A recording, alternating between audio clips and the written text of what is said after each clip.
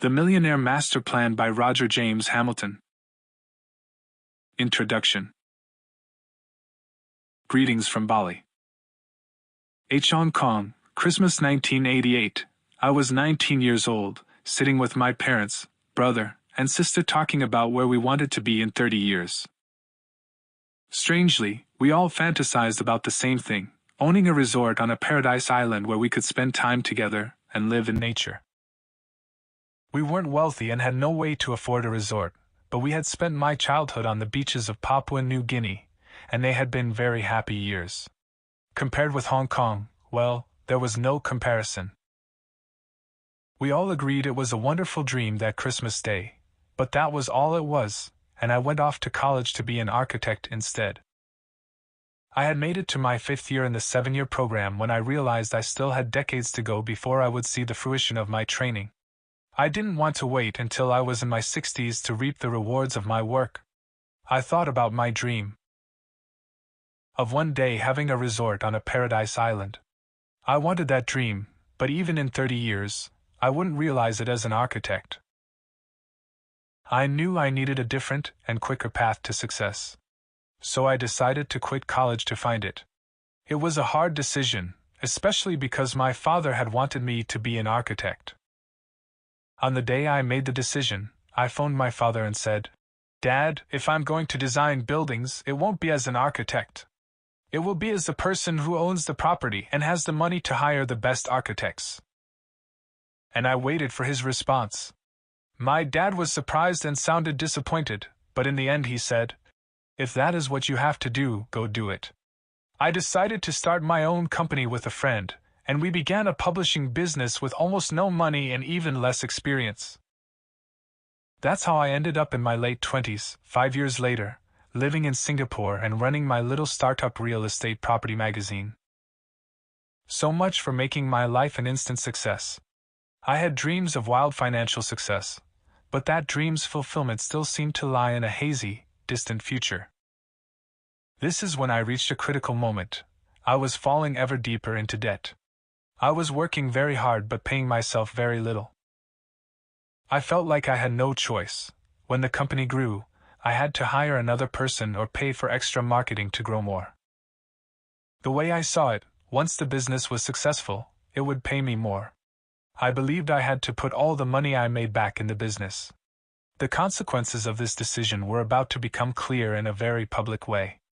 As I walked home one evening, lost in thought on the things I had to do tomorrow, I noticed a commotion on our street. Someone was shouting. Actually, it sounded like crying. The neighbors were out watching the drama. As I walked closer, I saw they were looking at the front of our house. The one crying was Renata, my wife. Our daughter Kathleen, just a year old and looking very distressed, was in Renata's arms. She was pleading with a man standing in front of a tow truck lifting our car up by its hook. I ran toward them. "You can't take our car. Please," I heard Renata beg. She looked around and saw me. "What's happening?" I asked. As if I didn't know, I had been late on the car payments again. Renata had reminded me, and I had promised I would make a payment. But I hadn't. There simply wasn't enough money in the bank. Even though I was keeping up appearances of being successful, in reality I was going into more debt each month, hoping it would all turn around one day. Now our money problems were out there for everyone to see as the man prepared to tow our car away. "We can pay you tomorrow," I told the driver. He just shook his head and handed us a pink slip. "Sign here," he said. "Call the number on the receipt." I watched him drive off and Renata walk back into the house humiliated. One by one, the neighbors cast me glances of pity and then went back into their homes too. I was alone now. No money, no car, and no self-respect. Clearly, I had been in denial about my business, ignorant of just how much stress it was causing my wife, my young family, and me. Standing on that empty street, I made a decision to change my priorities once and for all. But how? It wasn't that I hadn't tried to change before. I had read books that talked about paying yourself first, but none of them explained to me how I could make the money to pay myself in a way that was easy and natural for me. I had read books on success, leadership, and wealth creation, but the more I read, the more confused I became. Each new book's advice seemed to contradict the advice in the book I had just finished. One book stressed the importance of climbing the corporate ladder, while the next said you can't get wealthy from a job and I was better off with my own business. Some told me to follow my passion, while others told me to follow my purpose. Some urged me to be daring and take big, bold risks. Some advised me to be cautious and take small steps. Some said the key to wealth was trading shares and options, while others dismissed that entirely and recommended network marketing, online marketing, or property investment. Head spinning, I looked to business role models instead. That didn't work out any better. Richard Branson wrote that it is all about being the entrepreneur adventurer, but then Jack Welch proved you could reach the top working for others. Oprah Winfrey showed the power of shining from the front with the stars, while Mark Zuckerberg was happy to hack in the back in his hoodie. Warren Buffett and Bill Gates may make great bridge partners, but they had entirely different paths to success. Buffett invests in many businesses but never in anything high-tech. Gates focused his life on growing just one high-tech business. Truth is, I had no idea what was right for me. And, unable to find any clear direction, I ended up following the most common path, trial and error. That's how I ended up getting my car repossessed. That night, in desperation, I made a decision. Instead of being lost with everyone giving me different advice, I was going to find my own path. That decision led me to find not only my path but also an entire map of wealth creation. Fast forward a couple of decades, and I'm writing this book, describing what I've learned since that night, from my dream resort in Bali. I have been living here for the better part of a decade, running a string of businesses and mentoring social entrepreneurs who are making an impact around the world. I've made plenty of decisions, good and bad, to get here. But the quantum leap that put me on this path to wealth creation did not come when I had the dream and began my first business. It was on that evening in Singapore 3 years later when my car was repossessed, when I committed to the dream and a clear plan to get there. For the first time, I set a personal earning plan and made it more important to me than my business plan. I began to focus on what worked for my strengths. Instead of paying myself less than I needed to survive, and hoping my business would one day make millions, I created a vision and plan in which my personal net cash flow after expenses increased every 3 months. Within a month, I was cash flow positive. Within 6 months, by keeping to my plan, I had an extra $500 every month, which I put aside. Over the next 2 years, I kept to my plan, and my personal cash flow for investments grew to over $10,000 each month. Before I was 30, I had become a multimillionaire with the money and time to support the people and causes I believe in, simply as a result of changing my focus. In other words, my quantum leap that night in Singapore was also my first step in discovering this Millionaire Master Plan I'm about to share with you, to choose my destination and then clear the way to get there. But while knowing where you want to go is an important part of the Millionaire Master Plan, it won't matter if you don't know who or where you are. That's what the Millionaire Master Plan provides, a GPS to achieve your success. A GPS is more than just a map. It shows you where you are and where you are going, gives you the best routes to take, and plots the specific steps to get there. That is my promise to you, to give you that clarity based on your natural path.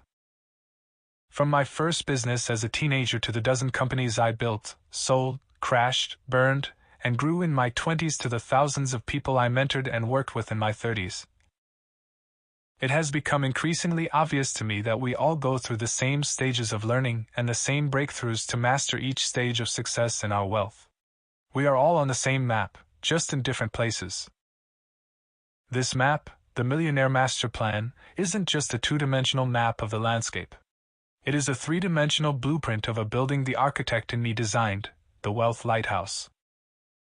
The Wealth Lighthouse has 9 levels, which link to the 9 stages of wealth: victim, survivor, worker, player, performer, conductor, trustee, composer, and legend. Like climbing a mountain, the strategy and equipment you need change the higher you go. You and I are each at one of these levels.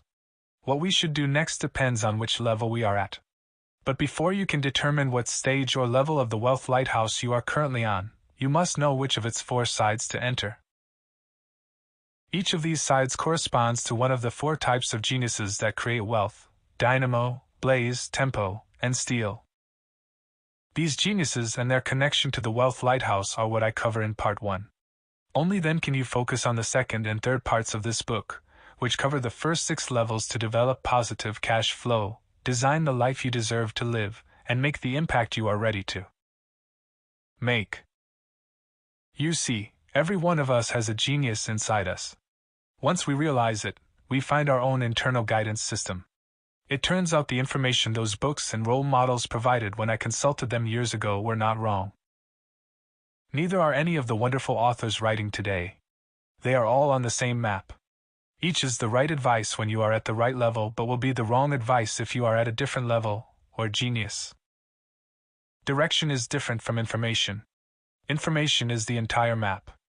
Direction is how you get from A to B.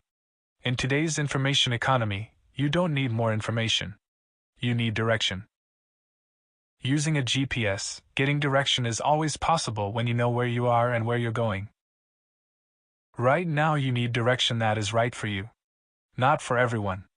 Not for me and my genius, for you and your genius. That's why your first step is to take the Millionaire Master Plan test right now. For the last 10 years I have been deciphering this Millionaire Master Plan while mentoring and working with people from more than 80 countries around the world. In fact, leaders from around the globe have used the guides linked with the Millionaire Master Plan to go from being in debt to generating millions, growing charities that impact millions, increasing their success in their careers, growing the quality time they have with their family, and much more. That's why I say with confidence that regardless of what you want to do, whether your goal is simply to cut out the stress of money, build wealth to provide for your family, or make your work more meaningful and fulfilling, you will find the steps to take on your personal path on my Millionaire Master Plan. That's why, before you go farther in the book, you need to use the following instructions to take the Millionaire Master Plan test and learn your natural genius and lighthouse level. My final words before we get started are, no one can go through or move up the wealth lighthouse alone. In fact, the spark often comes from someone else, someone who complements your genius. You are going to attract that team as you make your journey through the Millionaire Master Plan, and I hope you will share your journey with us too. We have a very active global community and provide plenty of support at every level of the Master Plan on our online learning community, Genius U. You can post your experiences, questions, and comments by going to our Millionaire Master Plan website. We are all on a journey together to improve our own wealth and the wealth of those around us. I call this mission worldwide wealth, our ability to collectively create more and contribute more. In fact, just buying this book means you have already made a difference. A portion of the proceeds from this book is going toward providing education and financial literacy to children so they can learn the skills they need to advance in this fast-changing world. Thank you for joining this journey and making an impact in a small but very important way. Okay, are you ready? Let's make magic. Roger. Action point. Take the Millionaire Master Plan test. Oh, and the inside of the back cover flap, there is a code that you can use to take the Millionaire Master Plan test. This test is essential for understanding how this book works and following your path through it. Simply enter the code to take the test. It only takes about 15 minutes. After finishing the test, you will receive 2 reports via email. The first report will come immediately and identify which of the 4 geniuses is your natural genius. This is your compass through this book and the Wealth Lighthouse. The significance of knowing your genius is explained in Chapter 1. The second report will arrive shortly after and will tell you what level you are currently at in the Wealth Lighthouse. The lighthouse and all its levels are explained in Chapter 2. Why 2 reports? The Millionaire Master Plan test is unique in that it measures both personality and progress. While your genius will stay the same, your wealth level can move up. Thus I have deliberately divided the test into 2 parts so that you can come back and take the wealth level part again in the future, and track your progress in the coming months and years. A note for the impatient: if you are the kind of person who is tempted to begin the next part without taking the test, don't. There are 2 important reasons why. First, you need to know where you are to know where you're going. How you master each level of the lighthouse and build wealth naturally depends on your genius. What path you take through the steps at each level depends on which genius you are. Chances are you have taken wealth building advice in the past that has been wrong not only for your level but also for your genius. The advice didn't work, and you ended up wasting precious time and energy. Don't make the same mistake before you begin this book. Second, you need to be connected. Most challenges in life come from not being connected to people we need when we need them. When you go online to take the Millionaire Master Plan test, you will connect with a community of like-minded people who are already part of Genius U as well as enjoying access to a variety of free learning resources. So don't just jump to the next chapter. Use the code on the inside of the back cover flip and go take the test at. Part 1. Your natural path, your genius, and the wealth lighthouse. Everyone is a genius. But if you judge a fish on its ability to climb a tree, it will live its whole life believing it is stupid. Chapter 1. Your genius. To read this little experiment, fold your arms. Look whether you have folded your left arm over your right arm, or your right over your left. Now do the opposite. Fold your right arm over your left arm, or your left over your right. Does it feel comfortable? For most people, it doesn't. For some, it is even hard to do, it feels unnatural. That's because you're doing the wrong thing. That's not to say there is one right way to fold our arms. There is only your natural way. We are all born great at something, but as we grow up, we find out all the things that we aren't so good at. So we spend our lives feeling bad about those things, working on our natural weaknesses while we take our natural strengths for granted. This truth is no more tragic than in a school of children, where every child has a different genius. But when they are all judged by the same test, many lose their confidence, and with it their desire to learn. Why try to be something else when you are already naturally you? You are enough. When we become aware of our natural genius, it's like a light going on. Suddenly we realize we do not need to focus on our weaknesses to be successful. We simply need to follow a path that plays to our natural strengths. These are the 4 geniuses. Dynamo genius, who loves to create. Blaze genius, who loves to connect. Tempo genius, who loves to serve. Steel genius, who loves the details. When you've used the code on the inside of the back cover flap, taken the Millionaire Master Plan test on www. and read your genius report, you will know which one of the 4 you are. But before you proceed, you need to understand how your genius wins by following certain rules. The rules of the genius game. By rules, I mean that each genius is like a sport you can become great at. If you know the game you are best suited for and the rules of that game, you can now focus on being the best at it.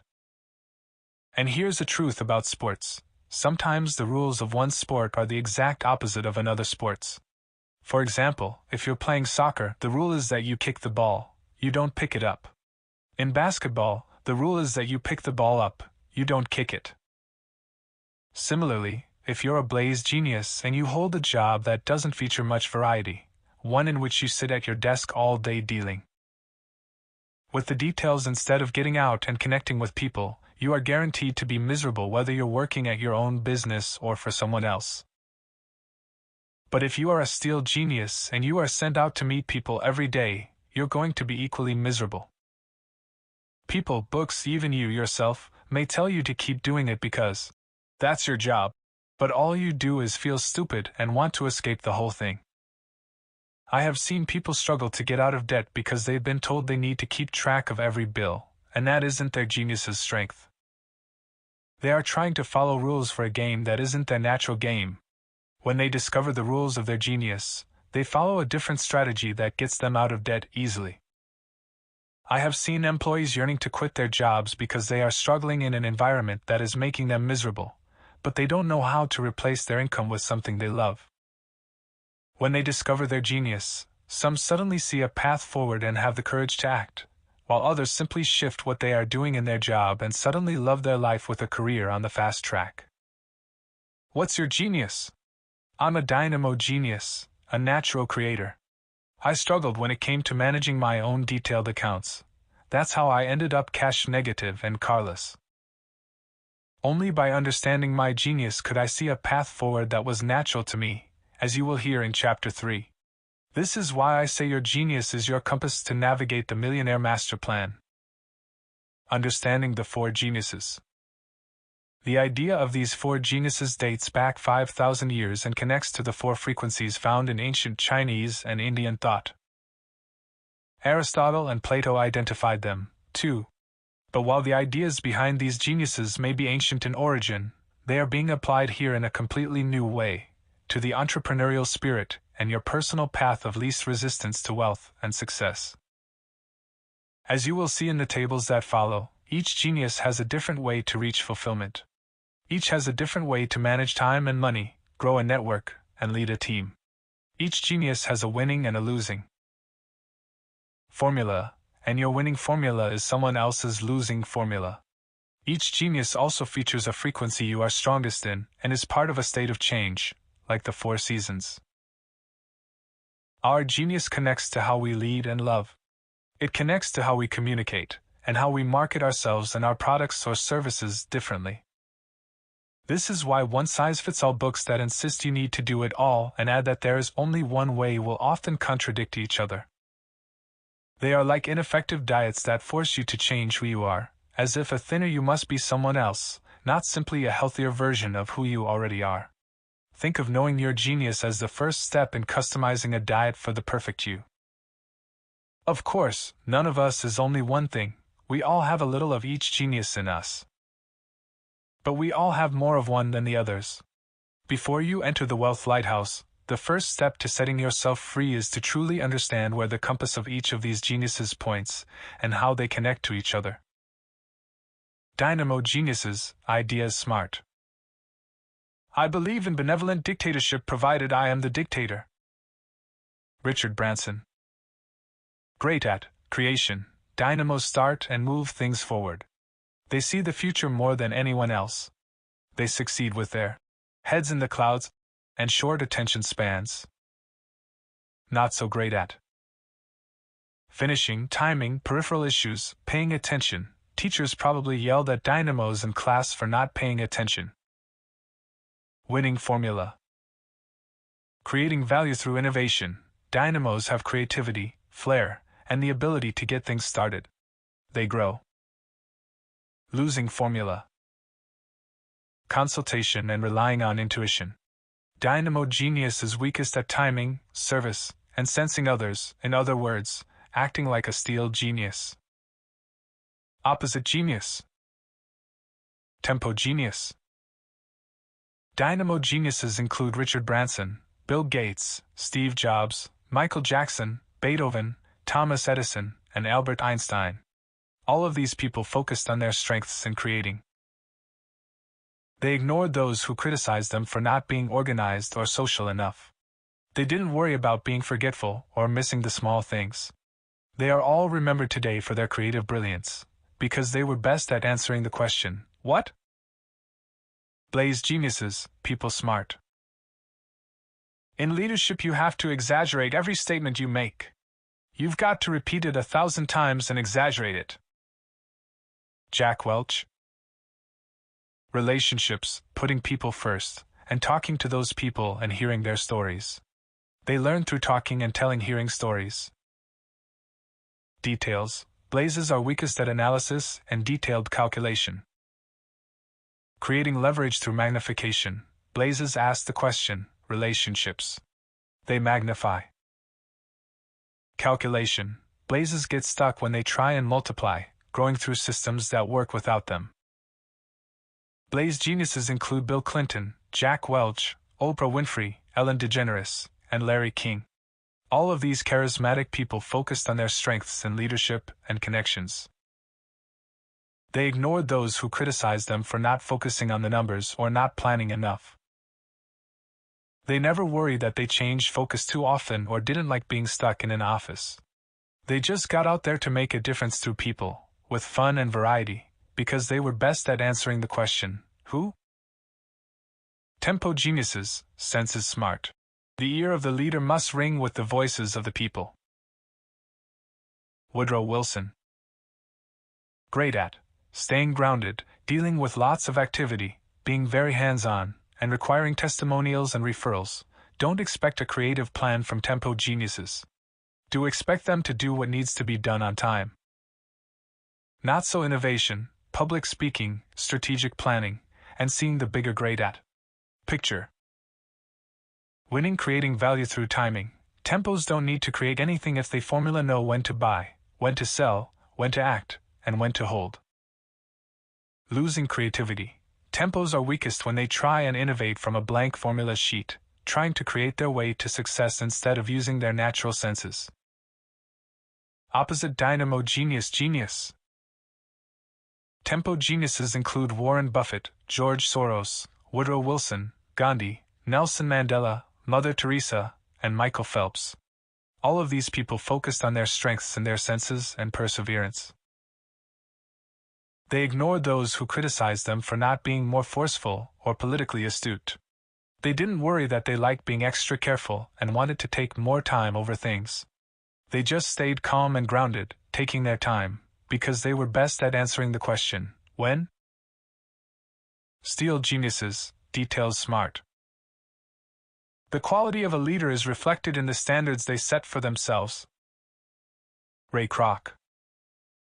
Great at calculation. Steels love handbooks, manuals, and reading through small print to understand and clarify all the information. Steels will take their time and get things right. They won't be rushed and will carefully create systems to build their flow. Not so great at small talk and constant communication. Winning formula. Creating leverage through multiplication. Steels ask the question, how can this be done without me? Through systems they make things simple and make many and multiply. Losing formula. Communication. Steels often suck the energy out of a dynamo, and too much contact with a blaze can dull their sharp minds. Opposite genius. Blaze genius. Steel geniuses include famous entrepreneurs such as John D. Rockefeller, Henry Ford, Ray Kroc, Larry Page, Sergey Brin, and Mark Zuckerberg. All of these people focused on their strengths in systems and in managing data. They ignored those who criticized them for not having better social skills or being more sensitive. They didn't worry that they often liked being alone and often did their best work when locked away. They just kept focused on finding smarter ways to do things through their systems, because they were best at answering the question, how? The key to wealth is flow. Understanding your genius helps you find the right books and role models. It gives you clarity on what to say yes and no to. Most important, in part 2 you will see your genius is your path of least resistance to rise through the wealth lighthouse. It allows you to find your flow, not in a month or a year.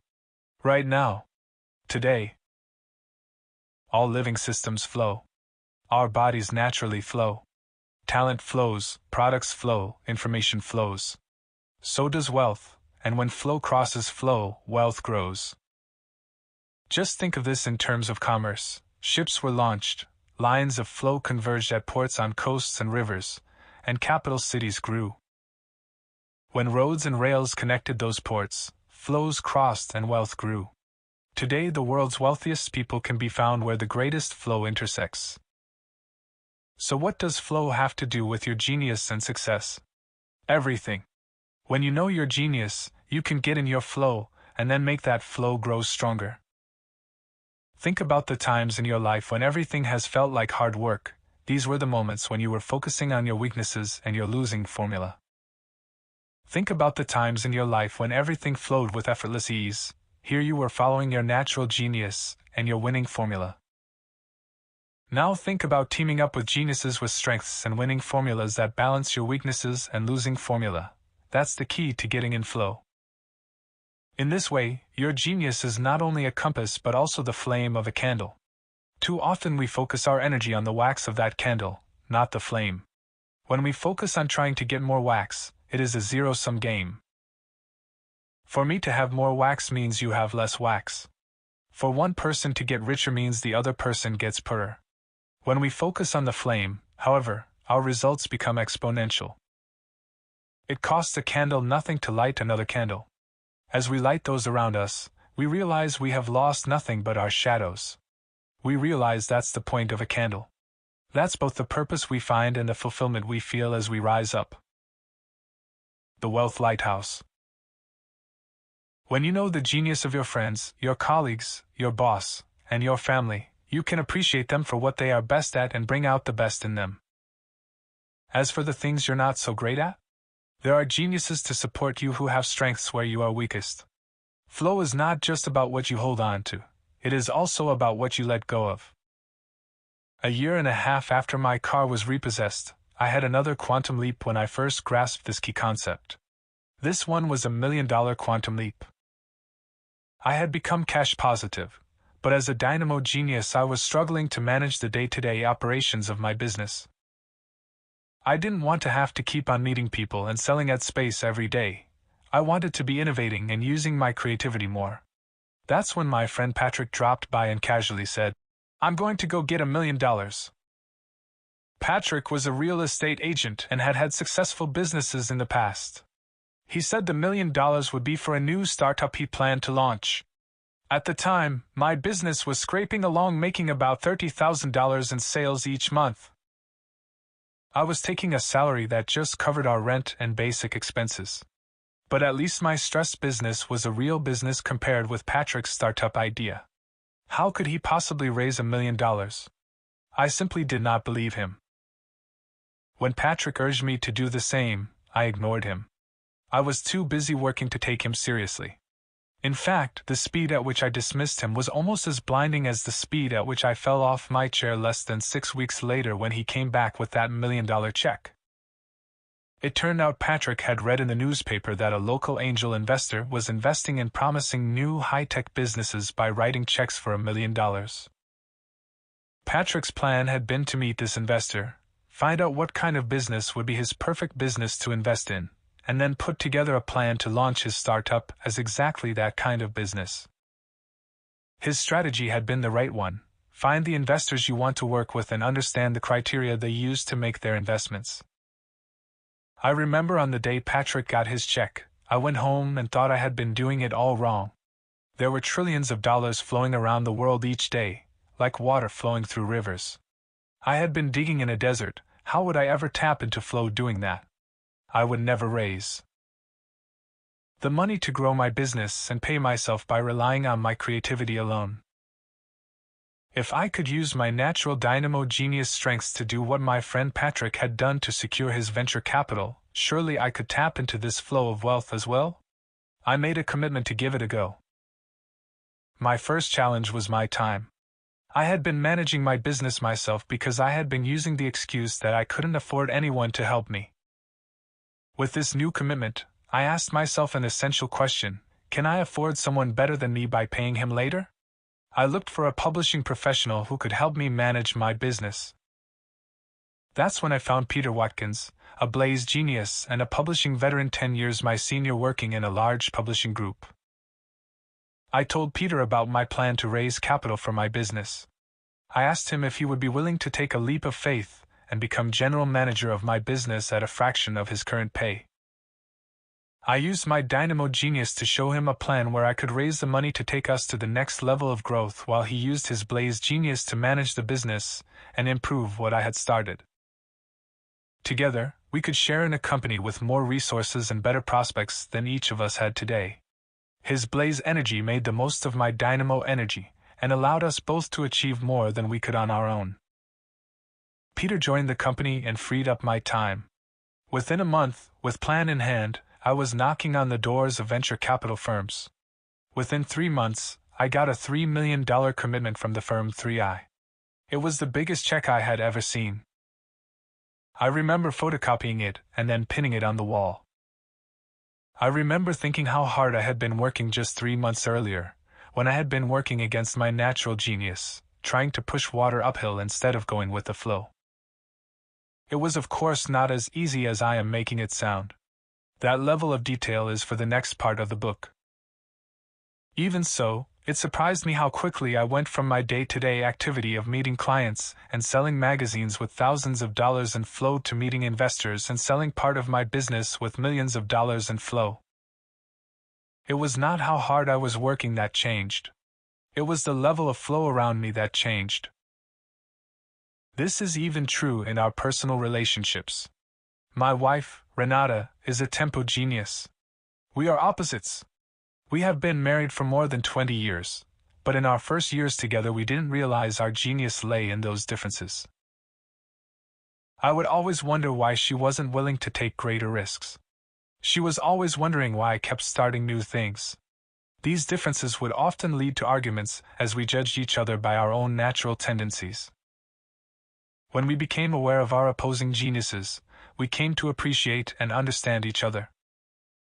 We realized we were trying to take each other out of our own flow. Renata now lets me have my crazy inventor moments, and I know she needs time to process new information, so I won't put her on the spot or ask for an immediate decision on things. We both support each other to stay in flow. The fifth frequency. There is a fifth frequency that links the four geniuses into a learning cycle. This fifth frequency is what Aristotle called the first mover, or the source to the rest. This is water energy, which is the basis of flow.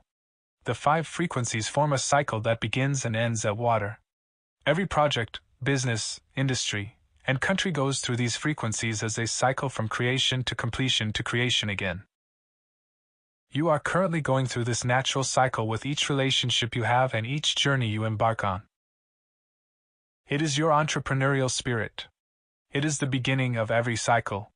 It is the question why that leads to the questions asked by each of the other frequencies. What? Who? When? And how? We will see this learning cycle appear together with the geniuses and at every one of the steps within the Wealth Lighthouse. Chapter 1 Summary. You are a genius. This natural genius is your compass to navigate the Millionaire Master Plan. When you follow your genius compass, you find your flow. Dynamo geniuses are ideas, smart blaze geniuses are people, smart tempo geniuses are senses, smart steel geniuses are details. Smart flow is the key to wealth. The more we follow our genius and grow our flow, the more wealth we create. There is a fifth frequency that links the four geniuses and asks the question, why? That leads to the questions asked by each of the other frequencies. What? Who? When? And how? Action point. Create your future vision and flight path. Think it. Ink it. Do it. Review it. To get direction, you need to be clear on not only where you are but also where you are going. That's why you need to create a clear future vision. So why is it so few people have one? I have too many problems today to think about where I'll be going tomorrow. I don't want to disappoint myself by dreaming of something that won't happen. I need more clarity before deciding on which way to go. In my mentoring, I often hear excuses like these. But the failure to set a clear destination is the trigger to every stress and uncertainty we face. The compass of your genius and the map of the Wealth Lighthouse won't help if you don't know where you want to go. Your future vision defines your destination and paints a picture of your perfect life in the coming year. Imagine it as creating your masterpiece. Once you have set your future vision, you set your flight path through it with quarterly milestones. Between them and your Millionaire Master Plan. Test results, you will have a clear picture of where you are and where you are going during the next year. Create your future vision. Your future vision is about more than just setting goals, more than just visualization. It is about creating a holistic blueprint of what you believe your life will grow into in 1 year, an immediate future in your control. Plan a future vision that stretches you and excites you, but not so much that you don't believe it's possible. According to Napoleon Hill, this was a big part of the secret of America's first billionaires and greatest entrepreneurs he interviewed in Think and Grow Rich. Andrew Carnegie, Thomas Edison, Alexander Graham Bell, Henry Ford, John D. Rockefeller. He'll discover that all of them had one thing in common: an unwavering belief in the future reality they were creating. It wasn't a matter of whether it would happen, it was a matter of when. I started my first future vision the night my car was repossessed. I have written one every year since. I write it in my journal, and I make it very specific, using the powers of hindsight and gratitude. Here's how: hindsight. Imagine yourself 1 year in the future and write a journal entry as your future self, looking back at the last year, beginning. In the last year I have. Imagining yourself already at your destination, looking back, is far easier than trying to look forward. Gratitude. In looking back, I do not write the line, "I feel so successful and accomplished because I have achieved." Instead, I write with an energy powered by gratitude. I am so grateful for the last year. In the last year I have. With hindsight and gratitude, you will feel fulfilled and energized simply by writing your future vision. Don't skip ahead, do it now. Throw yourself fully into this exercise. Give yourself a good 30 minutes to 1 hour. Begin with the date a year from today and write your journal entry. Use the prompts I've given below and include all aspects of your life. How do you want each area of your life to look 1 year from today? Add extra paragraphs to include other important areas of your life that you think about. Be as specific as you can, and share the story of how you got from where you are today to where you will be. Your entire journal entry could be 2 pages or 10. When you have completed it, ask yourself if it inspires you. If not, ask what you need to add. Once complete, post a copy where it will be visible to you throughout the coming year. This is your destination for the next 12 months. Date. I am so grateful for the last year. In the last year I have. My personal cash flow has. My assets have. My time has. My job business has. My team has. My customers have. My partners have. My health has. My family has. My friends have. My sense of purpose has. My contribution has. My upcoming year will. Set your flight path. The second step after creating your 1-year future vision is to break it up into quarterly milestones. This helps you pace yourself and keep on track. I have quarterly milestones for my life and for each of my businesses. There is a simple format you can use to divide your future vision into quarterly milestones. What did you set as the monthly income you wanted in a year's time? Divide the increase into 4. What does that mean? You already want your monthly income to be 3 months from now? 6 months from now? Look at what you have said you will be doing with your time in 12 months. If you were already a quarter of the way there in 3 months, what would be different? What would it look like 6 months from now? Don't worry yet about how you will achieve these goals, just focus on what and when. I have provided you with a free flight path plan and weekly score tracker on your personal page at Fill It Out, and set a time every week to check your progress. I recommend setting aside Sunday evening after dinner to sit for an hour, review your progress, and preview the week ahead against your overall flight path. That's what I have done for the last 25 years, and this rhythm for success is now as natural as eating and sleeping. I call these my score sessions, which plays on 3 definitions of the word score. Composition, measurement, groove. If you are not sure how to design your score session, you will see that I have provided you with a personal guide to running your score session successfully on your personal page. Set your score session now, put it in your diary, and commit to it. Enjoy the process. Chapter 2. The Wealth Lighthouse. Just like the origins of the 4 geniuses, the structures that create the Wealth Lighthouse date back 5,000 years to ancient China and India and then draw a path through ancient Egypt, Greece, and roam up into the time of the Renaissance and the Age of Enlightenment, then through to the modern day. The Wealth Lighthouse has 4 sides that are connected to the 4 geniuses we just covered and is made up of 9 color-coded ascending levels of wealth that make up the wealth spectrum. These 9 levels follow the familiar order of the colors of the rainbow with invisible levels at the bottom and top. The Foundation Prism. Infrared level, Victim red level, Survivor orange level, Worker. The Enterprise Prism. Yellow level, player green level, performer blue level, conductor. The alchemy prism. Indigo level, trustee violet level, composer ultraviolet level, legend.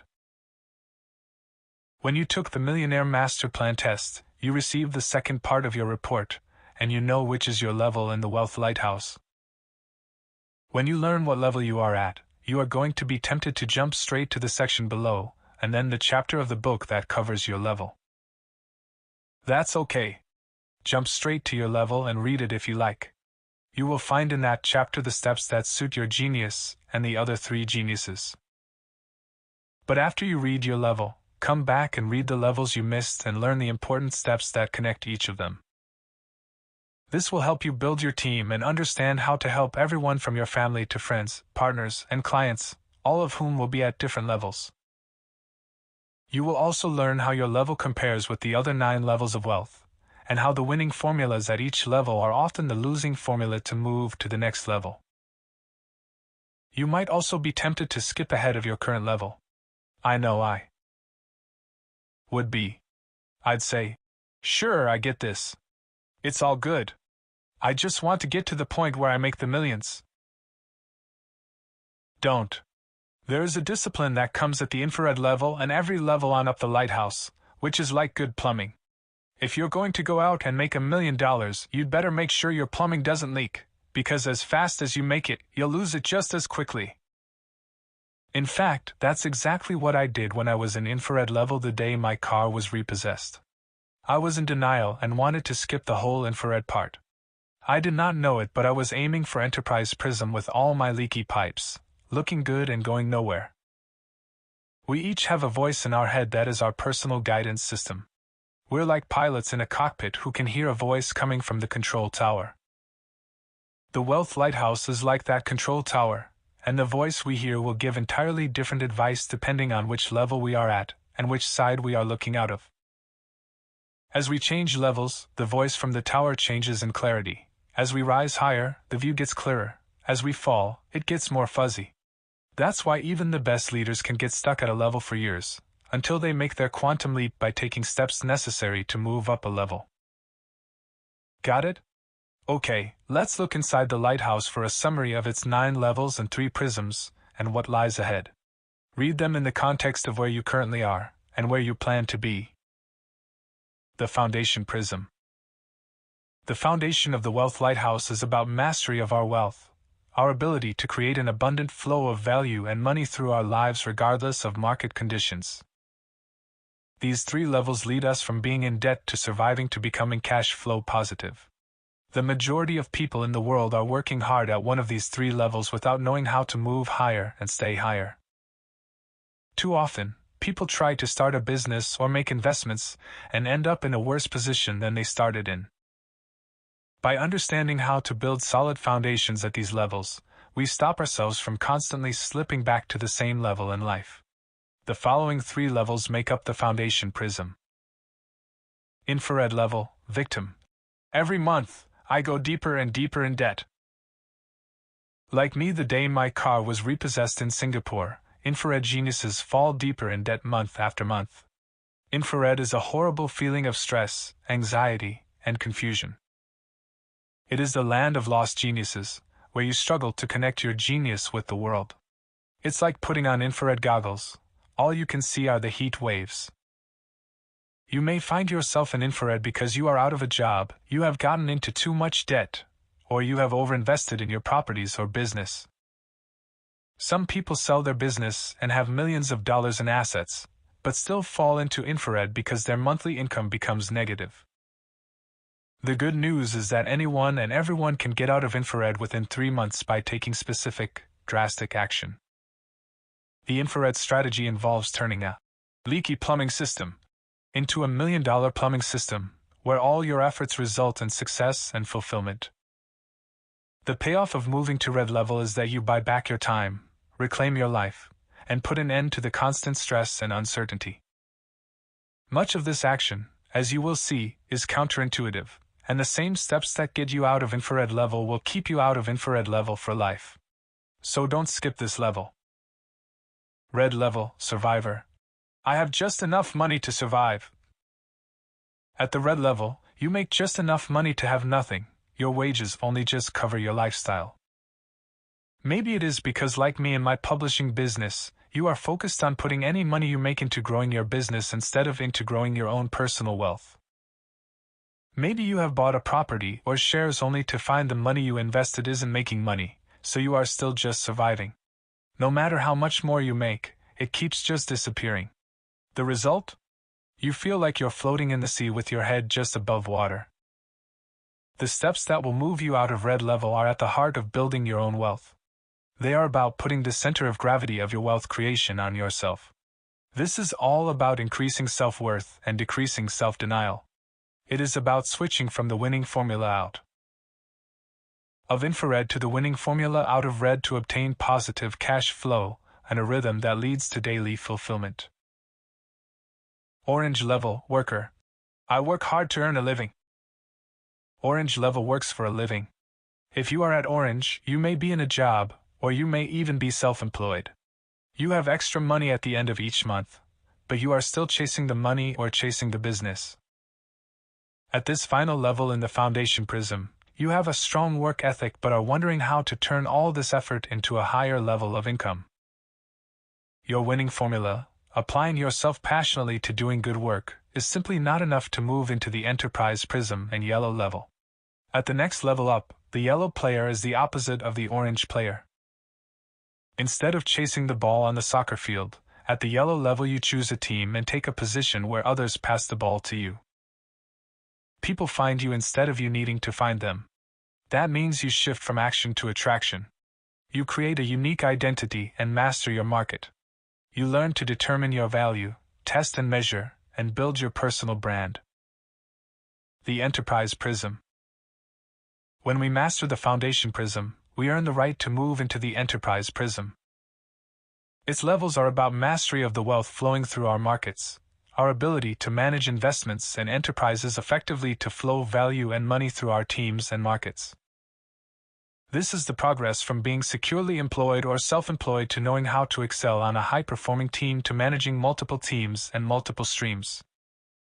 More than $4 trillion is moving across this planet and changing hands every single day. How do you get more involved in this flow so you can direct more of it to the things you care about and the impact you want to make? The three levels of the Enterprise Prism are all linked to music, the player, the performer, where all people are doing one thing, and the conductor. Yellow level player. I love what I do and create my own flow. If you are at the yellow level, you forge your journey. You have built a reputation and have business coming your way. You may be employed, working as a contractor or self-employed. You know how to attract business, and you know how to create, price, and promote a new product or service. The challenge at this level is that everything revolves around you. While you have a level of freedom, your income still relies on you showing up. The money stops when you stop, just like the music stops when the guitar player stops playing. The steps out of yellow level are the opposite of what got you here. You relied on independence to get here and need to switch to interdependence to get out. The identity and rhythm of your enterprise become more important than your own identity and rhythm. This takes more than just creating systems for your job or your life. It takes leadership and a focus on choosing the right talent. Most important, it means giving up on the idea that only you can do what needs to be done. Green level, performer. I create flow through team and rhythm. Green enables enterprises.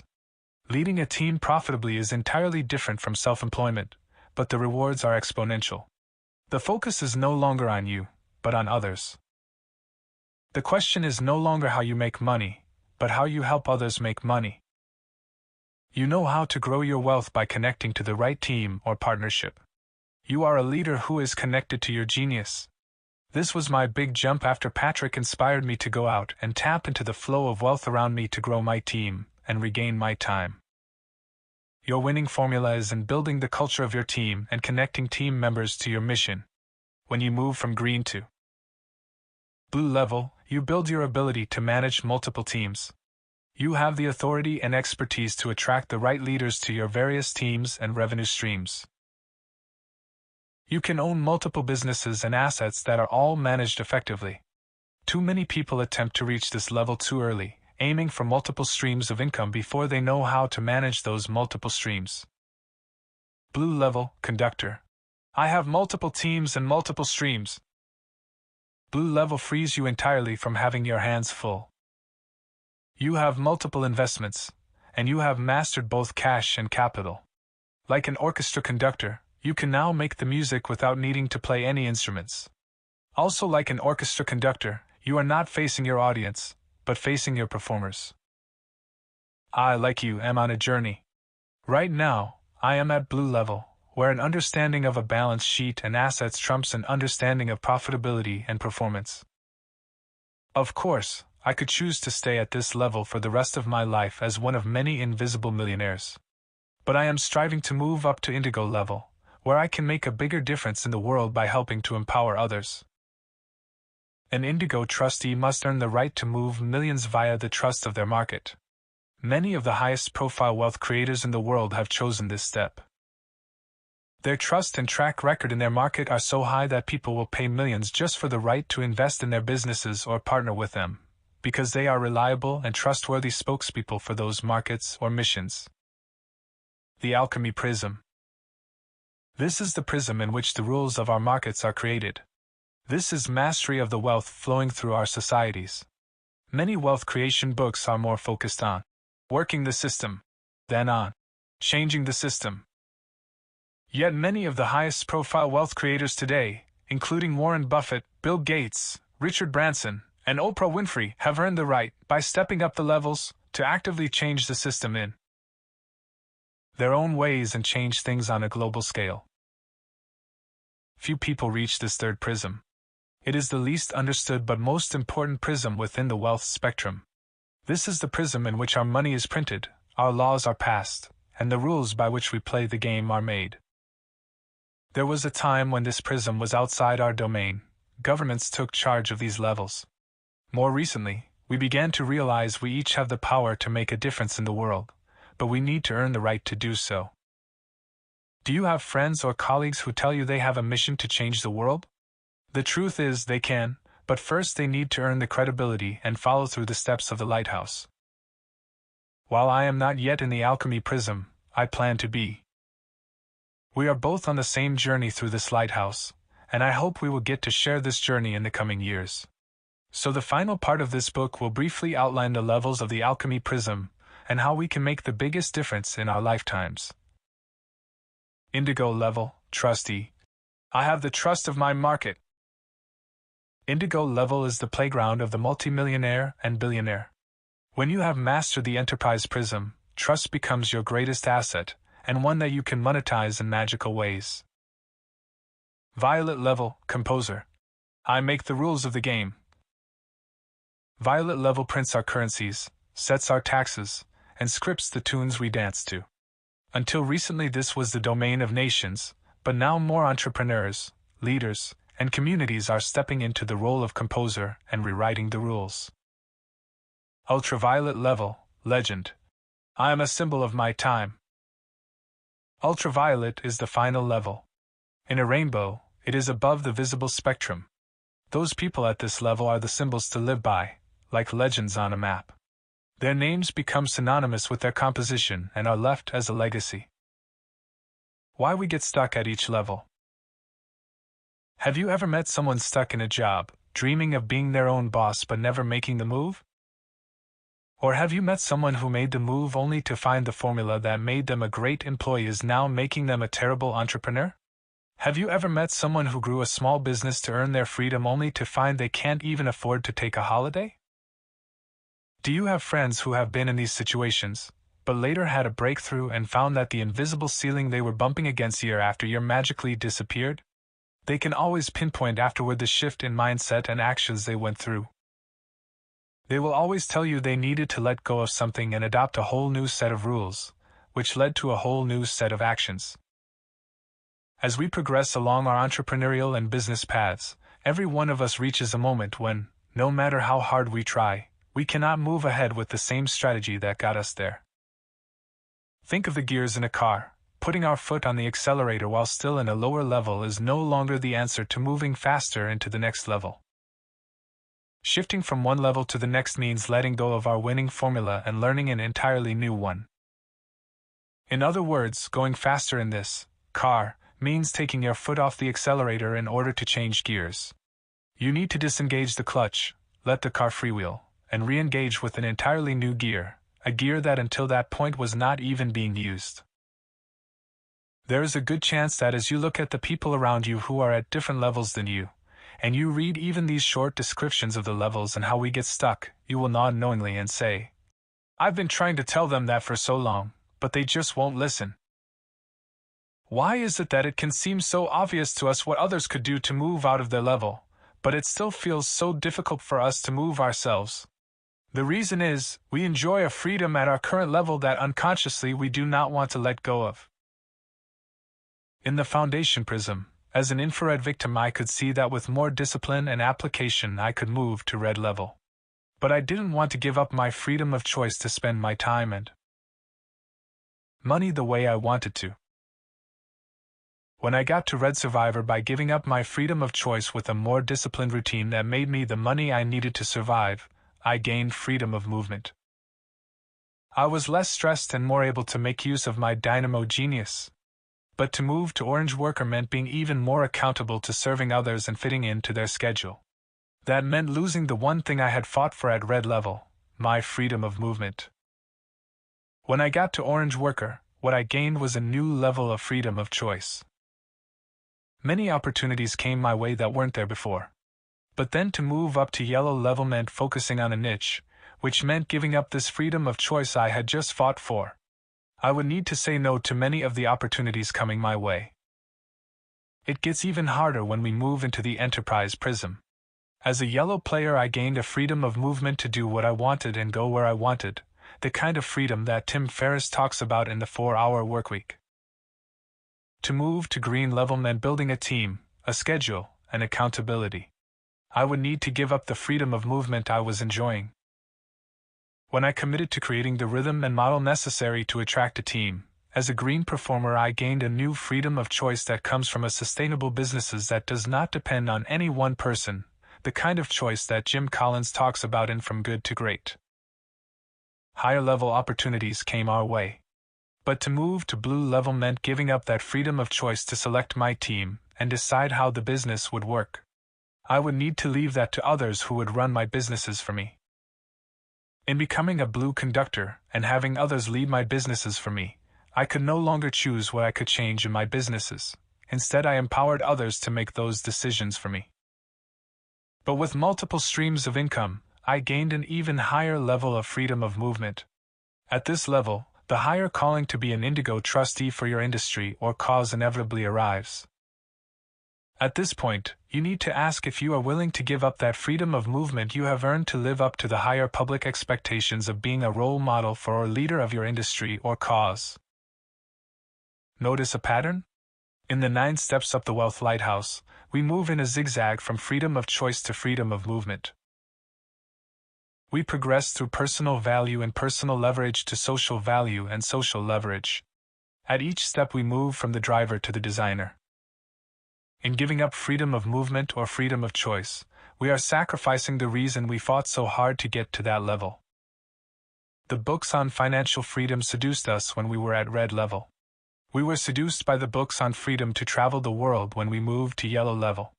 We loved the idea of building a lasting legacy when we moved to green level. But remember this, at every level, we may have to give up on choice or movement, but we never give up freedom itself, the freedom we have earned in order to earn the right to move to the next level, and how great it feels to do it in our natural genius state. It feels, well, freeing. Also remember, you are never alone. While each of the 4 geniuses takes a different path through these levels, there are 4 fundamental truths for all of us regardless of our genius or what level we are on. 1. We are all in the wealth spectrum. All economic conditions, from being in debt to being a millionaire to controlling a country's taxes to being a global philanthropist, exist in the 9 levels of the wealth spectrum. We are all at one of the 9 levels. 2. All the levels are connected. We change levels through our life. Each level jumps up naturally to the next, like gears in a car. Understanding the 9 levels and where you are empowers you to ensure your path to your success is deliberate and not accidental. 3. Your level determines your reality. Every level has a level of flow and a level of consciousness. When we move levels, our flow changes and so does our awareness. The problems and opportunities you see in life will depend on both your genius and how that genius flows in the level you are at. When you change level, you change what you see and who you attract but not who you are. 4. You choose your level. Your wealth is your choice. When you know your level, you can choose to stay at that level, move down, or move up. Each has costs and benefits. Knowing your level gives you the power to direct your focus on the next steps to take. You are always only at one level at any one time, and seeing all levels will give you a full picture of where you want to be playing. So let's get to it. You have the basic sense of this map and the GPS. You have your Millionaire Master Plan assessments, and know who you are and where you are as you move through the Wealth Lighthouse. You have created your future vision and flight path. Now the steps through the lighthouse levels begin. Chapter 2 Summary. Whether deep in debt or on the verge of becoming a millionaire and changing the world, we are all part of the Wealth Lighthouse. There are 9 levels of wealth in the Wealth Lighthouse, divided into 3 wealth prisms. We are often stuck on a level because we are working at an old strategy from a lower level, or we are trying to work at a strategy from a higher level we are not yet ready for. The foundation prism is our mastery of flow in our life. Level 1, Infrared Victim. You fall deeper in debt month after month. Level 2, Red Survivor. You make just enough money to have nothing. Level 3, Orange Worker. You have to work hard to earn a living. The Enterprise Prism is the mastery of flow in our markets. Level 4, Yellow Player. Your earnings are limited, because you and your enterprises still rely on you more than others. Level 5, Green Performer. You enable enterprises. Your rewards are exponential, leading to high-performance teams and enterprises. Level 6, Blue Conductor. You have multiple investments and have mastered both cash and capital. You think in millions. The Alchemy Prism is the master of flow in our societies. Level 7, Indigo Trustee. This is the playground of the billionaire where trust becomes your greatest asset and one that you can monetize in magical ways. Level 8, Violet Composer. At this level you print our currencies, set our taxes, and script the tunes we dance to. Level 9, Ultraviolet Legend. People here are symbols to live by, like legends on a map. Next steps. Watch the Enlina videos. When you visit the site you will find there are videos at each level of the wealth spectrum. Watch the videos that are most relevant to you. Understanding the levels will prepare you for the content in the chapters ahead. Complete the pre-flight checklist that follows this chapter. Action point. Checklist check-in. It is essential that you review the pre-flight checklists found at the end of each chapter from here on before you begin work on the following chapter. I call them pre-flight checklists because they are like the checklists pilots go through before they take off, lists that even the most experienced pilot will complete every flight without fail. Use these checklists to remind yourself of the steps at each level through the Millionaire Master Plan, and use them regularly enough that the review becomes habit. Every week, I go through all my pre-flight checklists in order from the beginning through my current level. It only takes about 10 minutes and becomes part of my weekly meditation for the week ahead. Don't do this and you'll learn what I did early on. Most loss of wealth comes from carelessness, when you stray from your flight path and stop looking at your instruments. You can't predict all the external conditions and internal challenges on your flights, but you can correct yourself and stay on course. These checklists parallel the playbooks linked to your personal page on the Millionaire Master Plan website that move you through every level of the Wealth Lighthouse. This book and its pre-flight checklists serve as gateways to these playbooks. Starting with Chapter 3, I will include one action step after each chapter of the book. Follow this and you can check at least one pre-flight checklist box yes. Below is your first pre-flight checklist. If you did the action point following Chapter 1 and completed your future vision and flight path, you can already check 2 of the following checklist boxes yes. Pre-flight checklist. infrared level. 1. I have a written, inspiring future vision of where I will be that is visible and front of mind. Yes, no. 2. I have a flight path that gives me monthly personal and financial milestones to achieve my future vision. Yes, no. 3. I follow a rhythm to review my future vision and flight path to ensure that I self-correct and stay on track. Yes, no. Part 2. The Foundation Prism. Level 1, Infrared Level, Victim Level 2, Red Level, Survivor Level 3, Orange Level, Worker. Scaling these levels leads to a mastery of the wealth flowing through our lives. It lets us create abundant flows of value and money regardless of market conditions. Wealth isn't how much money you have. Wealth is what you're left with if you lose all your money. Chapter 3. From infrared to red, victim to survivor. Negative personal cash flow every month struggle, blame, denial cost of staying. Stress, anxiety, helplessness. Discipline and duty. Not paying attention, not knowing better, not controlling flow. Measure your money, commit to conduct, do your duty. Have you ever gotten into a shower that's the perfect temperature, and then boom. It's boiling hot and then boom. It's freezing cold? You jump out of the shower but no matter how much you try, you can't get it right. Infrared is that experience with money, with your personal cash flow going backward every month. To get out of it, we need to get some good plumbing in place that gives us a level of predictability so that we can actually learn how to make the extra money we need on a weekly basis to survive and move to red level. People at infrared either don't know how to do that or think they do know and want it to be much bigger right now. They say, "Why would I want to make an extra $100 a week when I can be out there trying to get $10,000 or more?" That was my experience early on with my publishing business. I was at this level when my car was repossessed. My business was generating some revenue, but I wasn't paying myself enough to survive. "I'm not going to worry about that," I said. "I'm not going to pay myself now. I'm just going to go for bigger stuff. I don't need to worry about making a couple of $1,000s to pay for my car, because I'm going to be a millionaire. Why would I need that?" Simply put, I was in denial, a core part of the disconnected state of infrared. Infrared is below the visible color spectrum. You can't see its heat waves, which eat you away from the inside. But with your infrared goggles on, all you can see are those heat waves. You can't see anything else clearly. Thus, it is extremely difficult to make good decisions because you do not have any reference points to work from. And the consequences, as I learned that night in Singapore as I saw my car getting towed away, are more than just negative cash flow. Why infrared kills? It's the stress, panic, and uncertainty each day brings that make infrared such a state of emergency. People around us can sense when we're infrared. Our actions, thoughts, and language are different.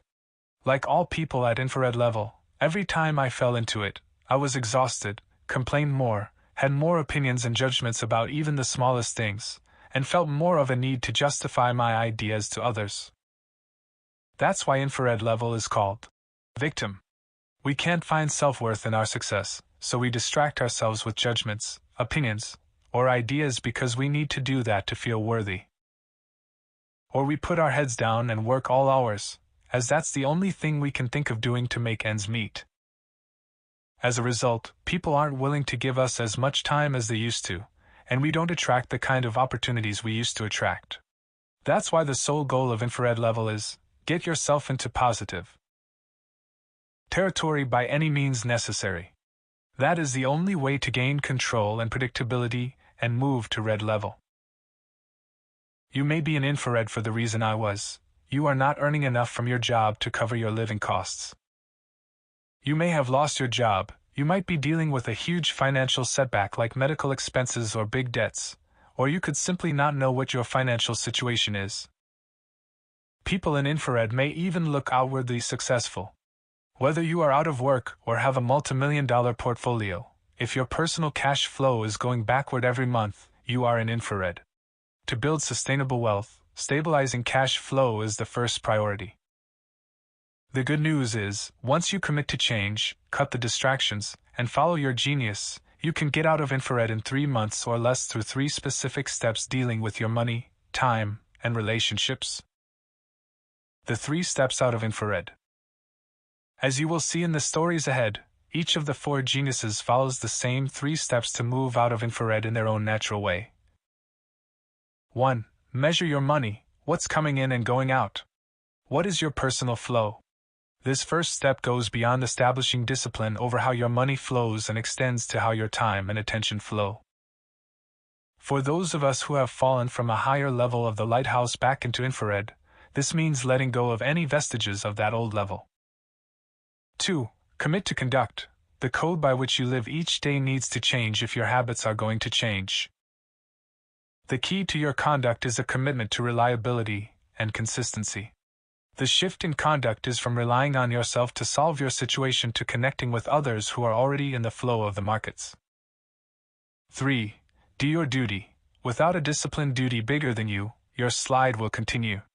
Without forcing yourself to be accountable to make a change, nothing will change. Now is not the time to be following your passion at the expense of your discipline. Now is not the time to be saving the world. As the airline safety video says, in an emergency put on your oxygen mask before helping others. You'll have plenty of time for that after your oxygen is flowing and you've bought your time back. You may understand these steps in theory, you may have even read some of them or heard them before, but remember the difference between information and direction we discussed at the start of this book.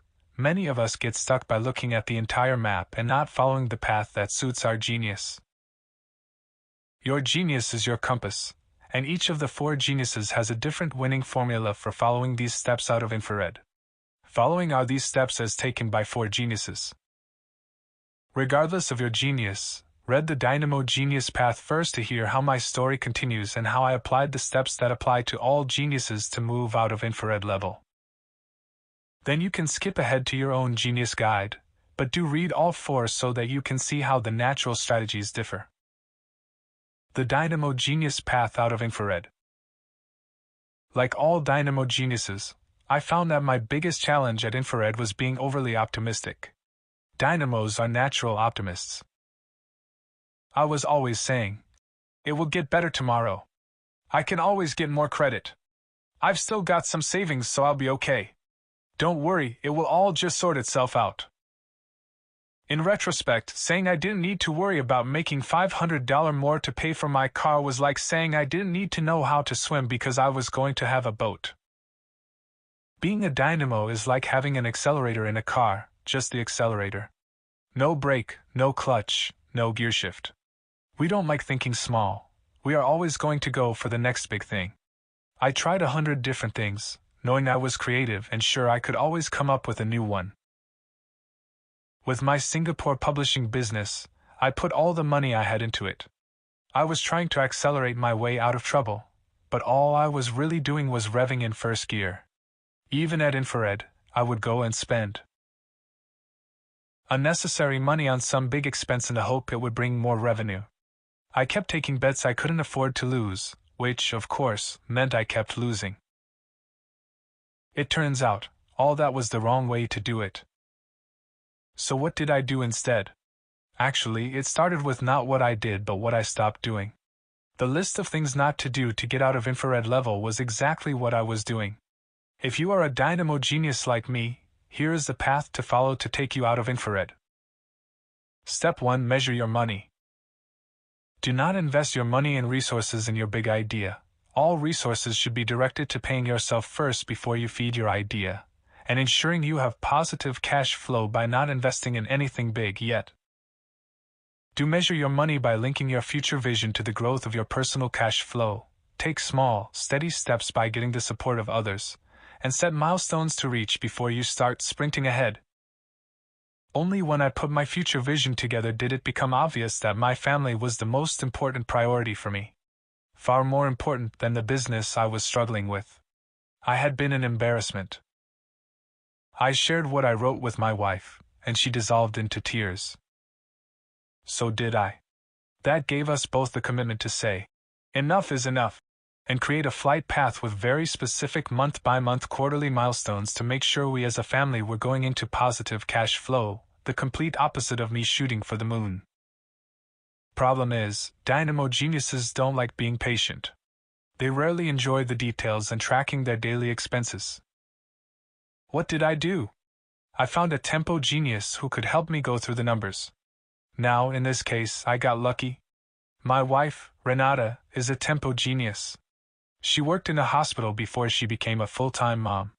So for the first time ever, I asked her to help me with my finances. The good news is regardless of your genius, there are always people around you who are willing to support you, your first steps and team building, provided you are willing to actually put a plan in place and be completely transparent about it. No money? Use your family resources the way I did. Don't have a wife, family member, or good friend who is a tempo genius. You can trade genius time online, offering a creative review of a business plan written by a tempo or steel genius who can help get your books in order in return. Or rent a desk in any number of the shared office spaces opening in cities all over the world where the free exchange of ideas is fueling the entrepreneurial spirit. Saying there is no one out there or you don't have the time is just an excuse. In my case, Renata and I turned money from a personal problem to a business problem as a team. We looked at the first 3 months and decided what it would take to organize our expenses and how much more the business would pay me. We also went to find a friend who was a steel genius who could help us with our accounts. We then worked out how Renata could earn money using her tempo genius, while I worked out how the business could make more sales separately. All this could not have been more totally opposite to what I was doing before. I had stopped trying to do it on my own and stopped my frenetic activity trying to chase business. I turned away from launching new things and took the time to work with Renata and look hard at my business so it could cover our living expenses and get us to red level. That was what we did in Step 2. Step 2, commit to conduct. Do not try to earn a second income by rushing in to start your own business or by focusing on your best idea yet. That's not digging a new stream, it's digging a hole. Do focus on serving others who already have better, more established ideas than you do, people higher up the lighthouse who are already in flow so their flow will flow to you. Create a rhythm in your day, week, and month to keep you from burning out while serving others. There are countless books, speakers, and TV shows that preach the value of starting your own business, but they all assume you can pay your way until you work out what works. Saying, "I'm going to start my own business, but I haven't actually figured out how to manage my own finances," is like saying, "I'm going to fly a plane without taking a flying lesson." Your chances of taking off are slim. This is particularly true for dynamo geniuses who always think they will make things successful far faster than they usually do. As a result, no matter how often they make money, they find ways to spend it even faster. So what did I do to take this second step? It was a simple shift in focus, from expanding what we were doing to enhancing what we were doing. Once I had my small team measuring the money with a clear plan for paying me more, I set a rhythm in my day and my week that stopped the panic. I looked at how the business could simply make the extra cash flow I needed. I looked at the rates we were charging on our publications. I decided to increase our rates enough so I could increase what I paid myself while delivering an even better service to our customers. I got with the team and said, "We're going to focus on higher paying, faster paying customers." And they went out and found them. Within 1 month I was out of infrared. Suddenly the stress was gone. I was able to pay my bills. Now I was attracting business and people to me in a different way because I was going to work more confident. Most important, I bought myself my time back. You may say that's all easy for me to be doing, since I have a business. What if you don't have a business but are in a job? What if you're unemployed? You can't just go and say, "I'm the genius you are looking for, give me a job." What do you do to make the extra income? It turns out there are 4 gears for moving out of infrared for any genius, depending on your assets and business employment status. My way in my publishing business was the yellow player path, the second gear, way. I already had a business, and I could use the business to deliver me the cash flow I needed. But I also had experience with first gear, the foundation prism path. This is the way to follow if you are in a job or looking for one. I know this way intimately, because I had fallen into infrared 3 years earlier, and I didn't have a business to help me get out. 3 years before my Singapore struggles, I was living in London. I was out of my first business, seeking a second as my next big thing, and I was trapped in infrared with a huge tax bill from that business to pay. Of course, as a dynamo, I was feeling optimistic that I could make things work. I had just spoken to my mentor, who gave me all kinds of good advice, which I promptly ignored. Instead, our meeting inspired me to become a consultant. I could share with other people how much I'd learned as an entrepreneur. I took all the money we had in savings and put an ad in a local newspaper offering my services to support local businesses. The ad appeared for a day and I sat by the phone waiting for it to ring. I only got one call, from a local plumber who loved my advice but was deeper in infrared than me at that point and couldn't pay me a thing. I remember sitting there thinking, maybe I'm just not cut out to be an entrepreneur. I was desperate and losing my dynamo hopefulness. Renata was working in a hospital to help pay the bills, but I kept assuring her I'd make money soon.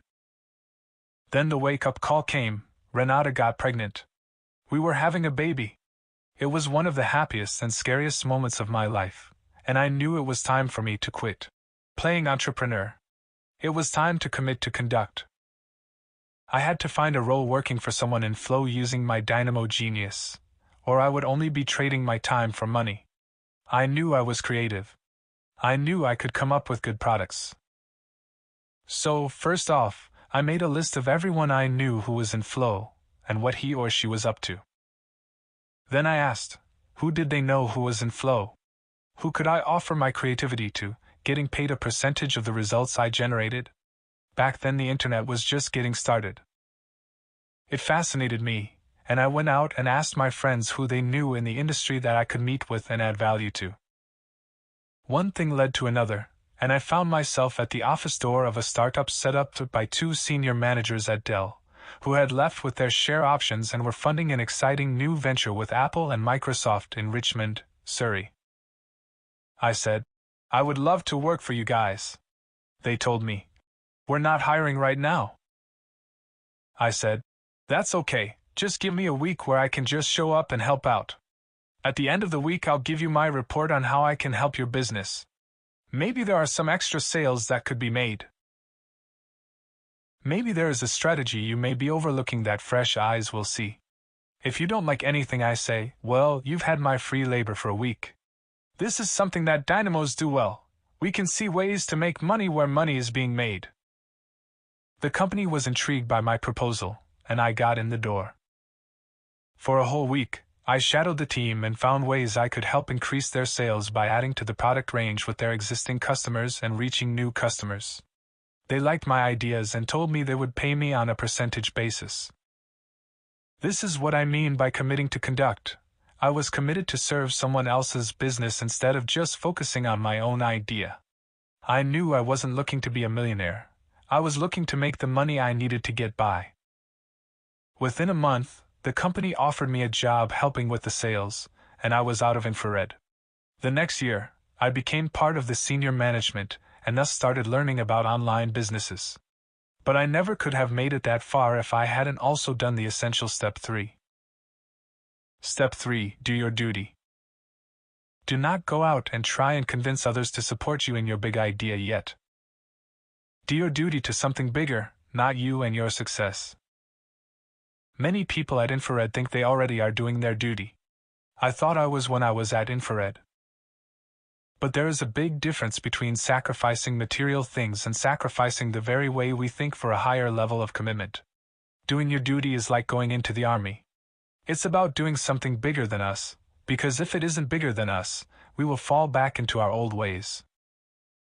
In both my London and Singapore stories when I was in infrared, it took something dramatic to shift me out. Both times it was my duty to my family.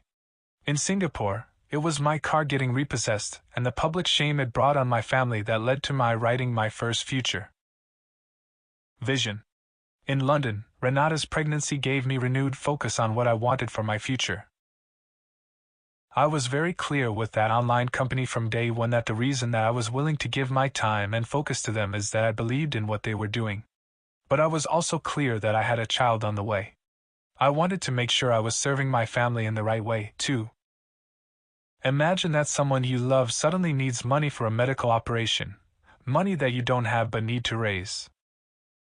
Would you force yourself to think differently and find the money? This is the nature of do your duty, putting duty to others above your current activity and focus. I have seen people who have been stuck at the same earning level for years, having given up hope of moving higher, when suddenly their family had a need for money. They suddenly found a way to shift up. Keep in mind that you might be in a different situation. You may have a way that you can either earn more from your current job or business or maybe add a second income stream. All that comes later. The bottom line right now is moving out of infrared by using your genius to do so. The issue now is sustainability. Doing your duty is the ultimate way any genius breaks the addiction of infrared, making it bigger than you. But staying out of infrared means you must keep following all 3 steps, not making the same mistakes all over again. After England, I didn't and fell right back into infrared. After Singapore, I never went into infrared again, because I had my future vision and stayed really clear and focused on all 3 steps. That doesn't mean I did not have companies that lost money and even failed. I did. And I continue to have my fair share of ups and downs even today. But regardless of the flow of the market and my businesses, my personal plumbing system stays flowing. Today, doing my duty means I prepare each Sunday evening for the upcoming week by reading and checking in on my future vision, going through my pre-flight checklists, and visualizing my perfect week ahead. The Blaze Genius Path out of infrared. What would I do differently in my 3 steps out of infrared as a blaze? Genius? Well, I wouldn't read the books that tell me how to manage my personal finances by being an accounting whiz. Blaze geniuses love people. There is nothing that excites them less than tracking numbers. Blaze geniuses are similar to dynamos in needing the process to be fun to follow, but other people distract them more than their own ideas. They're the life of any party. Thus, while the winning formula for blazes involves their connections and relationships, that can easily become their losing formula if the distraction leads them to chase opportunities away from what they are doing right now. If you are a blaze genius in infrared, I guarantee your life is full of different opportunities you cannot decide between, and you have too many distractions stopping you from doing what you want to do. You may be busy making all those connections, but when you get home at night and look at your negative cash flow, that doesn't stop the feeling of being really alone. These were exactly the points I made to Rustica Lamb when I began mentoring her 2 years ago. Rustica is a blaze genius who had moved from New Zealand to Bali and put her child in the same school as my children, the Green School. She had quit her job and made the move for a term. Without income, she knew this arrangement couldn't last, and she was in deep infrared looking for a way out. We began with her future vision.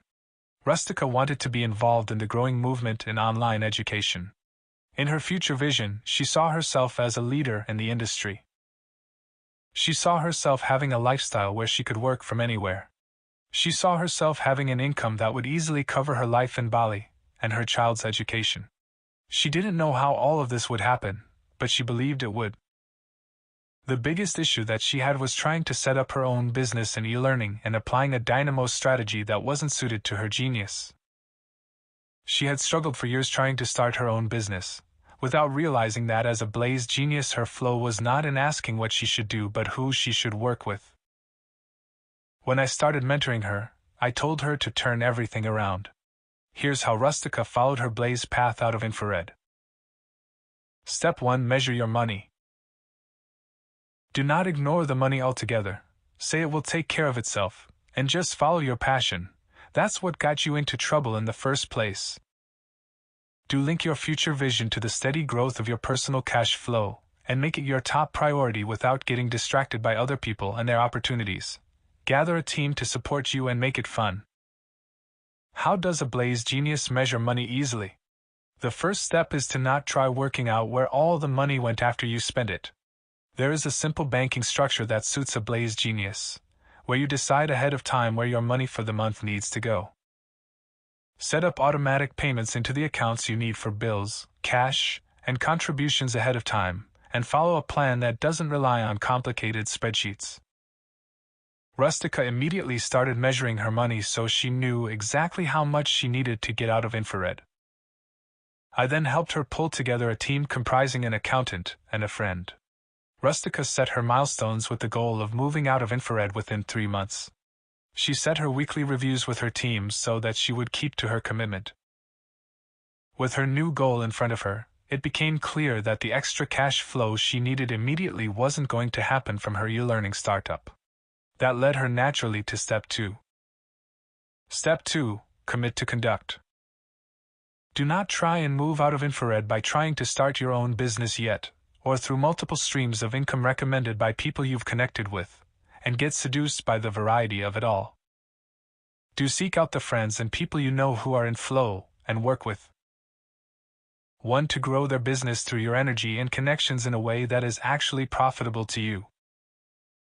You've read lots of books telling you that multiple streams of income are essential, but that's for people who are higher up the spectrum level, already have cash flow, and have a way to support and lead their teams.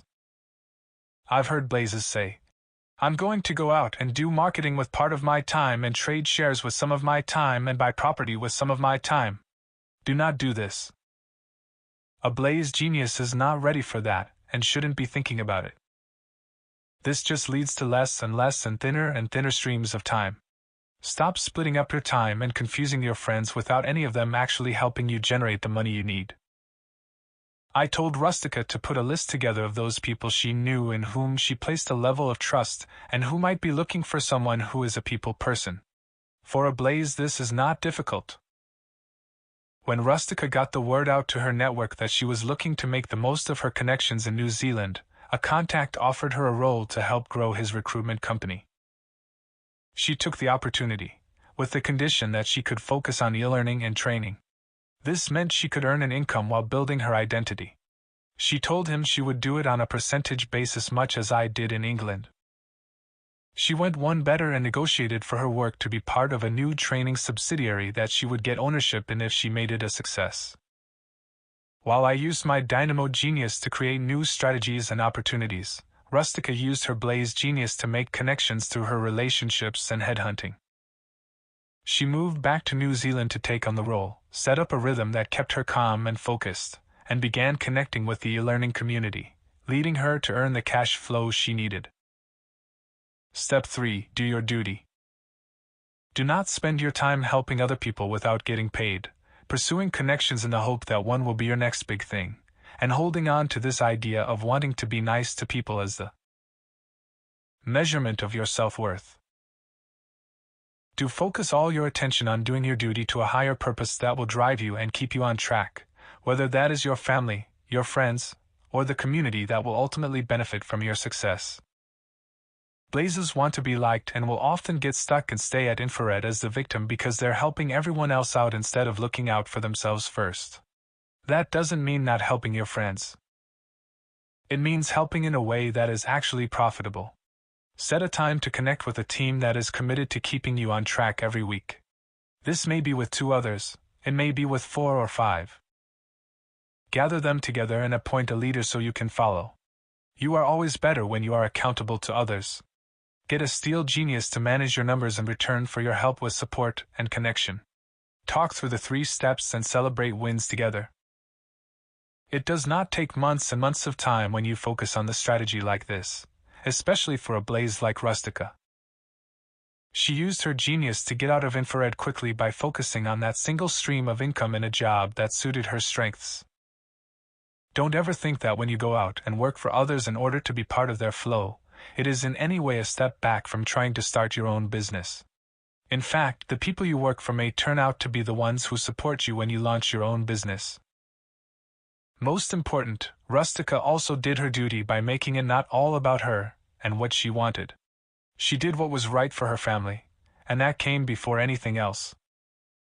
Within 3 months of moving out of infrared, Rustica planned the launch of an e-learning conference in New Zealand with the support of the connections she had made.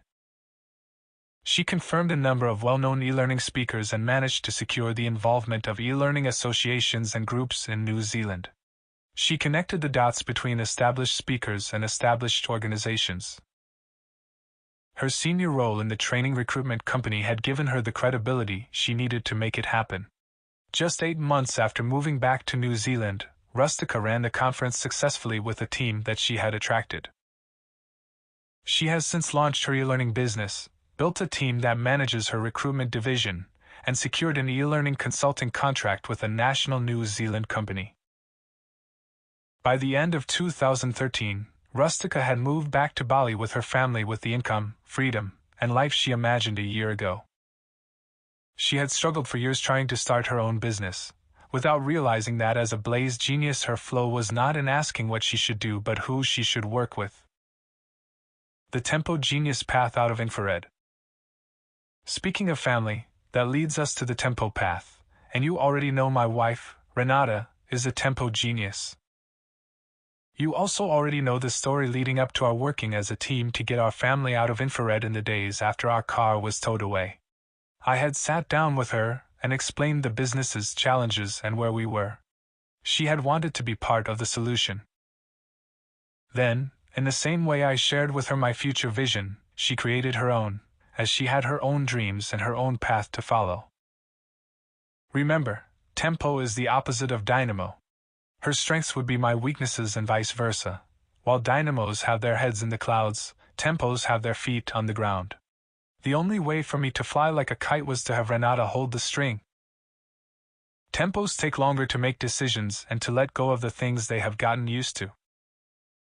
While dynamos are quicker to make money, tempos don't have a to-do list of new ideas in the same way and often struggle to work out how to make money. The strength of tempo geniuses is that they are not as quick to spend as dynamo and blaze geniuses and are more careful with how money flows out. Their challenge is working out how to increase the flow in. Step 1. Measure your money. Do not just jump into some money-making activity because it has been recommended to you by a friend or try to follow a system to make money faster, like share trading, property investing, or online marketing yet. Do turn your budgeting into a forward forecast linked to your future vision, and then work with a team that will help guide you to the easiest, most certain way to generate the extra cash you need in your plan to move out of infrared. Tempos know they're not going to create something new like dynamos, but they have a great sense of timing, and thus can get seduced by someone selling something. That is not where tempo money should be going at this point. It locks it up in a way that leaves you without the cash flow you need. You end up asset-rich and cash-poor. Tempos should bring onto their team a dynamo or blaze genius who will be able to help direct them to the simplest way to earn. At our first little team meeting, Renata said she wanted to be earning, but how? We went through different possibilities. A job at a hospital? The hours wouldn't work. A management job? Not much fun. Something in property? Now, that was something that interested her. We had narrowed down to an industry she was interested in, and that's when we moved to Step 2. Step 2. Commit to conduct. Do not spend all your time being busy, getting a false sense of achievement by having your hands full with activity that is not earning you the money you need. Do direct all your efforts toward a role where you are being profitably rewarded for bringing your natural strengths of reliability and service to a team in flow, with the help of your most creative or connected friends. Tempos are at their best when in the midst of activity, but this works against them in infrared. Tempo is all about reliable service, care, and action. Renata was so busy being busy every day, there was no time to sit down and commit to connect and focus and then go out there and earn money. Tempos do not have the same risk appetite as a dynamo and will only start moving when they have gained a comfort level with what they are doing and the best way to do it. By working together with a dynamo genius, tempos can get the direction they need. Knowing she was interested in property, and knowing that this was not the time to put our own money into property investments, I worked with Renata on options to get involved in the property market that would generate income. As a tempo genius, Renata had many close friends in Singapore. They were all renting property, and most would move every 2 years. How easy would it be to help them find their new home as a property agent? We worked out she would only need 4 successful rentals in the year to reach the cash flow target she had set to help us move out of infrared. I connected Renata with one of our biggest clients in our property magazine, Dennis Wee, a property agency with a great training program for agents. Renata was welcomed with open arms into their program. She set a rhythm that worked for herself and the family, and that gave her the time to go through the training and get set up as an agent. The result? She reached and then exceeded her own targets within 6 months, and she became so successful we set up a new company, Expat Rentals, to serve the expat market in Singapore. Today it's one of the leading expat rental firms in the country. Step 3. Do your duty. Do not close off the rest of the world and retreat into your own activity. Do get connected by gathering a support team that can help you focus on a path that commits to a higher duty. Tempos are not extroverted like blazes. They will spend more time alone, which means they'll spend more time without support. If you are a tempo genius, you can manage spreadsheets and are most likely counting your costs already. You don't need a group like Blaze geniuses to make things happen, but you do need a team to keep you focused and reassure you about the tough decisions you need to make. As with Dynamo and Blaze geniuses, tempos need a cause bigger than themselves to move out of infrared. All of us can bear the pain of being in infrared on our own, but we cannot bear seeing others suffering from our actions. For Renata and me, working together by being honest about our situation was critical to getting out and staying out of infrared. Many times it is your family or close friends who will help support you, but make sure they or anyone you are seeking support from are in flow and connected. It is no coincidence that there are so many comeback stories in which only a time of real hardship allowed people to get real. The habits we set then, and the systems we put in place, are the same ones Renata and I use today. By doing her duty, Renata sowed the seeds that led to her realizing not just her dreams but my dream as well. The property experience she gained in Singapore has led to us growing a property portfolio around the world, including buying our resort in Bali. The Steel Genius Path Out of Infrared. Flo was far from where another married couple was when I met them in 2011. Lisa and Lachlan Lang had begun a business selling solar-powered heaters in Australia. Times had been tough, and they had fallen into infrared as they put all their money into managing their business. Like Renata and me, the stress of it had affected their personal relationship as well. For the sake of their marriage, they were questioning whether they should still be working together, or if they even still had the motivation to manage the business. In their case, Lachlan is a steel genius and Lisa is a dynamo genius. They had just had a baby, and cautious steel Lachlan was taking a traditional I can make the decisions here approach, while dynamo Lisa was saying, "Okay, so what are we doing?" But steel Lachlan had no way to give Lisa's creative, future-thinking dynamo that kind of answer. He was pessimistic about the industry and the future of their business, and at the same time stubbornly resistant to change. He would say something like, "We're going to keep on making a go of it." And she would respond, "Okay. But then why don't we do this or that?" And then he would tell her to stop second-guessing him. That's how I first met them. It had gotten to a point where they knew things needed to change. We began with their future vision. It quickly became obvious to both of them that they would rather work together if they could work things out, and they both had dreams of a new business making a difference in the world, they just didn't know what yet. Here are the 3 steps Lachlan, using his steel genius, used to move with Lisa out of infrared. Step 1. Measure your money. Do not spend your time being judgmental and critical of how others are doing things and use this as a reason for inaction.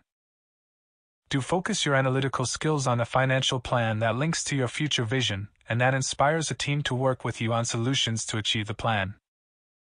Steel geniuses are the most deep-thinking and analytical of the 4 geniuses. They will see the 3 steps to get out of infrared as common sense, but still find it incredibly hard to get their heads around what to do. That's because steel geniuses always feel there is a better way to do things and are forever seeing the risks and downside. Steels at infrared have no problem saving money. They have a problem making more money. Dynamo and Blaze geniuses are naturally good at making money, because they connect the ideas and the people. But they are not so good at keeping the money. Tempo and Steel geniuses are brilliant at being able to keep the money and calculating exactly where it all is, but they are not so good at putting their foot on the accelerator. Like Lachlan, Steel geniuses and Infrared usually have spreadsheets and budgets in place, but they hold on to cash-draining assets or low-paying jobs and find it hard to make a decision, especially as they are so fearful of even greater losses. What Steels need to do is connect with the people who know how to do that. The value Steels bring to the table is in cutting costs. In Lachlan's case, all he had to do was look across the dinner table to see the dynamo he needed to connect with. He and Lisa put together a team and a financial plan to move out of Infrared. There was a big shift in their cash flow that they needed to follow, and they didn't know how they would do it. But by having the plan, they could then commit to conduct. Step 2. Commit to conduct. Do not spend all your time on the details, trying to get ahead through analysis and attempting to grow things on your own. Do work with the help of others to find the flow, create a rhythm with a team to keep you on track and positive, and trade your ability to be detail and system-focused with those who can open the flow up to you. Steel geniuses have their foot on the brake instead of the accelerator. They internalize, they want to get things perfect before they move forward. When Lachlan and Lisa found out they were Steel and Dynamo geniuses, it suddenly made sense to them how they could work together. First, they created a rhythm where they would spend 80% of their time working to achieve their cash flow targets on their existing business and 20% dreaming on their new business. Lisa focused on ways to increase revenues with a series of promotions, and Lachlan negotiated increased payment terms with their suppliers. They changed their priority from trying to grow the business further to increasing its efficiency and quality. The result? They cut salary costs by reducing the size of the team, and they cut marketing costs by increasing referrals. With revenues unchanged, they made the extra money they needed to pay themselves what they needed to move out of Infrared, and this gave them the breathing space to plan the future. Step 3. Do your duty. Do not cut yourself off from those around you while you try to work things out. Do find someone, anyone, to be accountable to. Hold yourself to a bigger cause with a dynamic leader or people person to work with to get you back into flow. Steel geniuses want to do things on their own and isolate themselves when they're at Infrared level with no idea how to turn the cash flow back on. At Infrared level, Tempo and Blaze get lost in either people or activity, while Dynamo and Steel always try to do it on their own, but when Steels like Lachlan do that, they cut themselves off from the very help they need. I worked with Lachlan and Lisa on their future vision, a picture of an inspiring perfect life a year in the future with all their troubles behind them and extra money in the bank. I asked them what they would be doing and what would be different. Of course, they would still be working together. They would also be in business supporting the environment, but it would be a business with more heart, supporting families. We then created a rhythm for each week and each day that would allow them to get there, and I shared with them how I begin every day with 8 questions that ensure every day begins stress-free. Having a path that their business served, instead of them feeling like slaves to the business, empowered and united them. It made the hard decisions they were making in their business easier. Within months they had decided on their new business. Lisa had a long list of ideas, and together we narrowed it down to Ecoriginals, a company that serves environmentally conscious families with the first fully eco diapers in Australia. Doing their duty to Lachlan and Lisa became more than just accountability to their family. They now had a mission to serve families all over the country. They attracted thousands of fans and pre-orders in advance of the launch, with the first container load shipping into Australia less than 2 years after we first met. Does this mean that by moving out of Infrared, we all live happily ever after? No. The journey continues. Lachlan and Lisa, just like Renata and me, continue to have good times and tough times. We're all human. But rising up the lighthouse is like sailing out to sea. The waves get bigger. Your successes and challenges get bigger. But with more flow, like wind in the sails, you can navigate these waves a little more easily. And when you need the time or money to support your journey, it's there. The 4 gears to move out of infrared. Much as in the process of improving your health, until you know what's happening with your own wealth flow, you can't begin to improve it.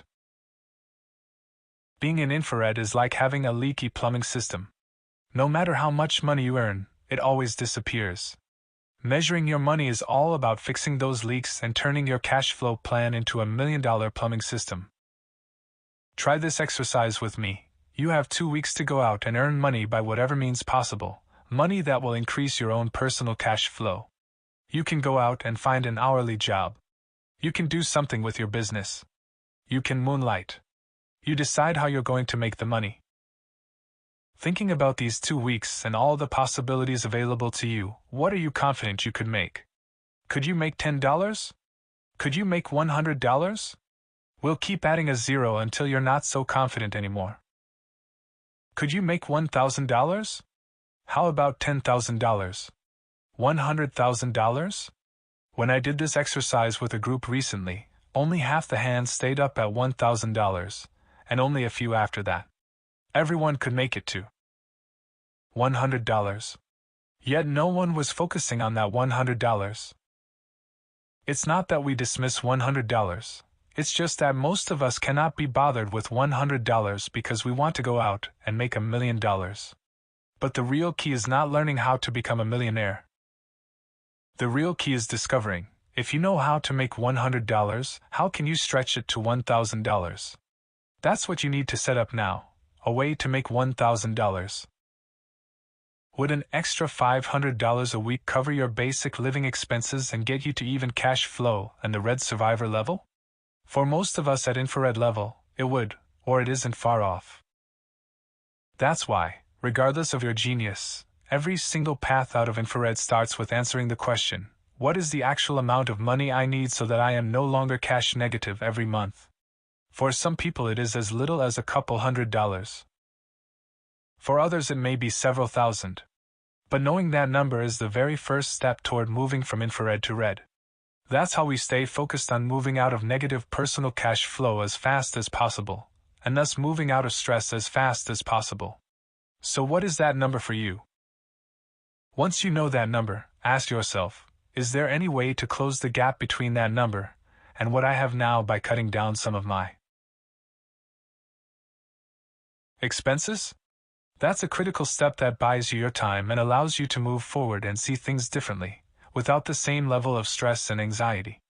How quickly could you make that happen?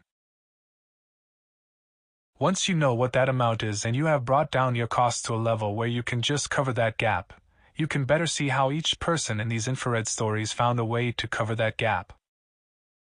There are 4 main ways, like 4 gears in a car, to move out of infrared.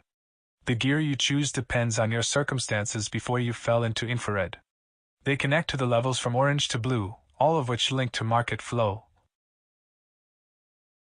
Orange level strategy. Take this gear if you don't have a business, a team, or cash-draining assets you can sell. Cut your costs and get a job that pays you what you need to move out of infrared. That does not mean just throwing yourself into the job market. It also doesn't mean having to get a job you don't enjoy or that pays you too little. In Chapter 4, I will tell you how to find the right job for your genius and passion, and how to choose your team instead of waiting for a team to choose you. Yellow level strategy. If you are self-employed or a small business owner working at yellow level, you will know how to run promotions that deliver revenue and profit to your business. You can run a promotion that delivers enough direct income into your personal pocket to move you out of infrared. Focus on what generates the greatest cash flow to move out, and you can move out rapidly. Green level strategy. If you already own a business as a green performer and know how to redirect your teams to generate extra cash flow that ends up in your pocket, some swift changes can result in you getting out of infrared quickly. It could be as basic as paying yourself more from the business instead of leaving it in there. Simple as this sounds, do it, and you will immediately feel a positive shift in your energy when you see the positive result in your bank account. Blue level strategy. If you are sitting on multiple assets or debt, moving out of infrared can simply be a matter of reorganizing your assets and debt. That means selling properties that are costing you money every month and closing down the businesses that are burning a hole in your personal pocket. It is the time to reorganize your interest payments and how you pay back the debt. Not to pay it all off, but simply to go cash flow positive every month. Now is not the time to hope for your asset values to increase or to get nostalgic about your business or house. Choose your strategy, and then start following the steps and the actions out of infrared and move to red and beyond. If for any reason you are stuck and don't even know how you would make an extra $500 or $1,000, don't worry. In the next chapter 1 will give you a step-by-step exercise that lets you identify and connect with the right people who can be directing their flow to you. For now, focus on the smallest amount possible to improve your cash flow. Take the following steps to measure your money, and set your plan and schedule. Commit to what and when first, who and how will follow. By the way, if you are reading this chapter and you are already in positive cash flow, work through those 3 steps anyway so that you have a strong foundation to ensure that you stay out of infrared. It is all too easy to stop tracking your own personal finances as you become more successful. This is the one strategy that I would credit for my personal wealth, measuring my money and increasing the net cash flow I have every 3 months when I was at infrared level. Your first step is simply to measure what you need in order to get out of infrared. The key steps for mapping out your personal income are in the Measure Your Money playbook on your Millionaire Master Plan website page. What you want to create for the first time here, as you move from infrared to red, is a rhythm for how you measure and grow your wealth, starting with the first extra dollar that can last you through to the time when there are millions flowing through your accounts each year. So stop making excuses. Start being a survivor. You remember I said we are all geniuses. So why do so many of us get stuck in negative cash flow? Well, we are all geniuses at doing certain things, and we are even bigger geniuses at coming up with excuses for not doing things. Here are the top 5 excuses that create resistance to our flow and keep us at infrared level. 1. I can't cut back my costs. If you are in a job with a steady income and you are in infrared, you are overspending. Truth is, there are always people earning less than you who have worked out ways to stay cash positive. There is always a way to cut back costs. 2. I can't earn more than I'm earning. Whether you are employed or self-employed, you get to design how much you earn. It isn't about how talented you are or how hard you work. It is about what value you are delivering and who you are delivering it to.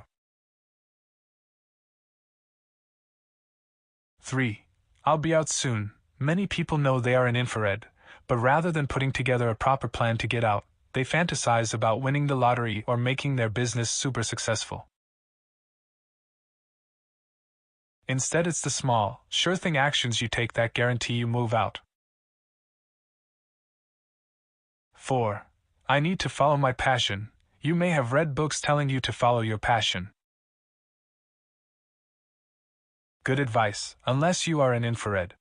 If you want to go on a diet and simply follow your passion, eating chocolate cake, you clearly haven't found the solution.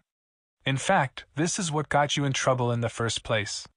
You need to put discipline before passion. 5. My investments need the money more than me. There are a surprising number of people who are asset-rich and cash-poor.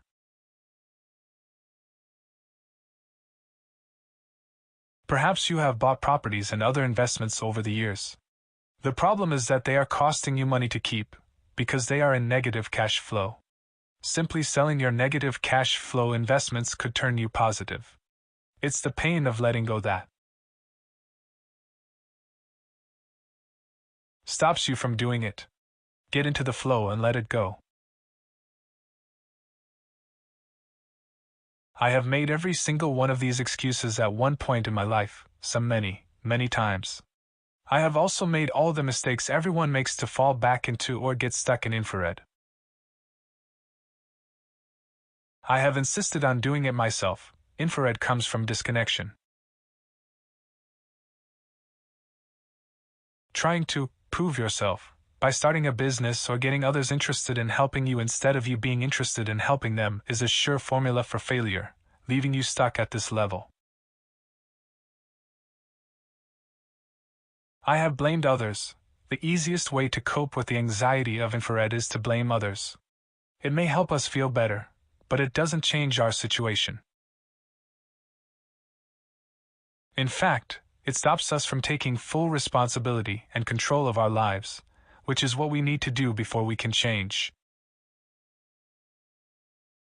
It also stops us from being attractive to the people who can help us get into flow, and it attracts others who also want to blame and complain, which means we surround ourselves with people who are also infrared, making it doubly difficult to move out. I have picked fights. Fighting those whom you blame may feel productive and satisfying for the temporary release it brings, but directing all your negative energy into such fights is usually ineffective. If you really feel strongly about something, get into power and change it from the inside. Anything else is just a distraction to keep you at infrared, where you're left with the negativity or frustration you've attracted. And if you have done any of these things or made any of these excuses, or even if you are just stuck and on the verge of losing hope, there is one last thing before we move on to the red survivor and orange worker levels. It is going to be okay. Sure, if someone had told me this when I was standing on the street in Singapore, I would not have believed it, but I've made it my life's purpose to absolutely make sure that you do get out of it. Worldwide wealth is not about a few people creating more and contributing more wealth. It is about all of us being able to do that collectively. Maybe you think you have read every book that there is to read about doing this.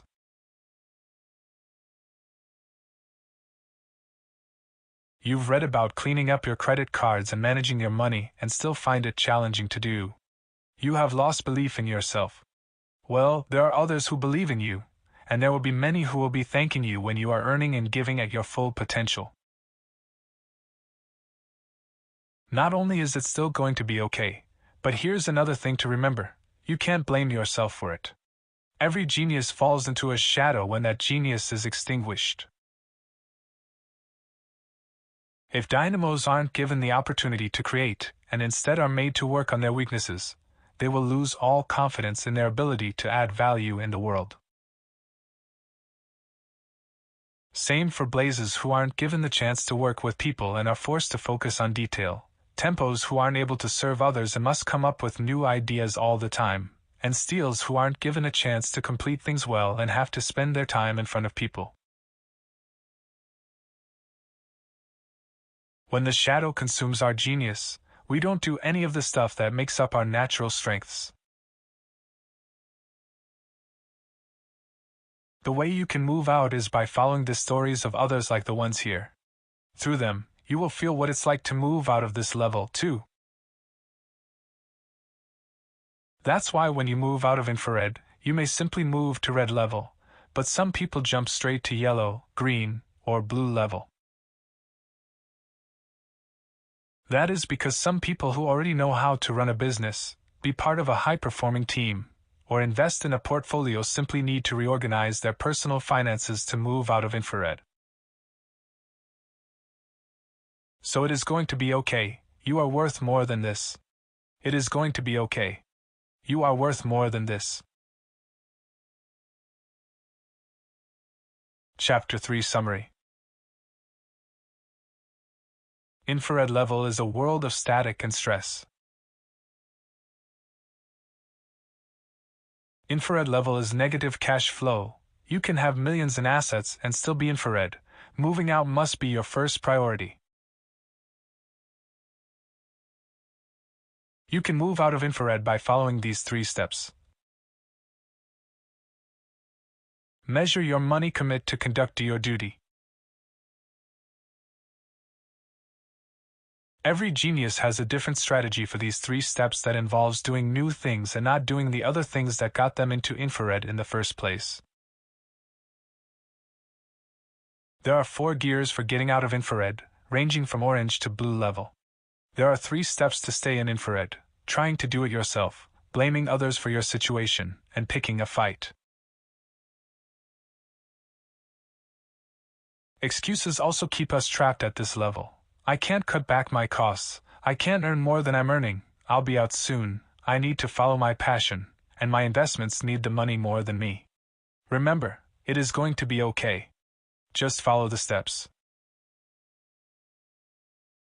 Pre-flight checklist, red level. Before getting busy with business, you must know what your personal financial milestones are, ensuring you are growing a positive net flow each month. Your personal page on assessments and playbooks, for each of the checklist points below. I have included one of the exercises from the playbook at the end of this chapter: how to design your spaces to suit your genius. Complete the checklist now, tick yes or no. How do you rate? When all 9 are checked yes, you will have built the plumbing system you need to stay well and truly out of infrared level. Measure your money. 1. I have a system to measure my personal finances every month, yes, no. And know what my monthly net income is. 2. I have a simple monthly forecast and actuals for my personal finances that allow me to track my progress. Yes, no. 3. I have a banking system and review system to ensure I am always aware of my personal financial position. Yes, no. Commit to conduct. 1.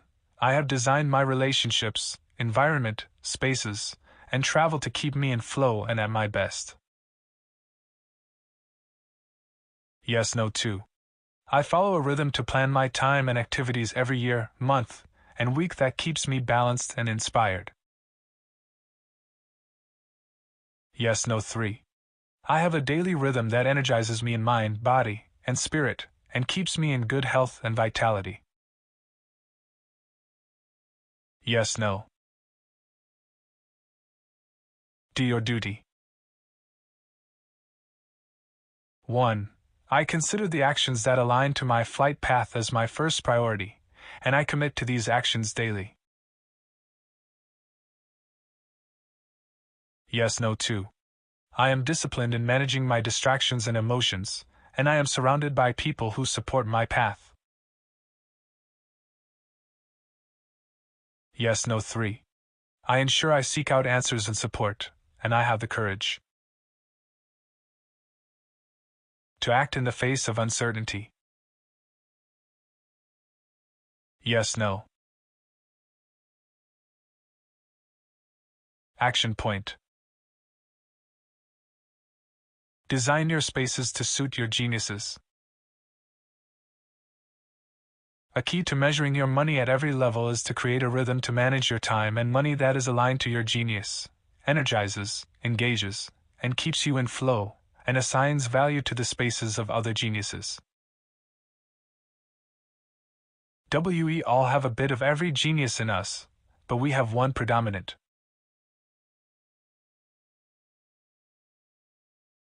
Genius that is our path to success. For my dynamo genius, my path is using my creativity, but following that path does not excuse me for inexcusable behavior when it comes to the other geniuses inside me. In other words, a dynamo like me can't say, "Well, I am creative, so I don't have to do anything but create. I do not need to speak to anyone or worry about numbers." Yes, I do. I am at blue level of the Wealth Lighthouse today, and I know this more than ever. I know that if I don't set aside a little bit of steel time with my finance team every week and month, then I am going to miss something somewhere and lose the rhythm I have created. When I step into my steel space, I become Steel Roger. While this is not my natural genius, I can tap into the smaller steel genius in me, with high standards in my attention to detail and low tolerance for madcap thinking. I only need an hour, and in that hour, I understand where the numbers are in all my businesses everywhere, because the hour is set up that way. Now, you have most likely tried some time management techniques, and one may still be working for you. One of the biggest problems I encounter, however, is people who constantly try to squeeze too much activity into too little time. The trick to shift this is to realize it isn't just when you do things, it's where you do them. Our environment is a much bigger factor in our lives than we realize. Too many of us have created stress and are overwhelmed in our lives by mixing up our energies.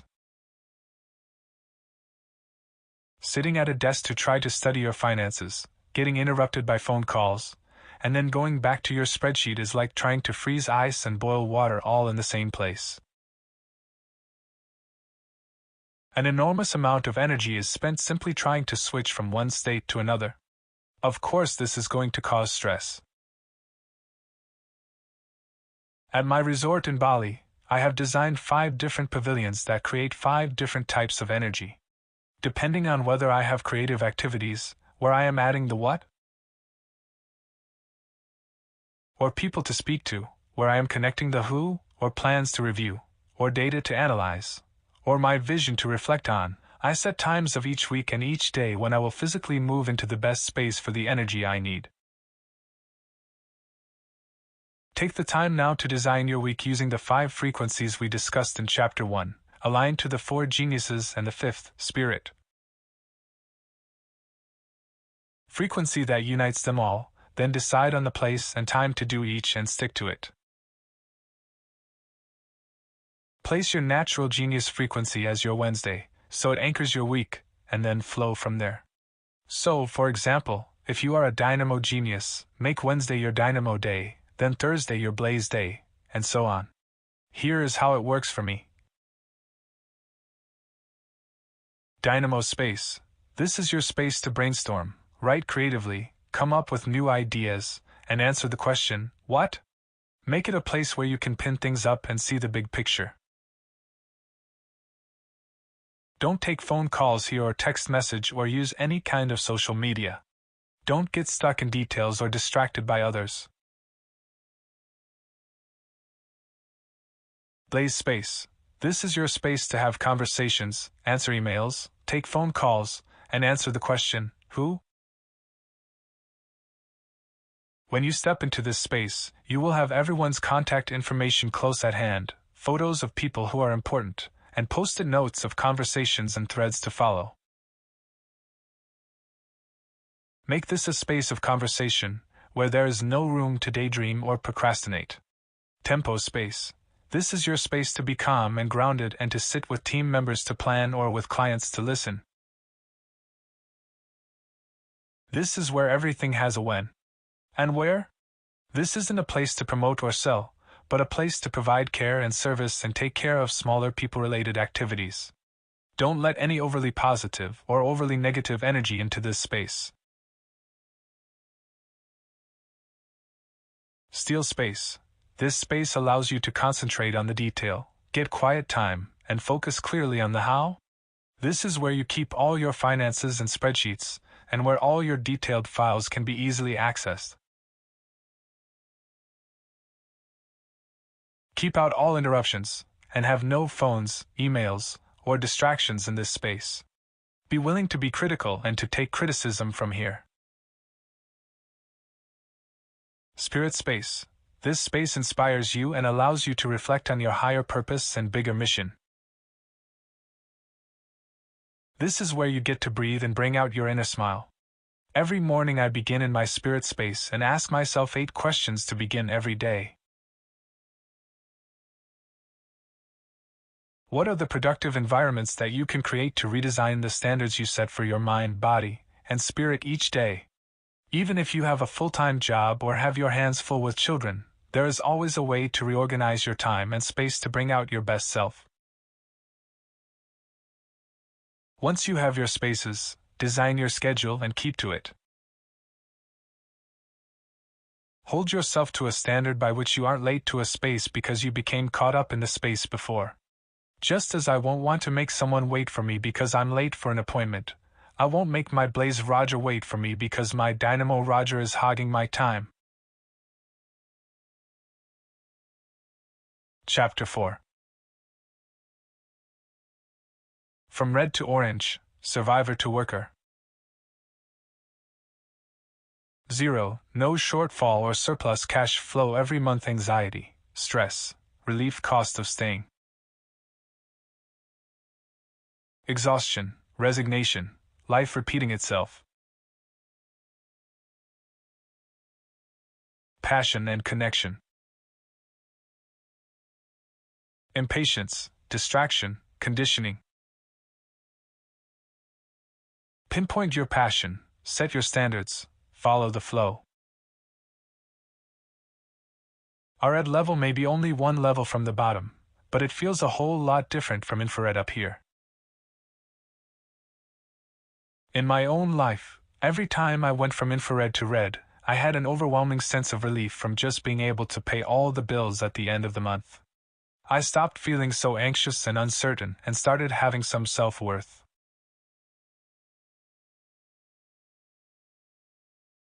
I gave myself permission to enjoy life again. I connected with others in a positive way and no longer felt the same compelling urge to voice my opinion, complain, or criticize. All these feelings were good, but in my earlier days, they also came with temptation to let my dynamo genius run wild again. Now that I was not losing money, I started to think about the other products and services I could create to make money faster. And wound up back in infrared. That's why these good feelings at red come with a choice. Keep climbing the ladder to wealth or try to get to wealth by jumping on a trampoline, always coming back to red, or even falling off, back to infrared. Just enough money to have nothing.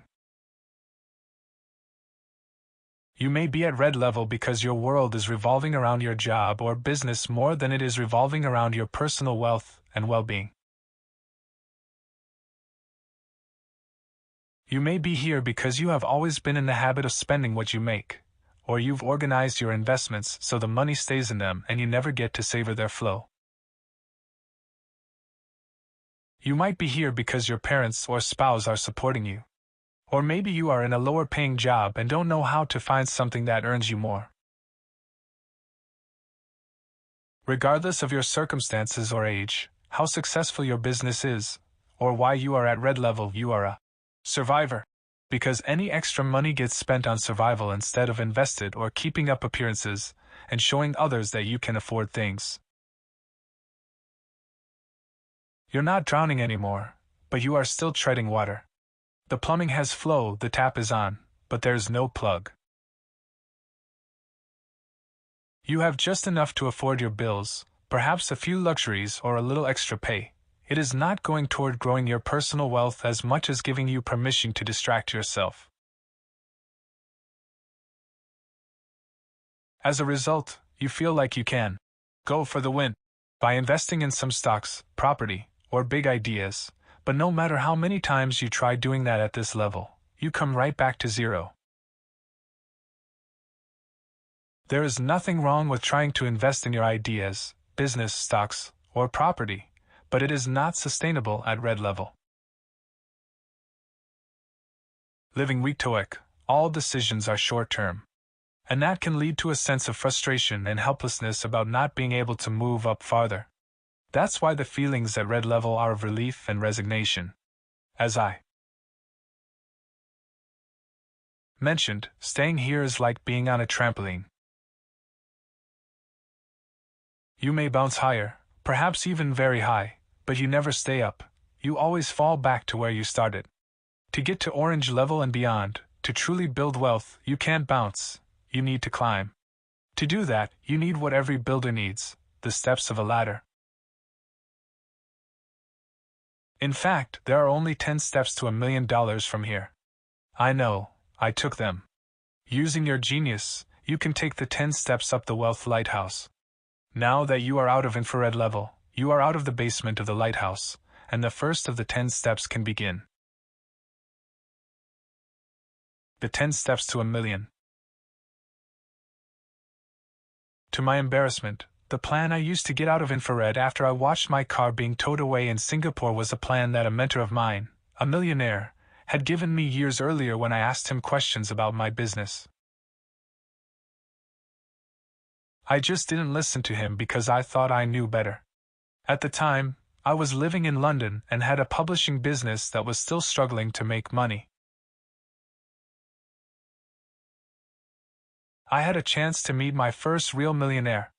I remember speaking to him excitedly about my business, asking him questions I had written down about our product strategy, how to set up partnerships, and whether I was hiring the right people.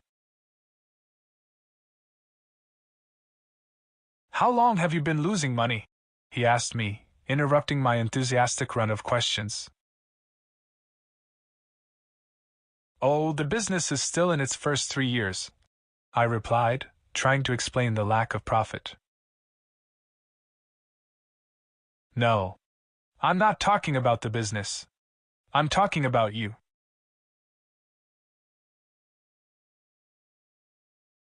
"How long have you personally been losing money?" How did he know I was losing money? This was before Singapore, before I understood anything about this Millionaire Master Plan, so I didn't realize how much my infrared heat was radiating. "What do you mean?" I asked, clueless. "How much do you put aside each month into your investment portfolio?" No, I don't have an investment portfolio," I said, laughing. "I'm not an investor. I'm an entrepreneur. I put all my money in my business." He just shook his head.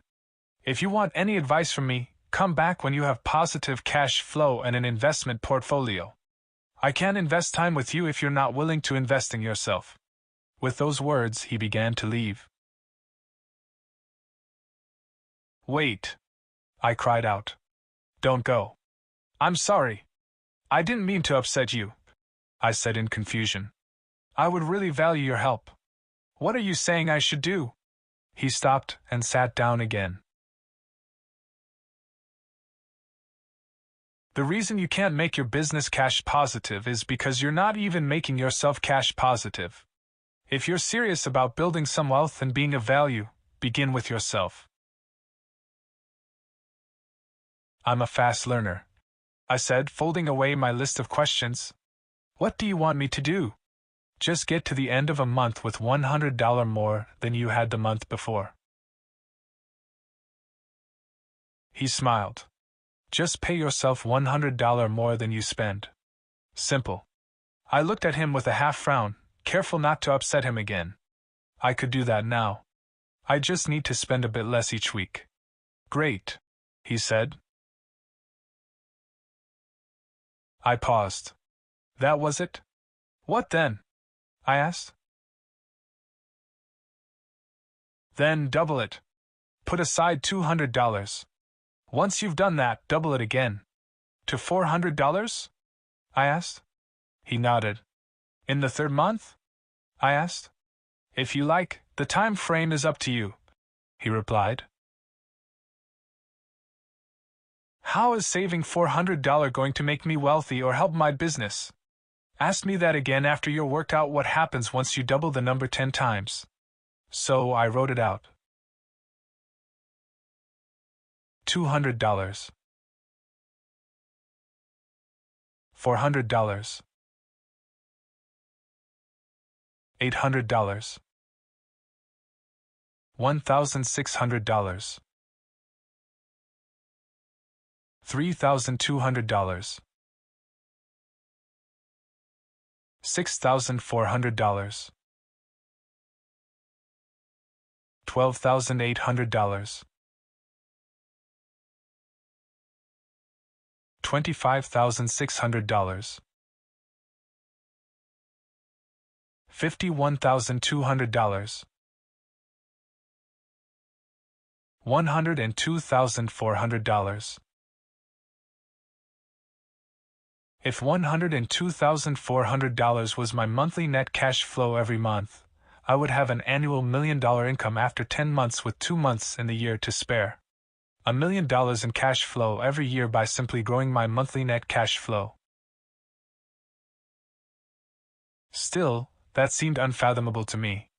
I couldn't see getting past step 4. I shook my head. I understand how I would get to maybe $800 or even $1,600 extra every month by working hard and generating more sales and paying myself more from that. But I can't believe I will ever work out how to double from $25,000 to $50,000 in 1 month, especially if that's just 10 months from now. First of all, he said, you will find it's easier to move up the higher you go. Second, you don't need to increase every month. What if you were to double every year? Do you think you could work out how to get from $50,000 to $100,000 a month if that was 10 years from now? I thought about that. I was 22, and being 32 seemed so far in the future, and so old. Oh no, I said. I definitely could do it faster than that. So, monthly is too fast. Yearly is too slow. We're not arguing about whether you can get to $1 million anymore. We're just arguing about when. I remember leaving that meeting energized and then forgetting the conversation until the day my car was repossessed. Part of the plan I created that fateful night was to finally commit to my mentor's 10-step strategy. I figured that if I doubled my personal net income every 3 months, I could get through all 10 steps in 2.5 years. Either it would work, or it would be a 30-month experiment that failed. We all have the opportunity to begin to do this at red level. It simply involves choosing between expanding and enhancing what we are doing. I had spent my life trying to expand, to make my business bigger, as opposed to enhancing what was there and make it better. The difference is that when I was expanding, I was growing revenue but not profit. When I was enhancing, I was focusing on the things I already had and asking, how can I make it more profitable? How can I make more from my best customers? How can I do this process better or make some little tweaks this way and that to pay myself a few extra dollars a week?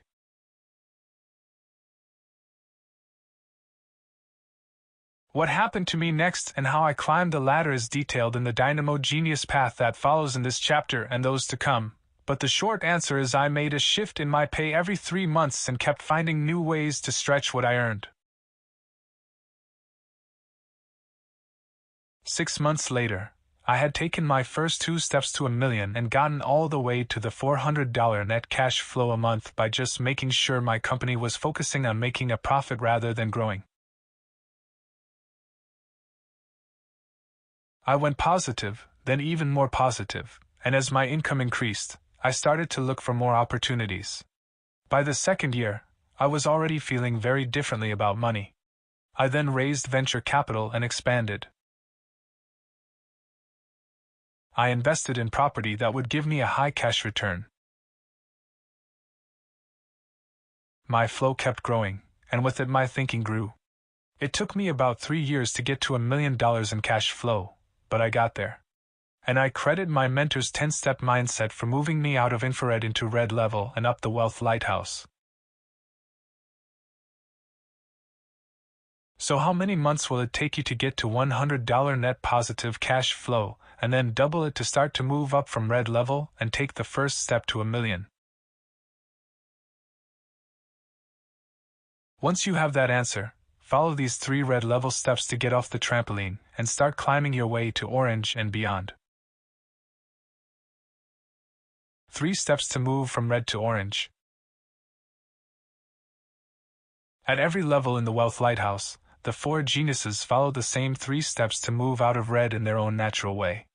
But these are not the same steps as infrared or any level. At the end of Chapter 2, I showed how we move up the Wealth Lighthouse in a pattern that zigzags from drivers, who have the freedom of choice to drive their vehicles but not build them, to designers, who have the freedom of movement to build their vehicles but not drive them everywhere they want to go. At red level, you are a designer. Thus, moving to orange level demands a different winning formula than you used at infrared level, instead of starting by focusing outside. You need to focus inside. Instead of tapping into your discipline and commitment, you are tapping into your passion and purpose. 1. Pinpoint your passion. The only reason you are on the red level trampoline is that you have no motivation to stop bouncing and start climbing. The turning point comes when you reconnect to the things that light you up, with a job or role in your enterprise aligned with your passions. My friends Janet and Chris Atwood created the Passion Test, which you can use to find your passions. Find a link to it on your personal page on 2. Set your standards. This is like the commit to conduct. In infrared, only it's about quality, not discipline. No one ever became a millionaire sustainably with sloppy standards. What are the standards you can raise in your thoughts and action? How you are spending your time. Who are you connecting with? How can you raise your standards from how you spend your time to how you invest your time? What will you no longer settle for? 3. Follow the flow. The biggest mistake people make when trying to move forward is trying to do it on their own. There is already plenty of flow in the world, with money, value, and knowledge changing hands every day. You need to tap that flow by seeking out others already in it, attracting them, and getting their money flowing to, and aligned with, your passion. The following examples detail these steps as taken by each of the 4 geniuses. Regardless of your genius, read the Dynamo Genius Path first to hear how my story continues, and then read your genius's path. But do read all 4 so that you can see how the winning and losing formulas differ for each. Then be sure to read the concluding lessons on using your Superman time and the language of flow. These will set you up for success as you move from red to orange and beyond. The Dynamo Genius Path out of red. Picking up where my story left off in my 10 steps to $1 million, I had managed to move from $0 extra put aside each month to $800 by enhancing my small publishing business. I found better paying clients and created new sections in my property magazine for new markets like home furnishing and property services. But I had gotten to the point where enhancing the business model was not going to get me to the next steps of $800 and $1,600 extra per month. I knew I needed to make money in different ways, and that meant confronting the things that stopped me from going forward in the first place. Step 1. Pinpoint your passion. Do not go chasing the next big thing and overextend yourself, relying only on your own dynamo genius for your next best idea. Do use your freedom of movement to take the time to look for people who share the same passion as you, who you would love to be working with, and who are already in profitable flow. For every person who has time and no money, there is someone else who has money and no time. When we feel the relief of being at red level, all dynamos have a tendency to put our foot back on the pedal and try to expand and grow whatever we've got. When the business model that we have doesn't allow us to grow, the job we have can't pay us more money, or the market we are in doesn't allow for much growth, dynamos end up overextending and going back to infrared. It's like uprooting a plant you want to grow too soon. The whole plant dies.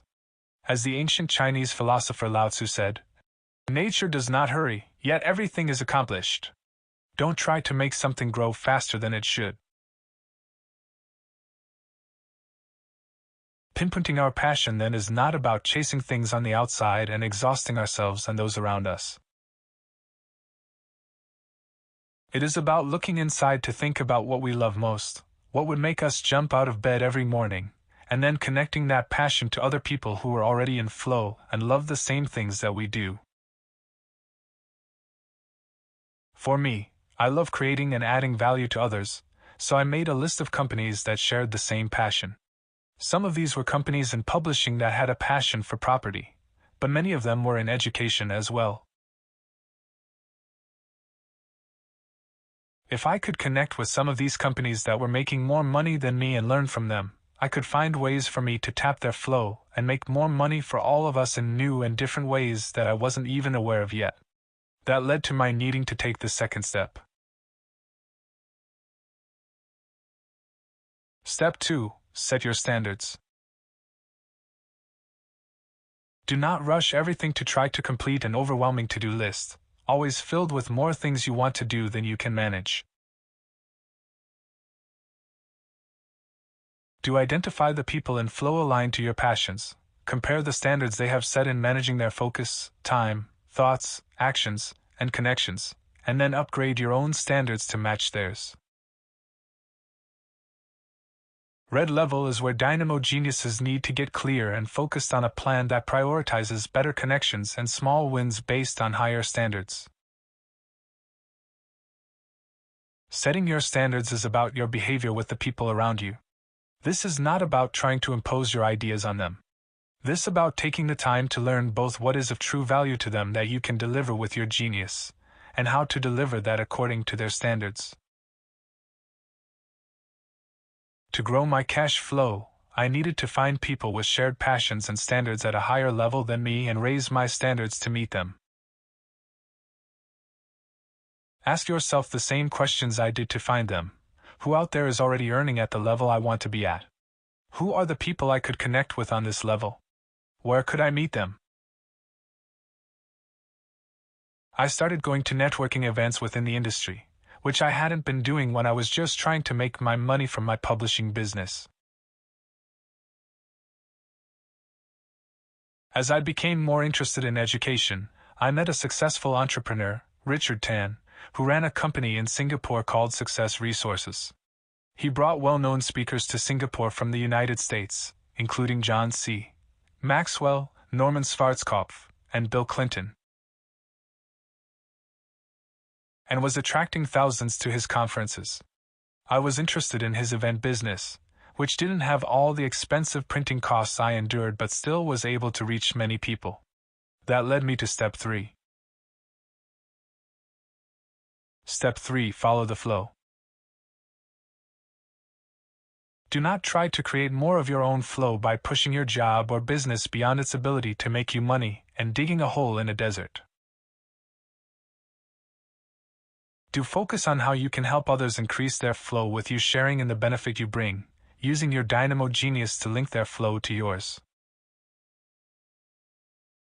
When dynamo geniuses reach a limit in their flow, we often try to start new businesses all over again. We assume we know what the people we connect with will want, and why they will love our ideas, so we spend our time creating something new and then launching it. This approach leaves us in an endless cycle of starting over. But this third step is finding the flow, not finding your flow. It's still not time to do it all on your own. You must earn that right by climbing farther up the lighthouse. This is the time to earn while you learn. I learned Richard was bringing in Tom Hopkins, a well-known speaker on property. I approached him and asked him whether he would like to work together on a property seminar while Tom was in town, to which I could bring along all of the subscribers to our magazine. He liked the idea, and we created an event partnership. I knew how to approach my subscribers, but I didn't know how to run an event. Now that I was working with Richard, I got to learn from the inside how to do it. It was hard work, but we managed to attract several thousand people to the event. We had shared the risk and reaped the reward. In the end, that single deal made me more profit in one day than my entire publishing company made in 1 year. Using my natural dynamo genius to create and staying focused on climbing the ladder beyond, I learned an entirely new model to achieve my next step to $1 million, help Richard make money, and gave everyone more value. The Tempo Genius Path Out of Red. When I met Grace Lai, she was in her early 20s and living in Australia.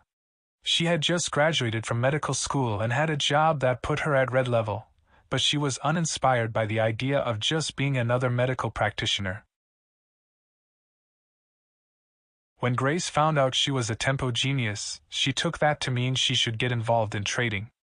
After all, Tempos are very good at trading. So she started connecting with some of the people she knew who were trying to trade the stock market. The problem was, Grace didn't know if any of those people were making any money. It turned out they were all beginners and had not yet achieved success. Grace asked me what the best way to do it was, and I told her not to do it at all. If you can't answer the question, do other people trust me to invest their money? With a yes, then why are you investing your own? I told Grace that learning the flow of trading takes time, so she'd better choose an area she was passionate about. Tempo geniuses like the idea of setting standards and following the flow. The trouble is pinpointing their passion. For Grace, the question was also, how do you move out of red level if you are in a job instead of running a business, and how does a Tempo genius do it differently? Here is what Grace did. Step 1. Pinpoint your passion. Do not pick a path based on someone telling you it's a better or faster way to make money. Don't follow a path only for the money. Do seek people out through your network and research who you would be passionate about working with, passionate enough that even if you didn't achieve all your financial goals, you would find the work fulfilling and energizing. For Tempos like Grace, moving up from red level is not about finding the vehicle to drive you there. It is about knowing what vehicle you want to drive when you find it. Tempos have to look around them to find out what they are passionate about, and for Grace the answer was where she was. Working, she was passionate about the whole medical field. She was even more excited about the amazing companies in biomedical research, biotechnology, and personalized medicine that were innovating in exciting new ways. At this point, Grace wrote her future vision, which had her running an investment fund for some of the most cutting-edge medical technology to bring an end to certain diseases around the planet. She was making a big difference in the world as well as making a profit for herself and her investors and all those who were taking a risk for the future of medicine. Grace loved her future vision, but the problem was that she had also been offered a scholarship, and Tempos can really get lost in debating options like these. So I asked her to think of herself 20 years down the line. If you're actually following your path, will it make any difference whether you took the scholarship or not? She realized that it would not. Will you be surrounding yourself with the people you'll be working with when you achieve your success? She answered, no. So I asked her, what do you think you should instead? The answer was the investment fund.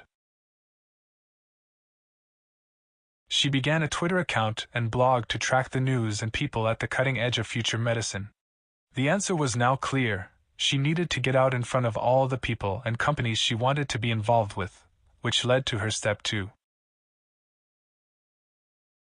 Step 2. Set your standards. Do not bury yourself in researching everything, gathering every bit of information and second and third opinions, before taking any action. Do use your Tempo genius to combine your research and connections and connect with those in flow within your chosen field, matching their standards of where they are, what they are doing, and what they value. Setting standards for a Tempo goes beyond doing research in isolation. When Grace started looking for the right people, she found groups around the world, such as Future Med in Silicon Valley and conferences in Europe, where people on the cutting edge of medical technology meet regularly. Grace needed to buy some time to get to those places, so she applied to work as a surgical assistant to a few more surgeons in Australia with that plan in mind. In her application letters, she spelled out her vision of being a part of the whole transformation happening in medicine right now, offered her impeccable credentials, and asked for the surgeons' support. She would work with them if they had the flexibility to allow her to pursue this dream. Grace got accepted by 3 of the top surgeons in Australia and developed a part-time structure with all 3 in which she would be working for months, and then take extended time off. In 2013, she managed to take a whole month off to go to conferences in Europe and the United States to meet with people at the highest levels in the industry. With this pass, she was in her flow, earning more from her contract work, energized and excited each day. That is where Step 3 comes in. Step 3: Follow the flow. Do not try to work it all out on your own or simply take whatever opportunities appear in front of you. Do use your sensory acuity to see where you can add value profitably to the people you want to work with, following the flow. Tempo geniuses turn plans into action. That's why people love having tempos on their teams.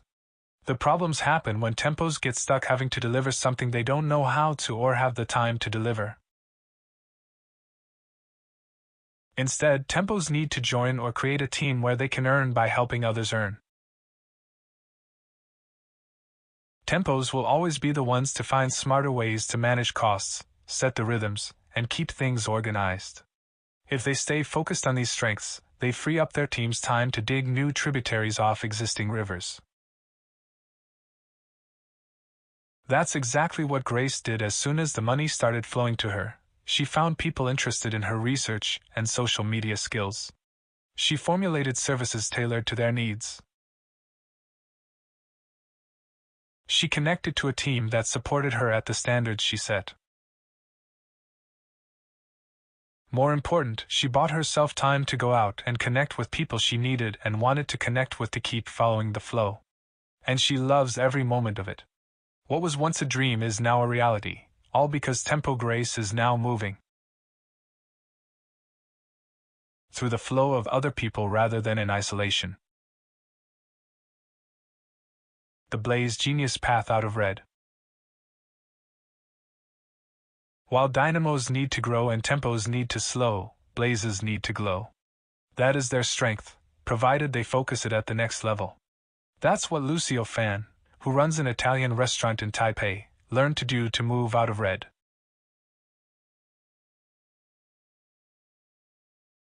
When I began mentoring Lucio, he wanted to franchise his restaurant across Taiwan. Franchising is a common way to multiply one profitable outlet into many. The problem was, his first restaurant wasn't making money yet. He needed to focus on adding more value to his first outlet before he tried to franchise it. But it isn't so much fun to do that, Lucio told me. Lucio was also in business with a number of partners and had agreed to a role he really didn't enjoy, managing the financials and performance. Blazes aren't suited to focusing on the books, and Lucio was using every excuse he could to avoid the detailed work, creating chaos for the business and frustration for himself. The first step was to get Lucio into his passion.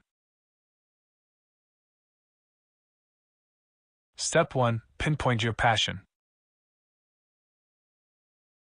Do not get distracted by what is out there, chasing the many opportunities people present to you and getting busier delivering what they want instead of lighting your inner spark. Do use your freedom of movement to focus on the who, connect your passion to the people you want to work with, and then use your blaze genius to add value to their flow. Passion is not a problem for blazes at any level. Focusing on the right passion is. I asked Lucio how he would feel if he was at the restaurant, entertaining guests and potential partners for the future and supporting the growth of the business through the connections he made. He said, "I would love to do that, that's what I really enjoy." When Lucio wrote his future vision, we focused on this passion to enhance the flow of others. We found that Lucio's passion was to entertain. He wanted to host big groups and share his knowledge of Italian history and culture. So we created a vision of an Italian restaurant that was always full, serving the Italian community, enjoying 20% profit, attracting investors and franchisees, and with Lucio spending several nights a week entertaining groups there. Now Lucio needed to set higher standards for how he managed his time to realize this vision, and the people he would connect with to realize those standards. Step 2. Set your standards. Do not spread yourself too thin, failing to raise your standards and focus your time and ending up with too many loose ends to tend to. Do use your blaze genius to invest time connecting to those who share your passion and understanding the standards by which they connect and judge success so that you can deliver value to them in a way that links their flow to yours. When we worked out how many groups and themed evenings Lucio would need to reach his profit number, it was just 8 in a month. To make this process enjoyable for a blaze genius, we turned his numbers into people. How does the extra profit you need translate into extra seats filled each week? Then we focused on the actual people. Who would you want in the seats? Lucio went to the Italian consulate and invited their members and friends to his themed nights. He went to the tutors who were teaching Chinese people how to speak Italian and gave them special deals to visit. These were just simple things that blaze geniuses like Lucio can do. They love speaking to people and calling people up. Now he had a focused way to do it.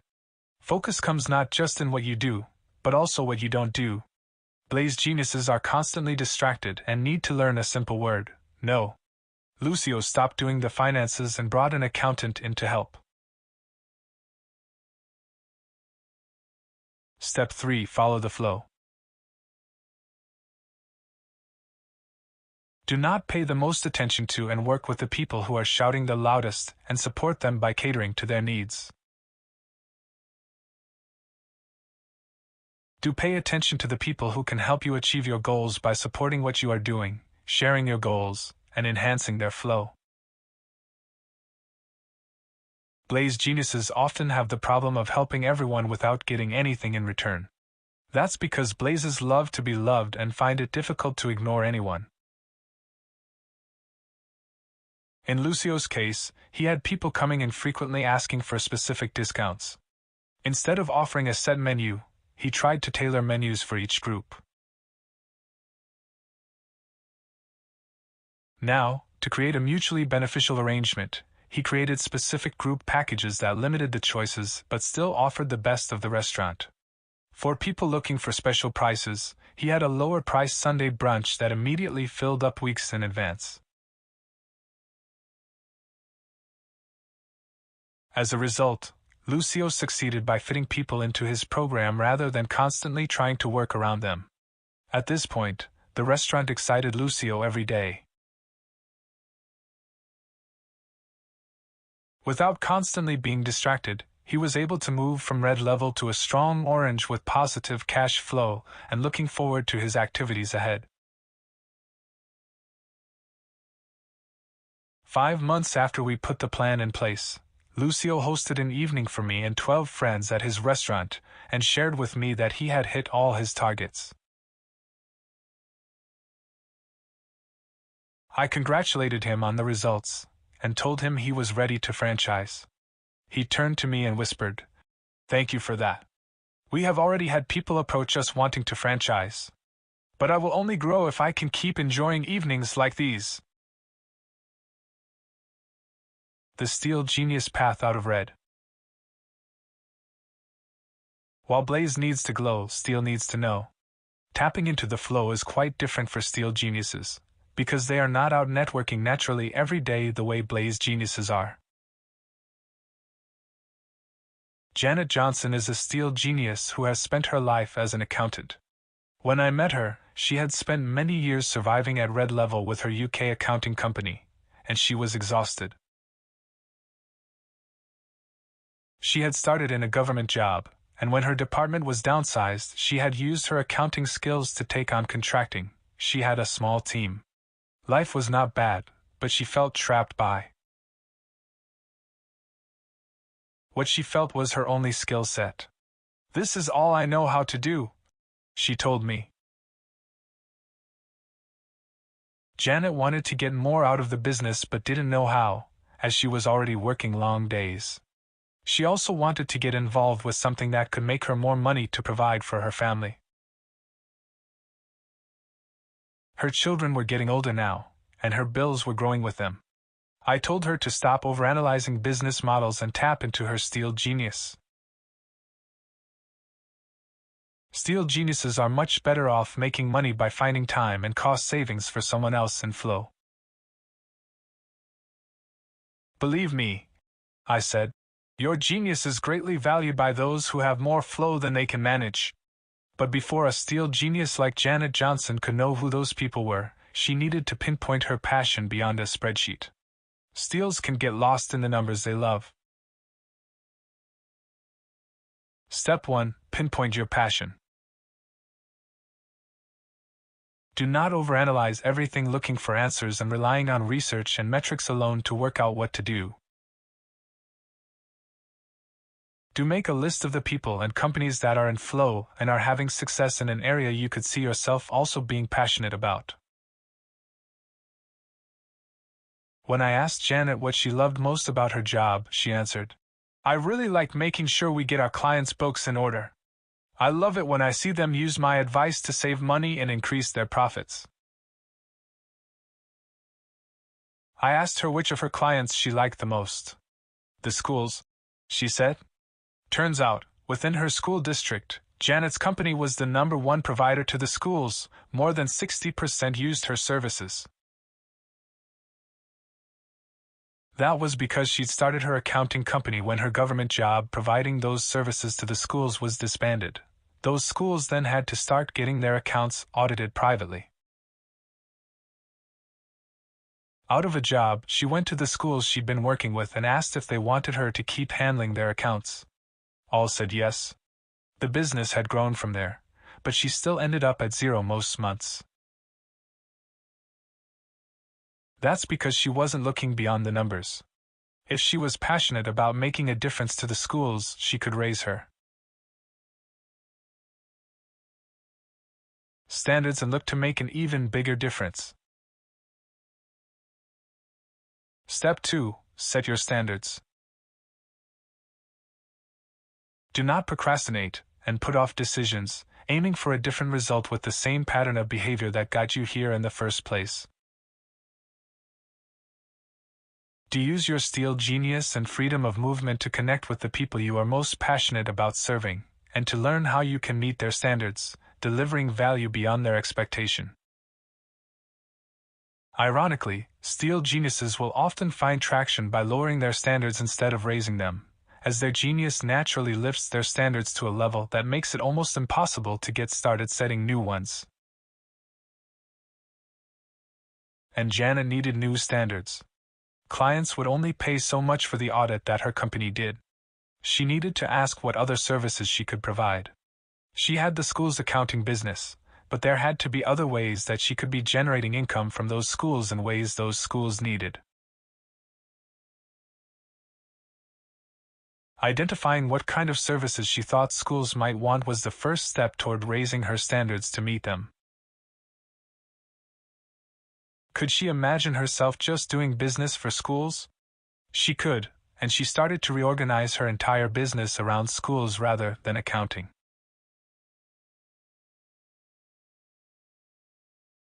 She made a list of the schools she had the best relationships with and physically went to meet them to see where they needed more help. Did they need training in cost control? Advice on purchasing IT equipment? Help with their teacher payroll? These questions led to Step 3. Step 3. Follow the flow. Do not try to increase your cash flow by simply doing what you're already doing better or more efficiently. Do use your analytic skills to learn how you can take your steel genius and apply it to areas of greater flow and higher value for the people in flow who trust your ability to deliver. With a list of possible areas to focus on, Janet started doing surveys of all the schools in her region. She gave them options for how she could support and help. It turned out that the schools really wanted help in areas way beyond accounting. They wanted help buying new equipment. They wanted help managing their payroll and their teams more effectively. They wanted help with choosing the right technology. There were many areas, and yet they didn't need a high-level expert for each area. They just wanted someone they could trust to give them good advice. Janet realized that after serving as their accountant for so many years, they completely trusted her. She changed the name of her company to Educational Finance Solutions and began by offering training to schools on preparing their accounts for audit. To be more efficient and effective with her own time, she offered webinars teaching ways for schools to save money and then offered her help to realize those solutions. Today, Janet's company offers services including budget planning, completion of school funding applications, recruitment consultancy, and training of new and existing school staff. She now creates a higher cash flow and profit from her training than her accounting, and she has a bigger team of staff and experts to help her. Her profits are multiple times what they had been for the last 10 years. She achieved this by realizing how she could deliver more value and ways of doing business by simply following the flow. Janet is now at yellow level, on her way to green. Clark Kent time versus Superman time. Too often, when we are at red level, we read books or watch reality TV shows that tell us we need to persevere on our own to succeed and risk it all to get ahead. Yet the worst thing you can do if you are in a job that you feel trapped by is to quit. Sure, that job may not pay well, you may not enjoy it, and it may feel exciting to jump into the unknown.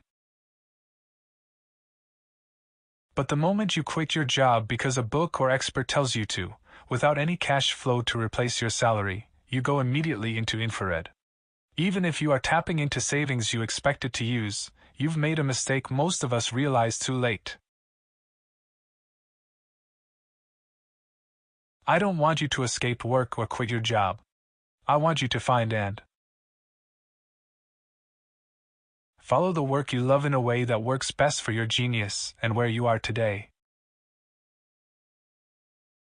You might still be surprised to hear me say this. You might think because of my path that I consider being an entrepreneur and running a business as better than having a job. You may be convinced I agree with the books that say running a business is of higher value on the wealth ladder than having a job. I don't. Saying that having a business is better than having a job is like saying having a bus is better than having a car. Whether it is or not depends on the purpose of your pursuit and where you want to go. Sometimes the best thing we can do is work for others, provided the people we are working for are aligned with our natural path in life and our work helps us climb the steps out of red.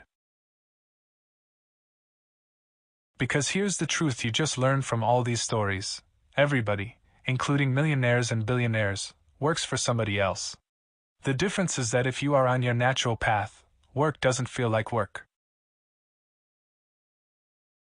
Too many people at red level jump into their own business wanting to be Superman and giving up their Clark Kent job, as if it needs to be all one or all the other instead of just buying the hours you need to learn and connect with others. The most successful wealth creators in the world understand that even Superman needs to be Clark Kent some of the time. Warren Buffett, one of the richest men in the world and a tempo genius, began his investment career working for the value investor Benjamin Graham. He didn't just invest his own money on the stock market and hope for the best. When he learned enough and had built trust and a track record, as Grace Lai is doing, he attracted the funding and support to succeed on his own. Remember, Superman doesn't get paid to save the world. He needs that Clark Kent newspaper reporter's job some of the time to pay for his stretchy suit and cape. At Red Level, you need to ask, what is the minimum time I need to spend in Clark Kent time each week, buying me the rest in Superman time to pursue my future vision? When I was at Red Level, I found ways to reduce my time running my business to 2 days a week, giving me 3 days to connect with new opportunities, leading to my conference business.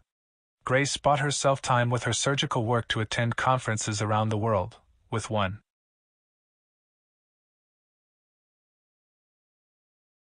month of Clark Kent time and 1 month of Superman time. Both Lucio and Janet managed to reduce their Clark Kent time to just 1 day a week, with the rest pursuing their new paths. All of us were still in our Clark Kent jobs when we did this, so we did not fall back into infrared. So don't ever let anyone tell you jobs are for losers, especially if your job is suiting your genius's natural strength. And even if you hate it, it's still a better option than quitting and starting a business that is not naturally suited to you simply because you see bigger dollar signs. If you are earning enough to be at Red Level in your job, use your Superman time to create something that suits your strength and gets you in flow while you have the job. You'll end up with a life that is far more fulfilling than panicking with no job and returning to the stress and anxiety of infrared. Once your income from your Superman time is high enough to replace your Clark Kent time, you can hire someone to take on some of your Clark Kent time. Or that becomes the point when you quit your job and go full-time into your own business. In your future vision and flight path, based on your cash flow targets, you may already be able to see when that point will be. Perhaps it is 3 months or 6 months from now. If you have understanding employers, you may also find that by sharing your vision with them, they support it by giving you flexible hours or contract work to free up your time and leave you more motivated and productive in the times you are working for them. To do that effectively, you'll need to understand the language of flow. Learn the language of flow, the difference between requests and opportunities. Remember what I said before, the third step of Red Level is to follow the flow, not follow your flow. If you go to a river and dig a new outlet, you end up creating new flow off that river. In fact, after the water begins flowing, it creates its own river down your channel without your needing to dig anymore. The problem is, too many people see this action of digging as what they need to do to create flow. But it isn't the action that matters, it's where you dig. If you start digging in a desert, you don't dig a river, you dig a hole. Starting a business without first understanding and then going where there is flow is like digging a hole in the desert. Don't do it.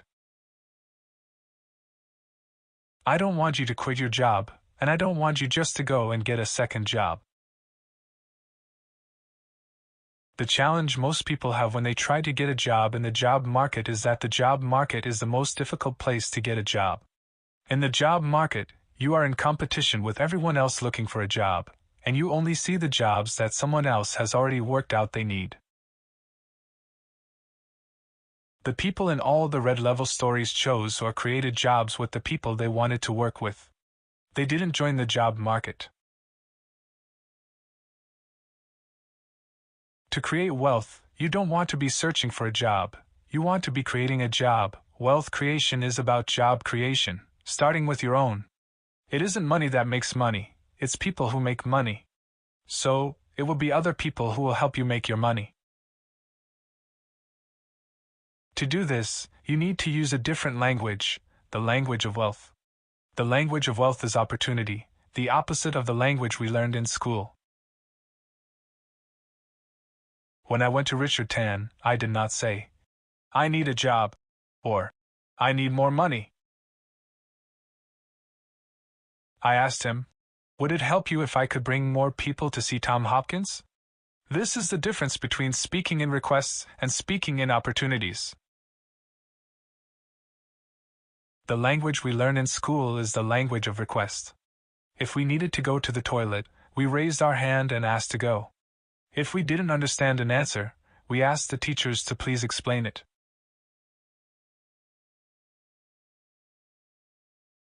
Later in life, if we don't have money, we go to the bank and request a loan. In the same way, if we need a job, we say, "Can I have a job?" These are all requests. We are asking for something that we don't have and need. As a result, the people we are making the requests are the drivers of our future, not us. Requests are based on what we don't have, and every time you make a request, you are reminding yourself of what you don't have and giving away your power to make the change. People at a high level of wealth creation realize that their power comes from making their biggest needs somebody else's biggest opportunity. Every need you have is someone else's opportunity. You can go to someone with money and say, "I need money," or you can say, "I have an opportunity for you to get a high return on your investment. Are you interested?" Instead of saying, "I need a job," you can say what Janet did. "What are the biggest problems you are facing that I can help solve?" Rest assured, every person and company has challenges they are looking to overcome, and they are looking for solution providers to help them. Are they looking to sell more products? Become more efficient? Provide better service? Do they want to generate more sales? Make more profit? For every person who has time but not money, there is someone out there who has money but no time. Time is your greatest asset, and you have the same 24 hours as everyone else. Be aware of that and invest it well by focusing on the needs of the people you want to work with instead of your needs. By turning your contribution to fulfill that need into an opportunity for them, you can create a new job that connects your genius to their flow. When you change all your requests to opportunities, you earn yourself a ticket to the enterprise prism. That's because all companies speak in opportunities. They don't tell you, "We need your money for our products and services to pay our rent." They offer opportunities to meet your needs or desires in the form of products and services. They don't say, "We need your help." They offer job opportunities. There's also a ripple effect of opportunities that requests do not enjoy. When you share your need, it rarely gets passed on. When you share a great opportunity, people share it with the people they know who will benefit from it. People love passing on good news to others they know. When you change from requests to opportunities, you go from a world of lack to a world of abundance. There's a limit to what you can get, but there's no limit to what you can give. Ready to move up? Now is the time to take advantage of the opportunities your freedom of movement buys and follow the flow. The steps in the following action point will help you turn what you need right now into an opportunity for the people you want to work with, to create a job, not find one. Chapter 4 Summary. Red level has just enough money to have nothing. Understand the 10 steps to $1 million. When you put $100 in net cash flow aside each month, you only need to double it 10 times before you reach $1 million in extra cash flow every year. This is the ladder up the lighthouse. There are 3 steps to move from red survivor to orange worker that connect your passion and talents to the flow of the markets. Each genius has a different path and winning formula and losing formula through them. Pinpoint your passion, set your standards, follow the flow. Split your time between Clark Kent and Superman time. Distinguish what you are doing to earn the money to buy your time and move to orange level from what you are doing to connect to the market and to your future flow. Learn the language of flow and create opportunities. Your need is someone else's opportunity. When you turn your need into an opportunity, you can create a job instead of needing to find one. Pre-flight checklist, Orange level? Your personal page on has supplemental guides and videos, including assessments and playbooks, for each of the checklist points below. I have included one of the exercises from the playbook at the end of this chapter, creating your own job through the 5 steps to follow the flow. These steps to move out of red level are for surviving and ensuring you are constantly upgrading your own personal flow and standards. Too often we reach a plateau in our wealth creation and contribution. These steps will ensure you don't. Complete the checklist now, tick yes or no. How do you rate? When all 9 are checked yes, you will have connected your personal passion and purpose to your flight path. Pinpoint your passion. 1. I have a passion board of activities, people, and things that yes/no electrifies and inspires my flight path and daily life. 2. I have a list of the companies and people I connect with who are in flow and share the same passions as me. Yes/no. 3. I ensure that I have designed my rhythm and chosen the people I work with to keep me aligned in my passion and purpose. Yes/no. Set your standards. 1. I have a standard sheet of the new higher standards I have set and the old standards I will no longer settle for. Yes/no. 2. I seek out and surround myself with people who are living at the same standards that I have chosen for myself. Yes/no. 3. I ensure I have designed my life to suit my profile and strengths so that I stay in my flow. Yes/no. Follow the flow. 1. I have connected with companies and people in flow that I am earning positive cash flow from, earning as I learn. Yes/no. 2. I am investing my time in connecting with the people and opportunities in my chosen industry to grow my flow. Yes/no. 3. I am measuring the growth in my knowledge and network and have clear pathways to deliver my value. Yes/no. Action point. 5 steps to follow the flow. If you have been in a job all your life or had little experience understanding what people need and how you can use your genius to serve them profitably, you may be used to just following instructions without needing to identify someone's problem and help solve it. That's how you end up trapped in a job or unemployed waiting for someone to throw you a lifeline.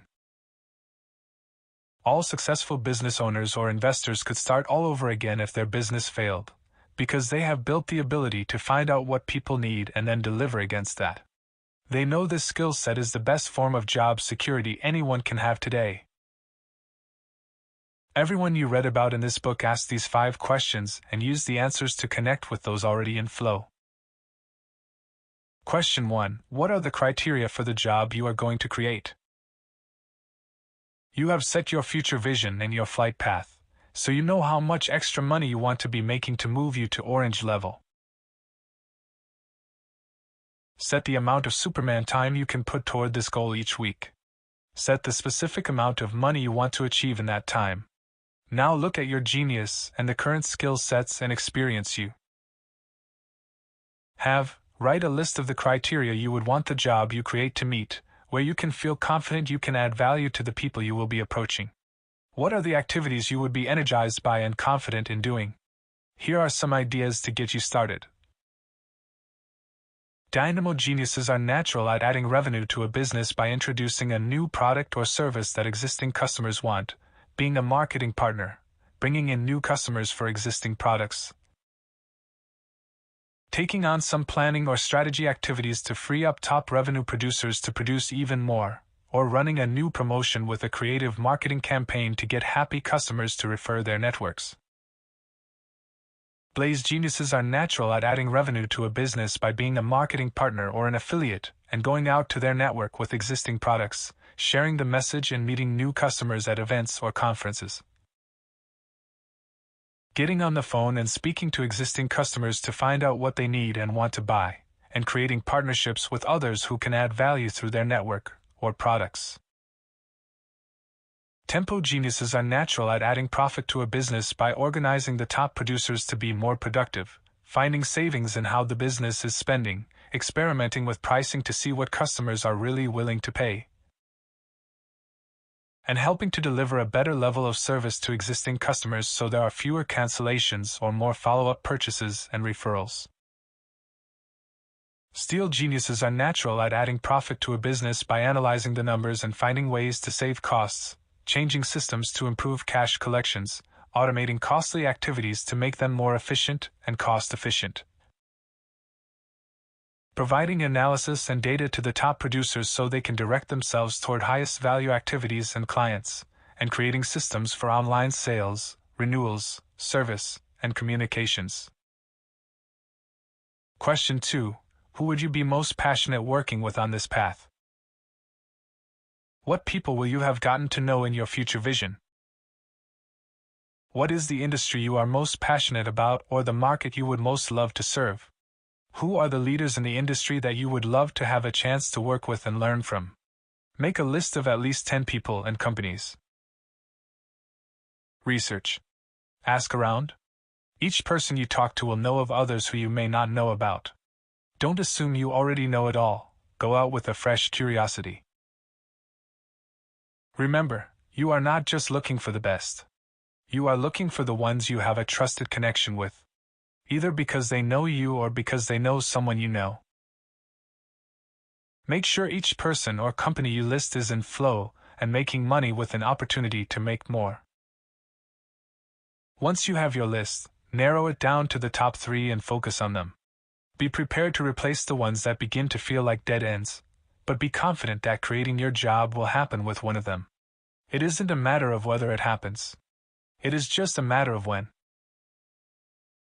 Question 3. What is the need they have that you can fulfill? Have a look at what opportunities each of your top 3 is already offering. They may already have partnership opportunities or be working well with others. Find out what their biggest problems and opportunities are. Find out what they need and how it links with the criteria you set.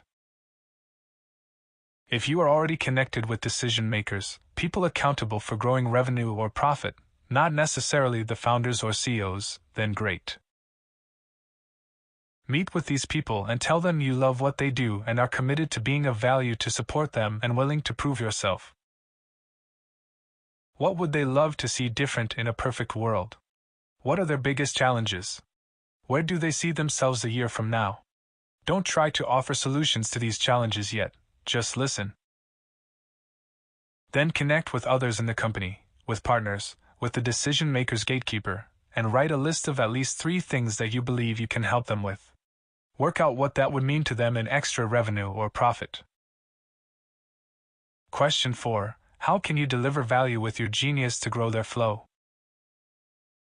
You have now identified how you can be of true value to impact a business. This does not happen overnight, but if you work on this with the support of your team, you will find it does not take many weeks to get to this point.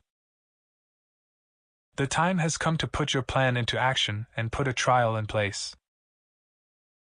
From the responses you receive, you will narrow down your decision to work with one company and focus all your efforts on them for your trial. Be prepared to work for nothing first to prove yourself, knowing you are getting to choose your own job if you can do so.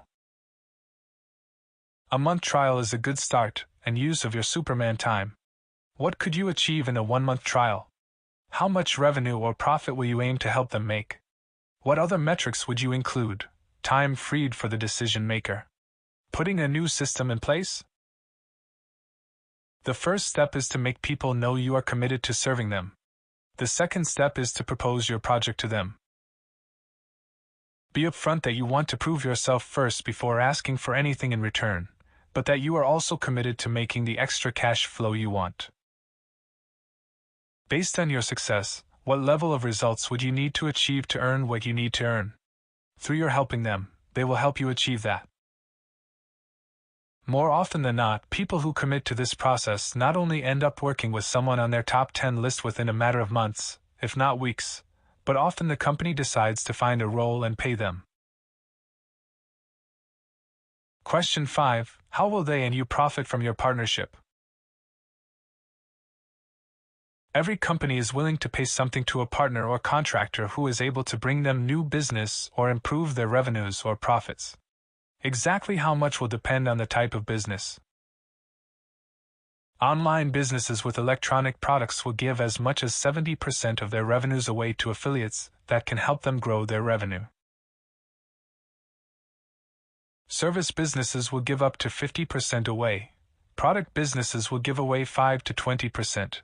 And asset-based businesses like property will give far less, because the asset cost is so much greater.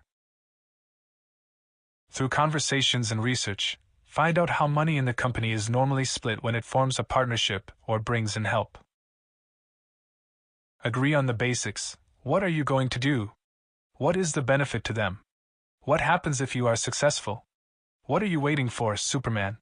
Keep yourself positive with your Clark Kent time and answer these 5 questions to create the job that gets you on the inside. Chapter 5. From orange to yellow, worker to player.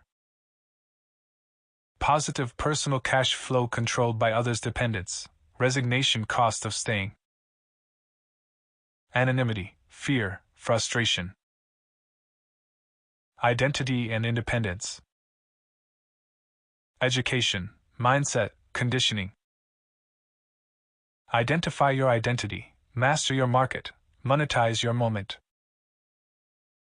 Welcome to orange level. The air is much clearer up here. You can see there is more than just getting by at red level. You are in positive cash flow. You feel some sense of direction. Even if you are in a well-paying job you don't love, at least you are moving forward and in a better position to move up than those who quit and slip back down to red or infrared. You have a deeper sense of self-worth, especially as others often acknowledge the good work you do. But you are still dependent on those others to get by. Maybe you have a job and haven't yet found your own identity in the market. Perhaps you have a business, but you haven't been able to create an identity that attracts others, so you still need to chase the money. You might have overextended yourself with properties or assets that went negative, leaving you dependent on working in a job or in your business to get by. Or you may have just climbed here from red level and now want to figure out how to master your market, multiply your income, and attract the flow of wealth to you. Regardless of your circumstance, you work hard for a living at orange level. On the one hand, extra cash does come in constantly so you don't have that same level of anxiety as red level. On the other hand, you are constantly chasing business, and the end of the week comes as a relief. Being an orange worker used to be enough to live a good life. Our grandparents or parents' generations could work hard, stay at one company most of their working days, and have the money to retire when they stopped. Today the world is far less secure. True security only comes from designing your own pathway and moving from dependence at orange level to independence at yellow level, where you have your own boat and sail it wherever you choose instead of being a passenger on a boat that could sink at any time. Yellow level is a very different feeling than orange level because you earn money from your opportunities, partnerships, products, and services instead of by trading your time. You are no longer chasing the flow, you are focused on a niche and people. The business shows up for you. Opportunities get attracted to you because of your position in the market. You make money far more easily and have a real sense of participation in the markets. How do you do that? Before you follow your genius's path through the 3 steps out of orange, let me let you in on a secret that you can understand by reaching orange level. All flow in every system is made up of just 2 things. Everything from your personal finances to the finances of very big companies to entire economies is made up of projects and processes. Projects and processes. Projects are things that add flow, like new roads. Dynamo and Blaze geniuses love projects and adding new products and relationships to the flow. The problem is that many of us try to start new projects, creating extra income, getting a new job, or starting a business, and find they cost time and money that we don't have. Or we start a project that creates a traffic jam or creates a road that goes nowhere. I've seen people write books or put up websites that end up taking a lot of time but doing nothing to help them create any flow or make any money when the project is complete.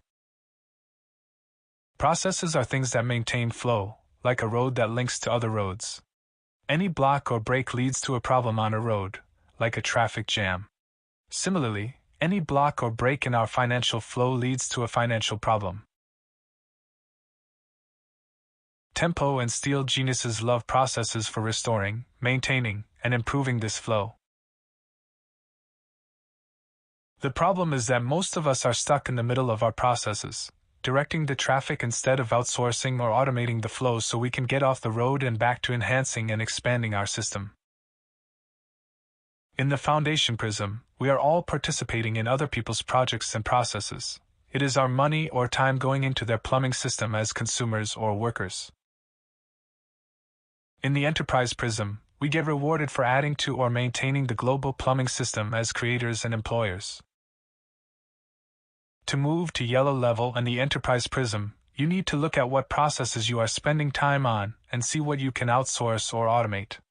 Then the trick is to turn your projects into profitable projects. I call these profitable projects promotions. Other wealth creators might call them campaigns, but the terms mean the same thing: projects that create new flow, enable new learning, and make money. Based on past experience and best guesses, you set a path, a beginning and an end, and milestones along the way so you know what value you want to deliver and when you want to deliver it. Based on your level, it may be a promotion to create $100, $1,000, or more in new cash flow. You then use this to get the job you want, start the right business, make the right investment, create a new partnership, and more. You don't need to have all the answers to the who and how yet. You just need to answer the questions: what are my goals? And what are the milestones I want to reach, and when will I reach them? The action point at the end of this chapter helps you come up with your own promotion, and your personnel page has links to a detailed promotions playbook to move you forward even farther. Once you become aware of the anatomy of a promotion, you will see that wealth creators in any industry, retail, publishing, travel, speaking, training, tech startups, online marketing, network marketing, property, financial markets, financial services, and so on, follow the most effective promotion models for their industries to earn and learn. They test and measure against their assumptions and then often share best practices with each other. The unsuccessful leaders simply open up shop, get busy, chase the business, and hope for the best. Understanding how to use your genius to create a promotion allows you to raise your monthly cash flow far higher than time alone allows. My first publication, my first event, my first property purchase and sale, my first business launch and sale. Each of these was a promotion that allowed me to make the money I wanted, attract the resources and partnerships I needed, and test and measure the results. Most important, as we get better at predicting and replicating the results of our promotions, we attract the higher quality partners we need to climb from yellow player to green performer to blue conductor. Making sure you understand how the power of zero and the wealth equation relate to your promotions and to the 10 steps to $1 million we covered in the last chapter is essential before starting this climb. The power of zero. How did I and how will you take the 10 steps to $1 million, from $1,600 net cash flow each month to $3,200, $6,400, and beyond, through the power of zero? Think about what feels like a lot to you now. When I was 22 and my mentor challenged me to make an extra $100 each month, I thought that was easy. When he said I could make an extra $100,000 each month, I thought he was crazy.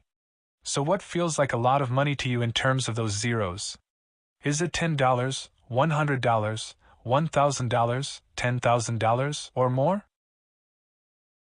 What is the amount of money you would really notice if it disappeared from your bank account tomorrow? When I was 7, I received pocket money of 50 cents each week.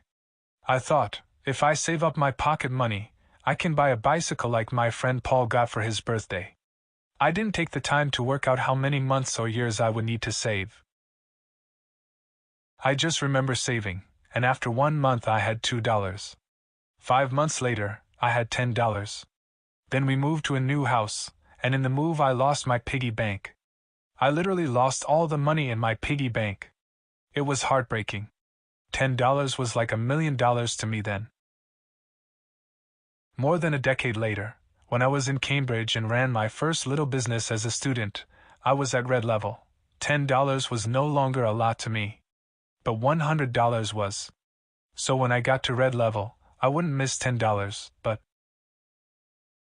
$100 was a real buying decision. From there, each time I climbed a level in the lighthouse, I added a zero onto what I considered a lot of money. By the time I got to orange, I wouldn't miss $100 because there was more money flowing, but $1,000 became a risk. By the time I moved through yellow level, $10,000 was not so much, but $100,000 was a stretch to risk or lose. Simply put, I earned the right to play with more zeros at the next level by achieving the level below naturally and automatically. Adding a zero to what I was willing to comfortably lose in my promotions unlocked a new code, a new language, which we all need in order to listen with clarity and speak fluently at the level above. The time it took me to complete a money-making project also changed as I moved up the lighthouse. Starting at red and moving up to orange level, I could deliver results within a week of starting a new project. At yellow level, the time to complete a new promotion stretched to 1 to 3 months. At green level, it was a year. And at blue level today, I have promotions that last 3 to 5 years, including building and selling businesses, properties, or other assets. By focusing at the right size and speed of your promotions, as you rise up the levels one step at a time, you can turn what felt like a lot to something that you know is much easier to make. You can also do it at the right pace. Too many people shoot for $10,000 promotions when they haven't yet mastered $1,000 promotions. They're out of their depth the moment they begin. While promotions in the foundation prism are largely based around using your time and genius to connect to the flow of others, yellow-level promotions are larger because you are now engineering new sources of flow, launching a new product, starting a new partnership, or entering a new market. But before we see how each genius does this, there is one final tool you need in your toolbox to master the enterprise prism that I learned in my first promotion, the wealth equation. The wealth equation, wealth equals value leverage. I was 18 years old and finishing my first year at college. My friends were all planning a trip to Greece, and I didn't have the $800 I needed to join them. My director of studies had also just told me that unless I added more work to my architecture portfolio, I was in danger of failing. On top of this, I really wanted to attend the rowing camp that was taking place at end of term. How could I add to my portfolio if I was busy working somewhere? How would I even find the time to earn money in a job if I was also attending the rowing camp? Then, one evening, the proverbial light bulb went on above my head. Instead of asking all these questions separately and seeing only conflicting challenges, I combined them into one question: how do I earn $800 while adding to my portfolio, with enough time left over to attend rowing camp? I came up with a plan to answer this question and gave myself 1 week to make $400 to gauge my progress. That was how much money my friends were making in their summer jobs in London. If I could do that, I wouldn't need to get a job myself. I went to rowing camp each morning, but for the first 3 days, I went to a different tourist site in Cambridge immediately afterward: King's College Chapel, Trinity Gate, and St. John's Street. I sketched pictures of each in black and white, had them copied onto good paper, went to the supermarket to buy freezer bags, and put the prints in each bag. On the 4th day, I picked a busy spot where tourists were passing by, and I set myself up with a bag and a sign that said, "Limited Prints of Cambridge by." I began drawing a 4th picture while I waited to sell my prints. It was slow going to begin with. By lunchtime I only had $40. So I began to experiment. I divided my time into 15-minute blocks and tracked when I sold prints and when I didn't. It turned out that when a group stopped, everyone stopped and bought, but if no one stopped, I didn't sell anything. So I started looking out for people who weren't so busy and struck up conversation. They stopped, a crowd stopped, and my sales doubled. By the end of the first day I had worked out that when I asked a child if he or she would like to watch me draw, an entire family would stop, and they would stay for twice as long. Again, my hourly sales doubled. By the end of the first day, I had more than $230. I repeated the process the next day, and at the end of 2 days of selling, I had 5 new pictures for my portfolio and over $400 in my pocket, my target for the week. I was extremely curious to see if the second week would be a repeat of the first.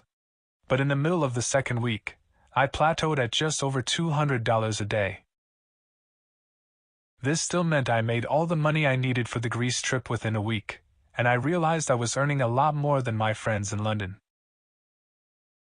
But what excited me more was watching and learning how flow moved just by interacting with people and how it changed over time.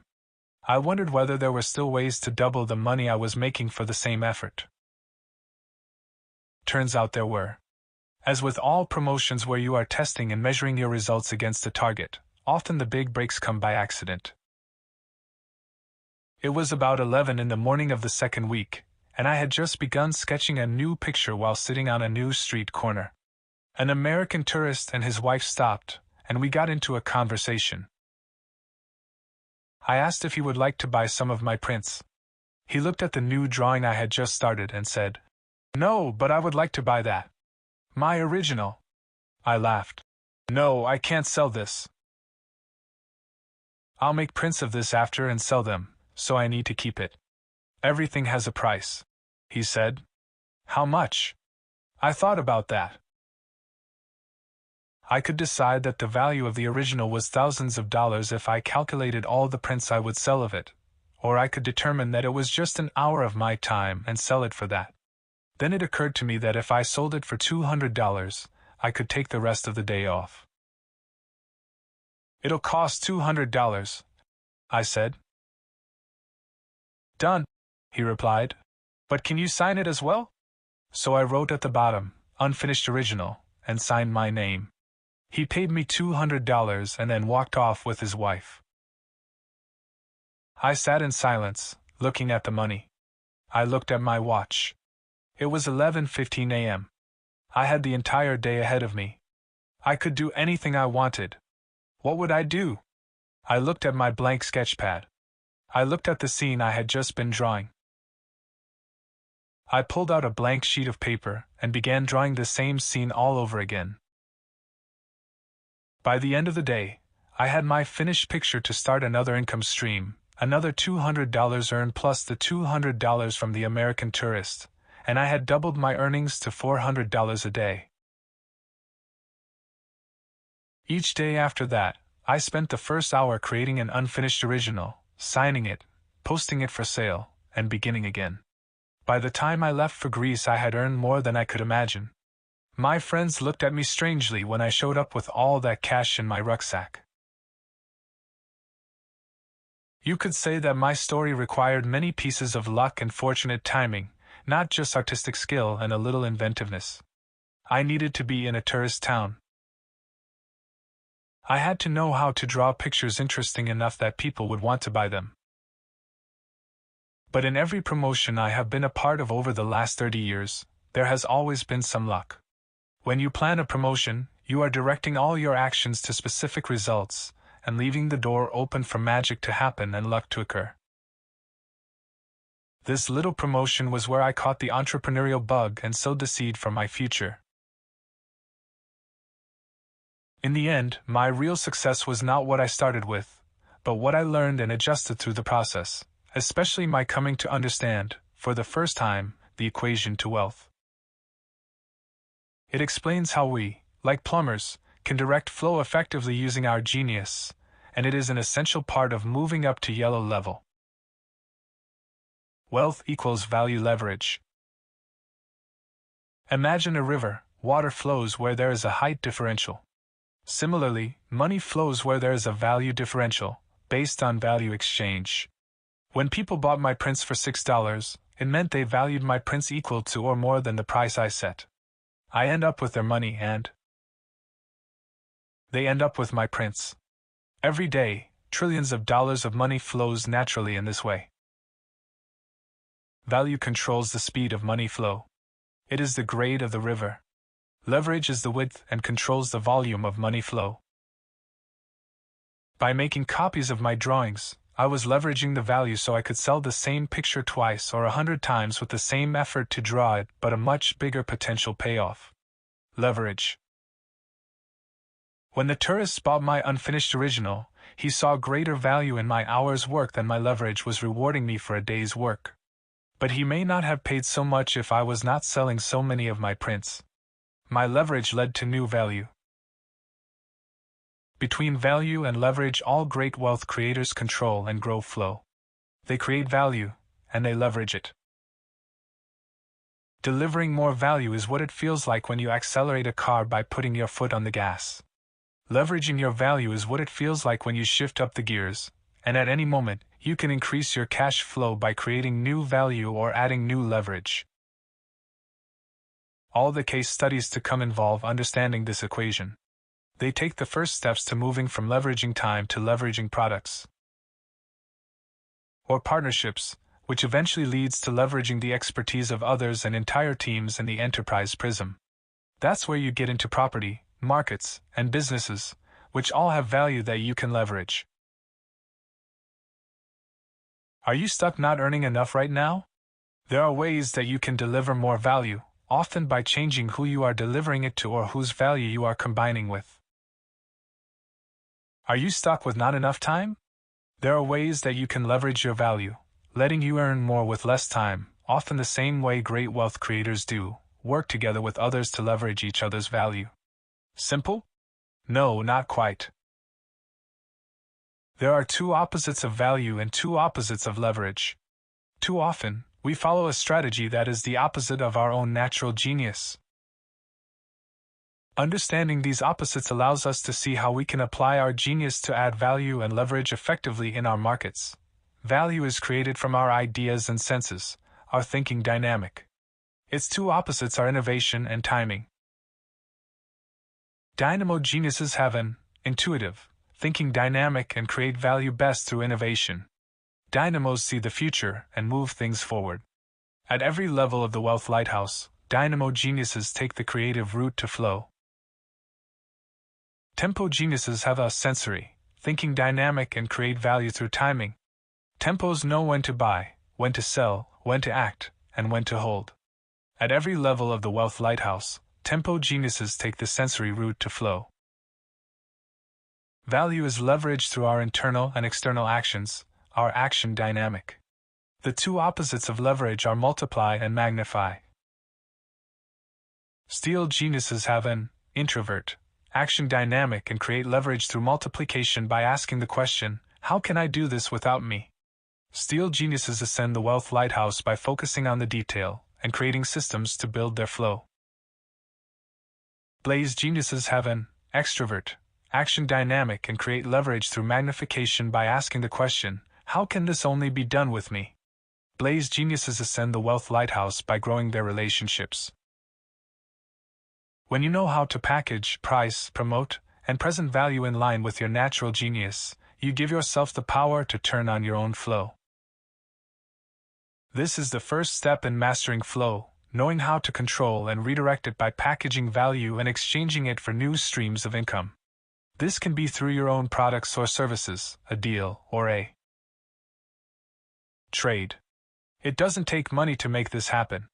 It takes connection to existing streams of knowledge, opportunity, and flow, and your own commitment to being curious and resourceful while adding value through your unique identity. The payoff in the enterprise prism is that you stop working for money, and money starts working for you. 3 steps to move from orange to yellow. Do you know what exact actions you can take right now that will put an extra $10,000 in your personal bank account within 3 months? If you don't, it is because you have not mastered the following 3 steps to get to yellow level. You don't have a close enough connection with your market that you know what value you can offer, how to price that value, and how to approach your market with a promotion compelling enough to attract its players. At orange level, you leave the understanding of how value is leveraged to create cash flow to your employer. You are simply a link in the value chain. To get to yellow level, you need to understand the chain and know not just what part you play in that chain but also how you assemble the other parts to ensure you create sustainable cash flow. Here are the 3 steps to move from orange to yellow. 1. Identify your identity. To own a place within the global money plumbing system, you first need to choose your specific position. What will you be number 1 at? What will be your niche? 2. Master your market. Defining your identity defines your market position, which means you have committed to a market that you must now master.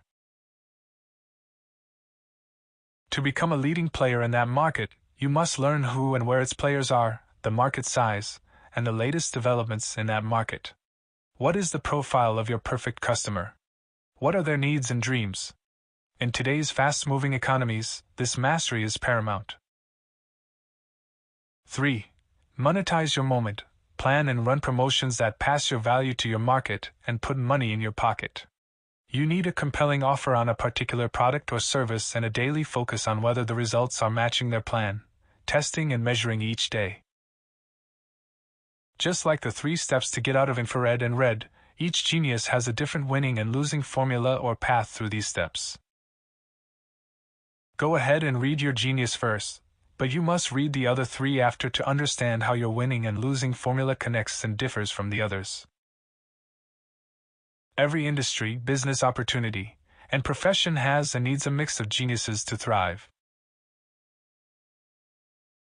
You can choose your industry or opportunity based on your passion in orange level and then be of value in a way that makes the most of your genius. But when you get to yellow level on the enterprise prism, you will need a team or partnerships with people already in flow to move you up to green. The steel genius path out of orange. Hadi Hassan was a plumber in the north of England, stuck in orange level.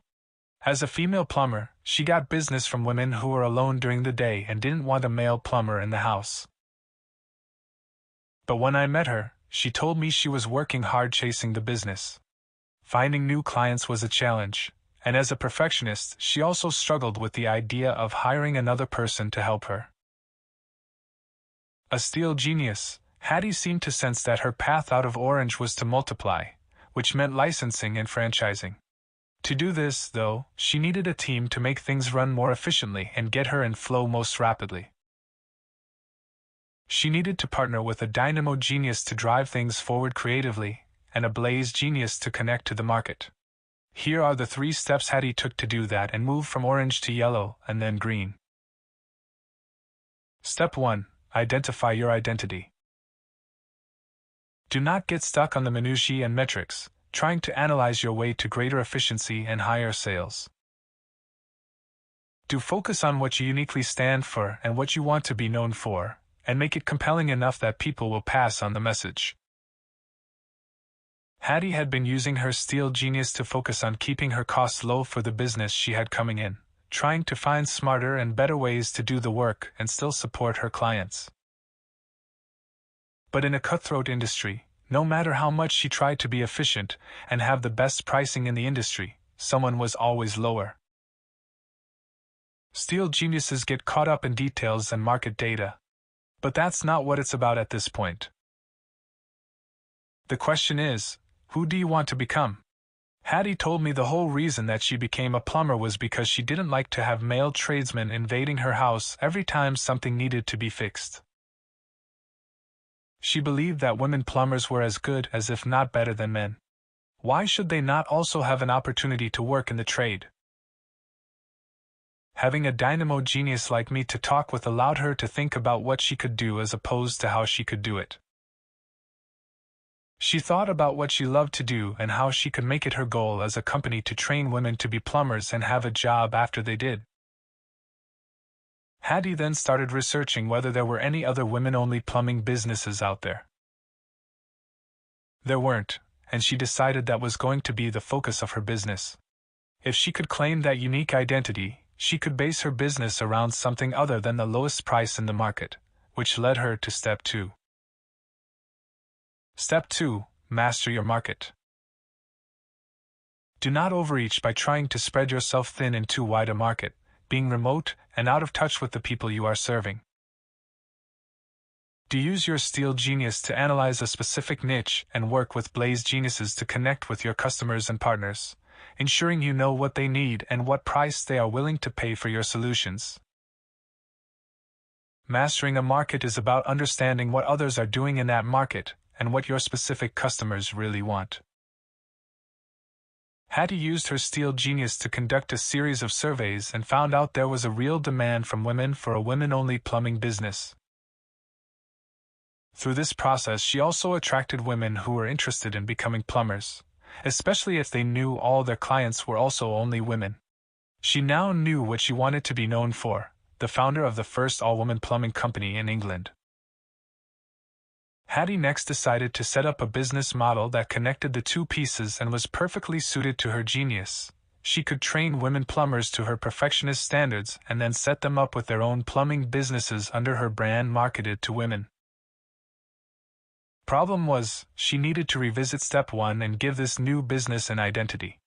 She struggled initially to find one, but then came up with a brand name that immediately had the impact she wanted: a play on a British plumbing device and slang for the male anatomy: stopcocks. Step 3. Monetize your moment. Do not get caught up in daily activity with no light at the end of the tunnel. Do focus on using your mastery of process to set up a profitable promotion with clear milestones to create cash flow while developing a system to multiply your value. Even when they manage to find an identity and the right market, steel geniuses at orange level often fail to set up their promotion.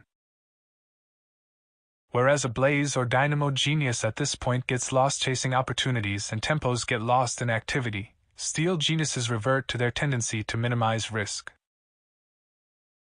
Hattie's solution was to set up a promotion that would suit her steel genius and her team, with the goal of setting up the systems and processes of her own activity as the model for all her licensees to follow. She assembled the team to support her, attracting great talent inspired by her vision and branding. Her work became easier and more meaningful as she tested and measured everything, envisioning all the women plumbers and clients who would be benefiting from her work in the future. With the brand and license model in place, attraction and flow continued to grow. Today, Stopcocks is a national company with women plumbers all over England. Hattie has never deviated from her niche, though she has expanded the service she offers and now has the business she always wanted, as well as more time than ever to keep making that vision grow. The Blaze Genius Path out of Orange. Whereas steel geniuses focus on structure and clarity to move up to yellow level, Blaze geniuses are all about the people. When I met B. Bankova, she was coaching women leaders in London, one of many leadership coaches chasing business in the city and relying mostly on word of mouth and referrals. She knew she wanted to work with women, but other than that she was not sure what she stood for and how to design her business to ensure that it took her to where she wanted to go. So we looked a little farther out. Imagine yourself 5 years in the future, I said. You are being invited on stage to speak to 1,000 people about your success. You are introduced with a 1-paragraph bio. It includes who you are, what you stand for, and what you have achieved. How would you want your bio to read 5 years from now? What will be the identity of your future self? When Bea answered my question about her future identity, she saw herself as a part of the global movement happening with women in leadership. I told her that her challenge was that who she wanted to be and the services she provided were all rolled into one, which meant that she was confusing her personal brand with her company brand, and she didn't even have a product brand. She needed to set a very clear destination, starting with her identity, and to make sure the people who showed up wanted to go to that destination with her. Step 1. Identify your identity. Do not try to be everything to everyone, saying yes to every possibility of business and trying to serve every person you meet. Do make a clear stand for who you are and who you are not, so when people show up to work with you, they already want to go where you want to take them, and when people refer you to others, it is for a specific niche. A blaze genius trying to be everything to everybody at orange level is like a restaurant that serves everything without ever being known for anything. Customers walk in and ask what's good and you say, "What do you want to eat?" You'll make anything for them. Pizza? Sure. Indian food? Of course we can do that. People may come in initially, but it will be difficult for anyone to refer people to you, because no one is sure what your restaurant is about. Being all things to all people, standing for nothing and falling for everything, is not the way to go. You need to stay focused if you want people to recommend exactly what you are doing. B created a clear identity for herself by deciding she would be a voice for women leadership not in London, where so many competed against each other, but in her native Czech Republic, where she would be able to stand out. She created an organization, the Global Institute for Extraordinary Women, and a suite of certifications, beginning with the Femina Fusion certification program. Step 2. Master your market. Do not chase the business around you, getting distracted by the agendas and needs of others with no clear milestones for you to meet. Do strategically segment your market by understanding who your customers and partners are and how you can be the number one solution to their needs. Once blazes have their identity identified, they want to get out to everybody they can and inevitably fall back into the being all things to all people trap. Blazes and their fire energy are always tempted to run around trying to light their bonfire in many different places, which never works as well as focusing on one spot and lighting it there. Instead, you need to build teams to help create, test, and measure the specific products that will serve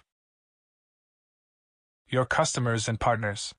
While you are out getting feedback, your team can be putting the products and systems together, with you assessing the quality of what is being delivered. B learned that she had 3 levels of customer in her market: women looking for inspiration and connection to get started in their business or career, successful women who were looking to unite in a meaningful way, and women leaders with their own networks who were looking for partnerships to grow their own missions.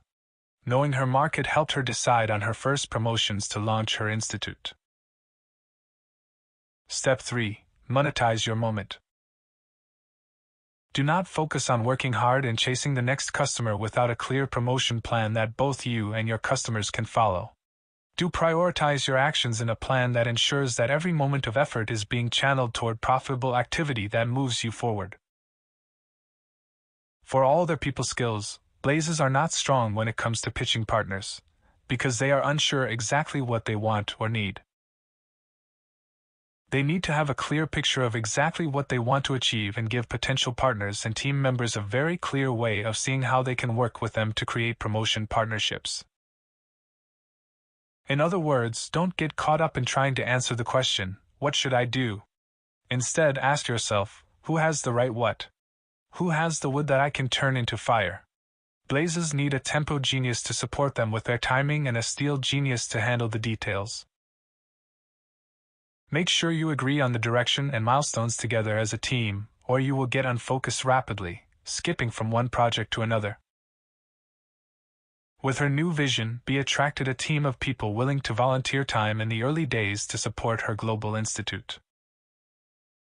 She set her financial flight path and saw that she could generate the money to support herself and the institute with a promotion specifically to a dozen women who would join a 12-month Founders Circle, benefit from mentoring and networking, and be the early success stories for the institute. With this new promotion, all it took was a few days of phone calls to the people who already knew and trusted her, and she had filled her mentoring circle. By magnifying her value, she got her funding in place, and she set up her second promotion to multiply her value, a book on her story that would shine a light on the Institute. Blazes have difficulty promoting themselves, but not a cause they believe in. The Institute became BA's cause, and 6 months later, book in hand, she generated nationwide press with appearances on TV and the national media, which led to more interviews. 3 months later, B found herself in a panel discussion on national TV with the Prime Minister. B has continued to grow her global institute for extraordinary women from one promotion to the next, and now that the fire has been ignited in the Czech Republic, she is taking it around the world. Just 12 months after launch, B started forming the international partnerships she was dreaming of, including a 30-day women's retreat in Bali in partnership with an Australian women leadership group. The Tempo Genius Path out of Orange. Many hopeful wealth creators begin their path of entrepreneurship through a self-employed network, such as being a property or insurance agent, joining a franchise or licensed network like Hattie's Stopcock's Women Plumbers, or becoming part of a network marketing organization. In all these cases, success does not lie in the network. Success lies in whether you are operating at orange level and chasing the business, or at yellow level and attracting the business to you with a clear personal identity that stands out and makes you the #1 choice for your market and clear promotions. Kevin and Tamsine Harris's network marketing business, Network 21, is one of the largest in South Africa with more than 20,000 distributors. But they faced a challenge familiar to so many in network marketing. Many of their distributors were chasing the same business. Kevin and Tamsine were at yellow level at this point, but they needed their leaders to take their teams to yellow, too, if they were going to reach green level. That would never happen if those leaders spent all their time chasing the business and competing with each other as opposed to creating their own identities to trade on. At the same time, while some people were naturally attracting business and their networks were growing rapidly, others were pushing business away. How could the successful orange to yellow level thinking be packaged for their entire network? Kevin is a blaze genius and Tamsine is a tempo genius. They approached me to see what we could do together to bring the Millionaire Master Plan to their network. The result was Network Dynamics, a promotion we rolled out to their network in Cape Town and Johannesburg with the following 3 steps and results. Step 1. Identify your identity. Do not get lost in the service of others, attempting to manage all the activity in front of you without a team to formulate a united plan. Do become clear on what you stand for, and the space you are creating for others to build trust and flow. While woman leadership suited BA's genius because it's in summer phase, network marketing is in its autumn phase. That meant Tamsine needed to take the lead with her tempo genius, which was a 180-degree shift from what they had been doing. Kevin had been leading with his blaze genius, running after the next opportunity with Tamsine chasing behind. We took this transformation in their relationship as the model for their network to follow. Tamsine used her tempo genius to set a new tone and culture that grounded the network, with Kevin shining a light on it. While blaze geniuses tend to get focused on what will be, tempo geniuses are more focused on what is right now, not future fulfillment, but enjoying a fulfilling day right now, today. That became the identity for their new culture, and they brought their leaders together to plan a new way of leading things forward with a united schedule and rhythm. Step 2. Master your market. Do not get caught up in the minutiae of the market or in a market model that gets you stuck in daily activity that is not directly profitable.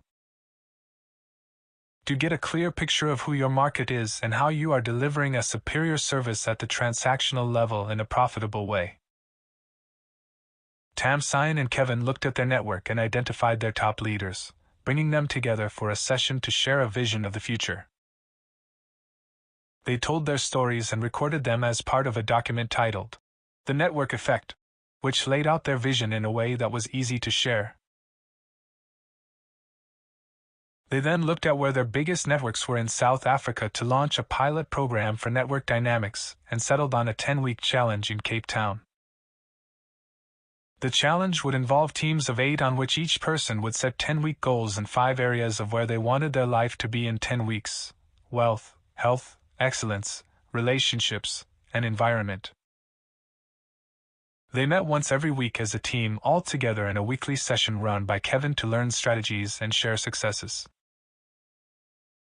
With a plan in place, Tamzin's genius led the team to follow this rhythm. She collected the successes and challenges each week, connected people who could help each other, and tracked the growth of the teams. The program began with more than 100 people and grew each week as the regular rhythm led to high energy and motivation throughout the entire network. With a focus on the tangible benefit of being a part of their network, and with a focus on individual transformation and collective collaboration, their distributors found themselves attracting friends who wanted to join the program and, in turn, join the network. Step 3. Monetize your moment. Do not get lost in the activity and what you are doing now. Do start measuring things by the sales you are expecting. Tempos like Tamzin always have a list of things to do and get caught up in that. At the end of the day, they've gone through the whole list but still haven't made any money. Monetizing her moment for Tamzin meant turning away from the to-do list and measuring everything based on her promotion. Did the promotion achieve the income they wanted and the expected result, or did she need to fine-tune what they were doing? Was she getting the best results, or did she need to change the way she was actually designing things to get a better result? In their 10-week pilot project, there were 3 things Tamzin was measuring in their network: level of engagement, new additions, and overall sales volume. Until Tamzin started measuring, they didn't feel they had much control over what they achieved each month. They just got busy and would receive a commission check each month. Now they were controlling their own measures and milestones and were far more motivated themselves, as were their leaders. Over the 10 weeks the program ran, they made sure everyone learned the 3 ways they could use their genius within their business: to manage themselves, to understand their customers, and to design their team leadership strategy. They had me share by video the 4 different strategies that fit the 4 geniuses to create a network effect, and the team responded. The Blaze geniuses created weekly gatherings that were so much fun, the whole network invited their friends, who then joined their networks based on their experience at these events. The Steel geniuses did the opposite, creating a system that distributors could follow with one-to-one meetings every day. The Dynamo genius leaders grew a uniquely different network based on adding creative content and material for their teams, whereas the Tempo genius leaders grew a very different network that was not as head in the clouds, and more ear to the ground, focusing on the success stories and word of mouth instead of new innovations. With Tamzin's Tempo genius effortlessly handling the measures, Network 21 saw sales and new registrations more than double and engagement levels increase far beyond expectation. Everyone on the team had measurable wins and shifted their focus from the closing sales mentality of orange level to the opening opportunities mentality of yellow level. The Dynamo genius path out of orange. What if you are a dynamo in a job at orange level and want to move up? That was Heather Yellen's situation when I met her in 2011. She had been working in Australia with a well-known international speaker on a contract basis to mentor leaders in corporations. But she was now ready to create something of her own. She thought it would have to be something in her area of expertise, but she didn't know exactly what. At the beginning of our mentoring, I asked her, "What would you want to be doing if you were no longer doing anything for the money?" She surprised both of us by saying, "I've always wanted to work with kids." Heather dreamed of helping children with their education. But she saw it as something that would take time and focus, so she'd parked the idea in her mind for something later in life. I asked her how she would feel if she was transforming the lives of children alongside the businesses she was working with. She smiled, and we expanded the picture to include transformational mentoring of both company leaders and the world's future leaders, our children. Now she needed a personal identity. Instead of her going out and chasing new clients, she needed to stop and build a brand around who she was and attract them to her. Step 1. Identify your identity. Do not keep on creating services or products based on your next best idea or your creative response to what each person is asking for.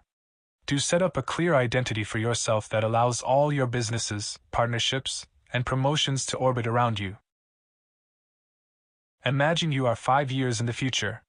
You have achieved your success, and someone has written your entry on Wikipedia.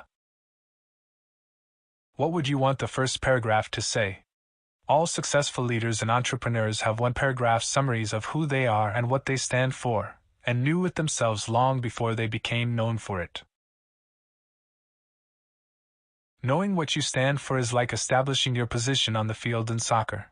You choose and play that position, stay in that position, and make people want to pass the ball to you. You become the opening for flow. Instead of running anywhere you want to. In other words, we turn on our winning formula when we choose to start doing one thing well.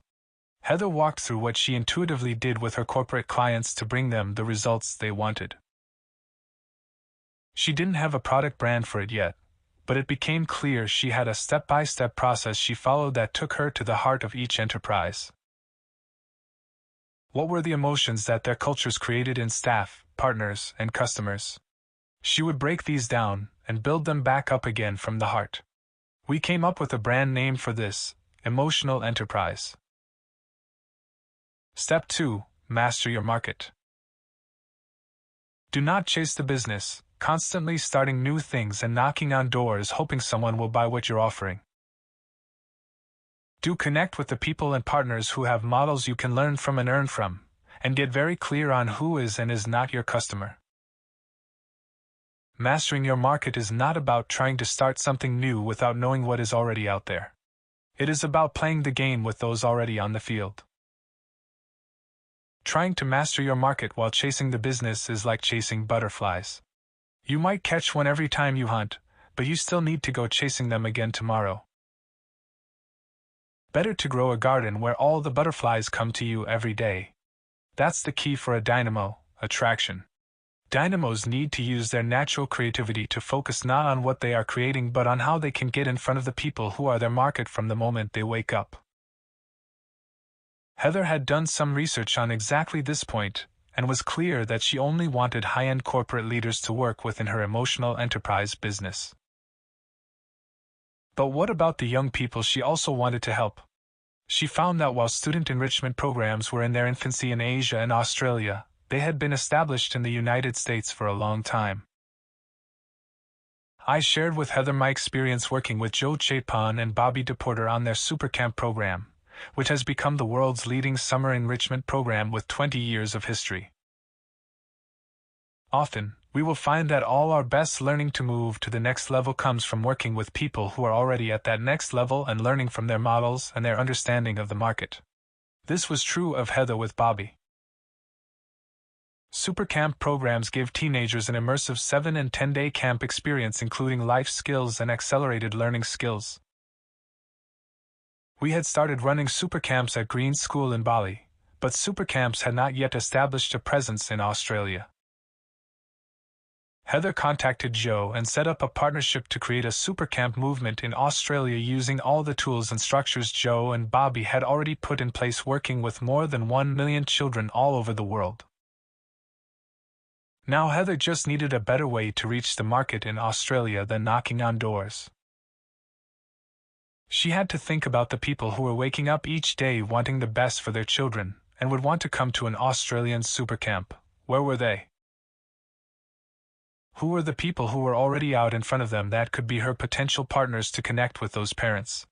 What would be the simplest and easiest way to make sure her message was in front of them? Step 3. Monetize your moment. Do not just open your doors and hope for the money to walk in. Do create promotions focused on bringing a specific amount of business in a specific time frame, with enough time to test and measure your assumptions each day, and learn your way to earn. Dynamo geniuses are always tempted to start new things without finishing the things we have started, which is why we can often fail to monetize our moments even when we have found the markets to master. We'd rather run around and create more things instead of zeroing in on very specific promotions, testing and measuring them, and finding smarter and better ways to do them. When we do that, even if we don't get the business that we want, we learn what is working and what is not. When we set a promotion, we set a destination and attract the people who want to get to that same destination. We gather the support we need with many willing to get the reward and collectively achieve the result. That is the key behind monetizing the moment, getting to the point where you can keep on improving and growing your business with a team and eventually take bigger bets on the size of the promotions that you can run and the size of the partners that you can work with. That is the really big step when we move from knowing we have positive cash coming in to constructing the market flow for our enterprises to expanding them, or moving on to other businesses. Once we learn how everything connects, we can really control the flow, a very different feeling from showing up and hoping the business comes in the door. Heather learned from the promotions that the US Supercamp team and our team in Bali were already running. She ran a scholarship promotion through parents and students, which spread virally. With education a hot topic in Australia, she established Supercamp as a solution for providing accelerated learning skills and generated media attention. That attention in turn earned her the opportunity to speak about Supercamp on stage at events and conferences. The result was that Heather attracted not only registrations for her first camp, but also clients for her emotional enterprise business. Instead of it being difficult to follow her mission and follow the money at the same time, as she had thought in the past, she now found that it was actually easier to attract business by being true to herself, and making a stand for what she believed in and the difference she wanted to make. With the added business, it has also been easier to grow the camps, with Heather's corporate connections sponsoring student scholarships. Because Heather didn't want to get stuck in the detail, she maintained the Supercamp model, adjusting it to fit the Australian market. She learned what size team she needed, what her break-even point was, and what activities she should and should not be focused on. Heather now understands what all geniuses do when they move up from orange to yellow level, once you have identified your identity and mastered your market. You are likely to find that there are ways to connect with others where you can be of value to them and learn from them without needing to work it all out yourself. Your value is someone else's leverage, so there is always a way to play with others. Spectator versus player. This book may be called Millionaire Master Plan, and indeed your goal may be to make millions. But that may not be your goal at all. Perhaps you are simply looking for peace of mind in your career or job to provide for your family without the stress of chasing every dollar. Perhaps you would be happy just having the security to know you are not dependent on the job you have. You'd be financially fine without it. This is the point of moving up the wealth lighthouse. It is not about roles like employed or self-employed, owner or investor, poor or rich. It's about having this choice and control over your financial future. This makes climbing from orange to yellow level a critical point in your climb, because you are going to not just another level but another prism. The foundation prism is where most of us reside today, but the enterprise prism is where all the money is made. That's where the real action is. Think of the difference between the foundation and enterprise prisms, between orange worker and yellow player, as a major sporting event like a soccer match. There are many, many more spectators than there are people playing the game. Those who remain spectators are like those at infrared and red levels, largely anonymous and able to come and go as they please. The game does not depend on them, and they don't have to follow many rules to be there other than not to drink too much and to stay off the field. Spectators rarely move from their seats, but they are extremely vocal. They have strong opinions on the successes and failures of the players on the field and shout their advice to the players, the referee, and anyone who will listen. If you have made it to orange level, you have earned the right to stop being a spectator and get onto the field with the players. The players are known and recognized for their overall skill and how they play their positions. They are expected to train for the game, be good at it, and follow the rules to compete. Everyone, especially the spectators, has high expectations and holds them accountable for the results of the game. If you think of orange workers as spectators in the stands, yellow players as the players on the field, and the ball as money, opportunity, or resources, you can see why no one is passing you that ball yet. You're not on the field playing the game. That is the biggest challenge for entrepreneurs and those of us in jobs at orange level. If you start a business or stay in a job to get in the game, and then just end up chasing the money, that's like a spectator running on the field trying to chase the ball. No one wants to play with you, and you never catch up with the ball anyway. So why are so many people in the world spectators rather than players in the wealth lighthouse?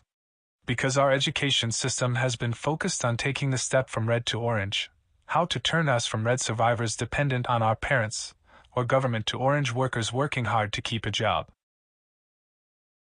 Yet everyone I know at orange level is fearful they won't have an income in the future. That's the reason the positive feelings of creating value and accomplishment with your job at orange level are mixed with worry that if you lose your job it will be tough to find another one. That worry is also there if you are self-employed. You are always dependent on chasing the next contract and keeping the current ones going to maintain your cash flow. But everyone I know at yellow level, whether they are employed or self-employed, business owners or investors, has no fear of losing their incomes or their jobs. Yellow players have simply learned the essential extra skill of creating their own jobs, so they are always getting offers of employment or business. They have followed the 3 steps out of orange level and moved from dependent to independent.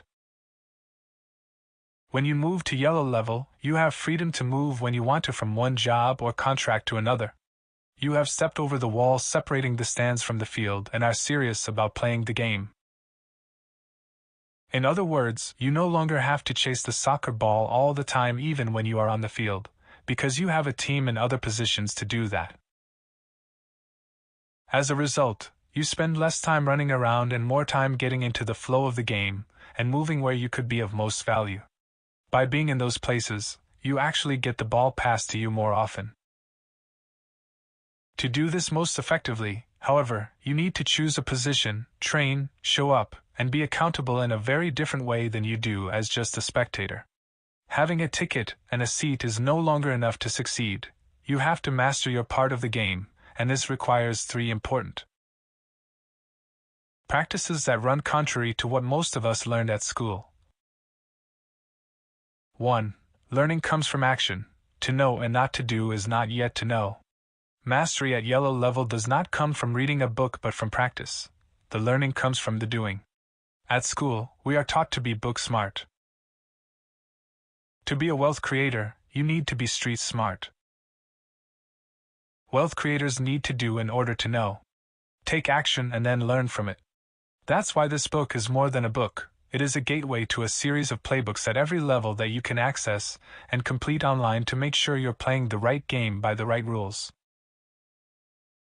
2. Learning is a game. That means it must be fun, and you need to know the rules. Choosing the right game to play in the right position to learn in that game is essential at this point. It must be a game that naturally suits your genius so you enjoy it, and keep playing with enjoyment, because the more you play it, the better you get. 3. Success comes from effective giving. You don't score by getting the ball, you score by passing it on. Too many of us worry about passing on ideas or opportunities because we think they won't come back. Think of a baseball game where the ball gets hit into the crowd. It never comes back. But the ball always stays in play when we focus on giving. Ineffective giving is when you pass to the spectators. Effective giving is when you pass to other players on the field. Even if the competition takes it now and then, the ball stays in play, which means what you pass eventually ends up getting passed back. That's the key now that you are moving to yellow level, effective giving, being in the right place for others to pass the ball to you and for you then to pass it on. In this way, as we pass on opportunities, resources, and money, everyone on the field gets to kick the ball many times. We end up winning together. That's the fulfilling nature of flow we experience in the enterprise prism when we let go and reach yellow level instead of holding on at orange. Chapter 5 Summary. Orange level is the final foundation prism level. When you are at orange level, you are in positive cash flow but still dependent on others. To move to yellow level is moving from dependence to independence. All flow is made up of projects and processes. Projects grow or enhance flow. Processes maintain flow. All successful wealth creators in the enterprise prism have mastered how to automate or outsource their processes, so they can focus all their time on profitable projects, promotions. Your rise up the wealth lighthouse comes from the power of zero. As you move up each level of the wealth lighthouse, what feels like a little and a lot of money changes, in general by a factor of 10. Don't stretch yourself with a $10,000 promotion if you haven't yet mastered $1,000 promotions. There is a wealth equation. Wealth equals value leverage. Value exchange creates speed of money flow. Leveraging value increases volume of money flow. Between these two variables, rivers of wealth are created. There are 3 steps to yellow level.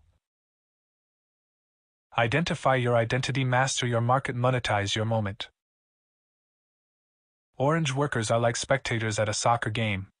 There are 3 important practices allowing them to stop watching the game and move to yellow. 1. Learning comes from action. 2. Learning is a game, which means it must be fun and you need to know the rules. 3. Success comes from effective giving, passing on, not holding on. Pre-flight checklist, yellow level. Your personal page on has supplemental guides and videos, including assessments and playbooks, for each of the checklist points below. I have included one of the exercises from the playbook at the end of this chapter, the anatomy of a promotion. Being clear on your position and how you relate to your market puts you on the map. These are the steps to convert your time into money and tap into the flow of the markets. Complete the checklist now, tick yes or no. How do you rate? When all 9 are checked yes, you will have connected your personal passion and purpose to your flight path. Identify your identity. 1. I have a clear path to my ideal identity with role models to follow and a clear identity today that I can express. Yes, no. 2.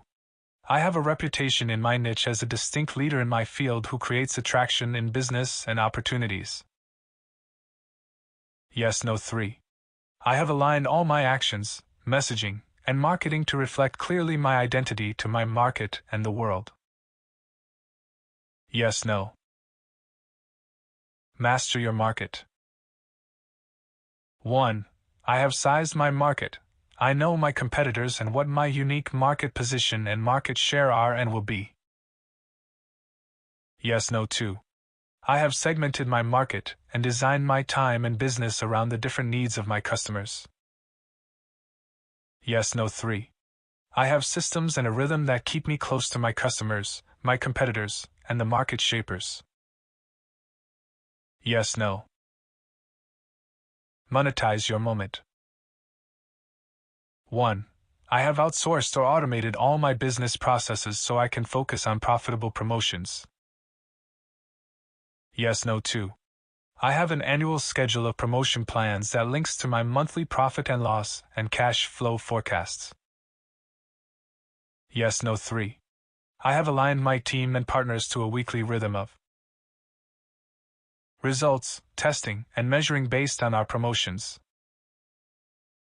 Yes, no. Action point.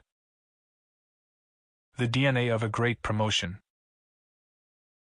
ALO promotions have the same structure and the same principles of design.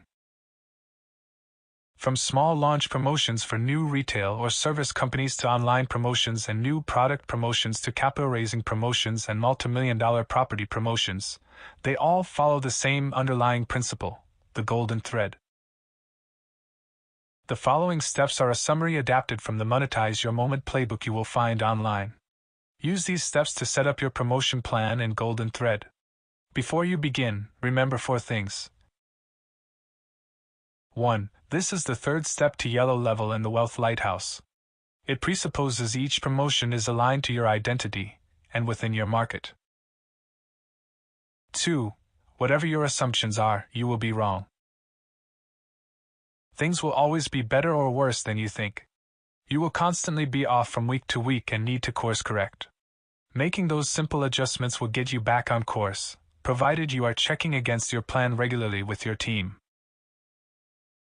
3. Every promotion has a plan, a profit, and a time frame and is a dance between you and your market. Every action by you leads to a reaction by your market, so you need to measure every step and adjust as necessary. Like turning on a tap, great leaders learn how to increase the amount they can generate in a promotion 10 at a time, from $1,000 to $10,000, and $10,000 to $100,000. For money to flow, they know they need to learn what the market values and ensure value trumps cost every time. 4. Your ability to attract partners and investors as you move up the Wealth Lighthouse will depend on your track record in setting milestones and delivering on them in your promotions. That's how you build trust within your market. And it all begins with your first promotion. Your promotion plan. Name. What is the name of your promotion? Leader. Who will lead and be responsible for this promotion? Why the purpose? Why is this promotion important now? Is it developing a new product? Is it adding new systems to the business? Is it building your brand in the market? What the objectives? Limit your key objectives to 3 areas. Financial objectives. What are the specific revenue and profit targets? Development objectives. What are the ongoing revenue streams, new products, systems, markets, or teams that will result from this promotion? Learning objectives. What new learning and expertise will you uncover? Who team members? List each person on the team and his or her area of responsibility. When time frame and milestones. Create a simple schedule of milestones from beginning to end, start date, completion date, and weekly team review date and time. How promotion strategy. What is your irresistible offer? Who is your market? What is the budget you are redirecting? What problem are you solving? Why is your solution superior? What is the urgency to buy now? What is the pain of missing out? What is your price and promotion? Promotion, your golden thread. All great promotions follow the same 7 steps with each step measurable and controllable. 1. A compelling invitation. What is it? Who will it reach? When and how? 2. Simple registration, automated, measurable, trackable. 3. A firm confirmation, building commitment, immediate payoff. 4. Thoughtful preparation, building anticipation, setting expectations. 5. High-impact delivery, exceed expectations, make a new invitation. 6. Easy feedback, honest reflection. Quantifiable improvement. 7. A sincere thank you, completion of the promotion, an enchanted end. Capture each step in your promotion with your marketing material, emails, presentation material, and any documentation that you can refer back to in the future. Compare how you and your team perform at every step with best practices and the metrics in your industry. By improving the quality and flow of your interaction at every level, you can measure the impact at every step of the golden thread. Registration rate, conversion rate, engagement rate. Delivery rate, satisfaction rate, repurchase rate. Part 3. The Enterprise Prism and Beyond. Level 4, Yellow Level, player level 5, green level, performer level 6, blue level, conductor. Mastering these levels leads to a connection to the wealth flowing through our markets, our ability to add value and leverage the value of others through businesses and assets. It isn't money that makes money. It's people who make money. And it's other people who will help you make your money. Chapter 6.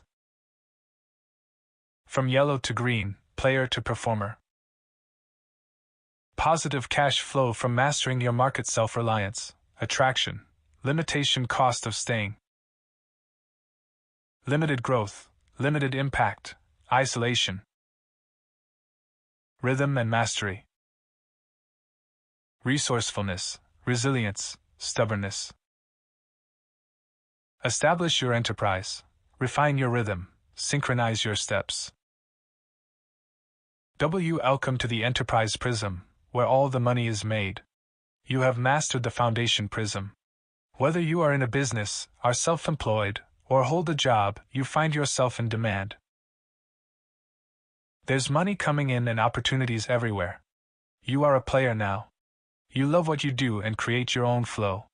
As a result, you could live out your life happily on this level, but you also have earned the right to let your genius take initiative and shine even brighter. Be careful, though, yellow level can become a vortex of frustration.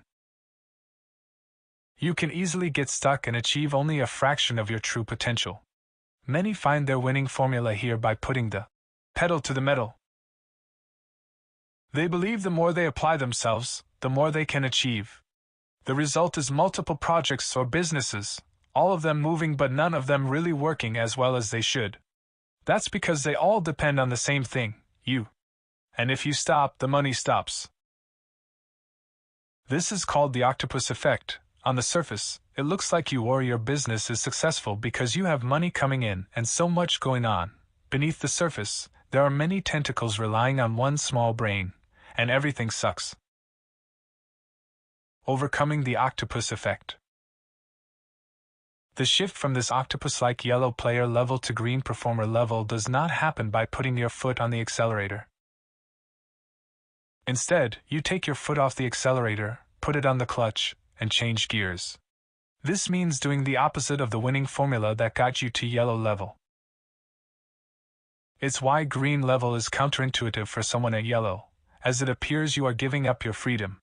But this is less about freedom and more about responsibility to something greater than you. That's why it is a myth that you need to leave your job and start your own business or spend all your nights and weekends trying to invest in property or shares in order to create more wealth. If you are in a job but want to start your own path, don't see the job as a limit to the financial growth you are seeking. See it as an education in which you are getting paid. All large organizations and corporations are at green level and do not rely on any one person.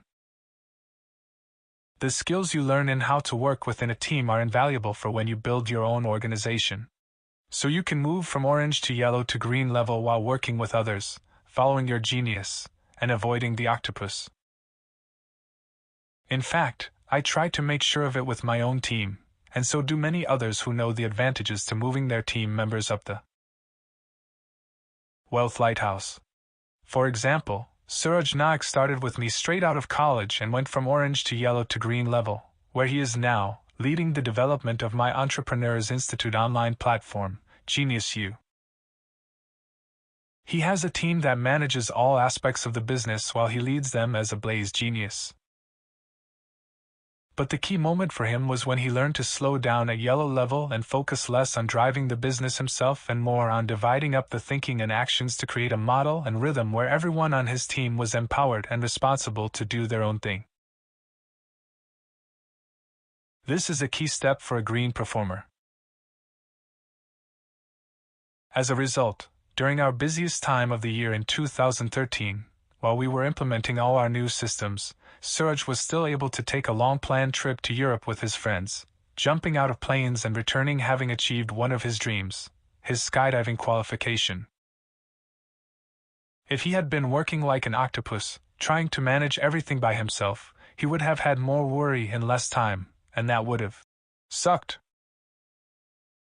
In truth, Suraj's example of achieving green level while working for someone else only partially underscores one of 5 myths of wealth that keep people from moving beyond yellow level. The 5 modern myths of wealth. Why do so many people seeking wealth creation get it wrong, rushing into solutions without first mastering the skills needed? Because in the last few decades, we have been taught things about wealth that are not or are no longer true. In all my mentoring of thousands of wealth creators in countries all over the world, the first challenge for most of them is unlearning the 5 biggest myths of wealth in order to ascend farther in the wealth lighthouse. 1. Wealth comes from passive income. Myth: you can get wealthy by going into debt to buy assets that will give you passive income so you no longer have to work for a living. Truth: you've just dug a hole, not a river. All income needs to be managed, which means you need to know how to manage a team and experts who can manage your portfolio of assets. Yes, building assets that create cash flow is a critical part of building your wealth.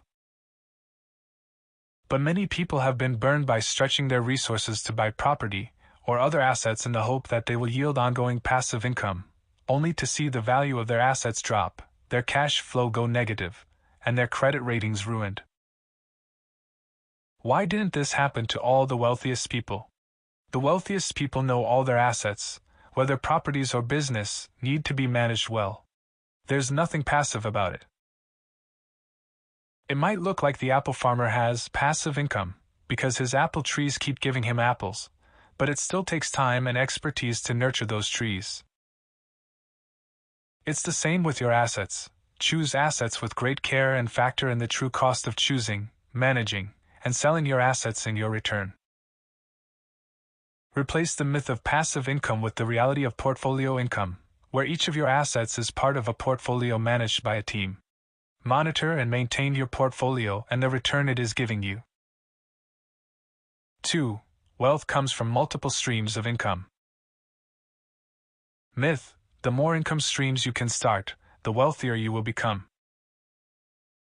Truth: starting many streams at the same time is like trying to push many balls up a hill at the same time. You may get started, but you end up losing your focus and your time.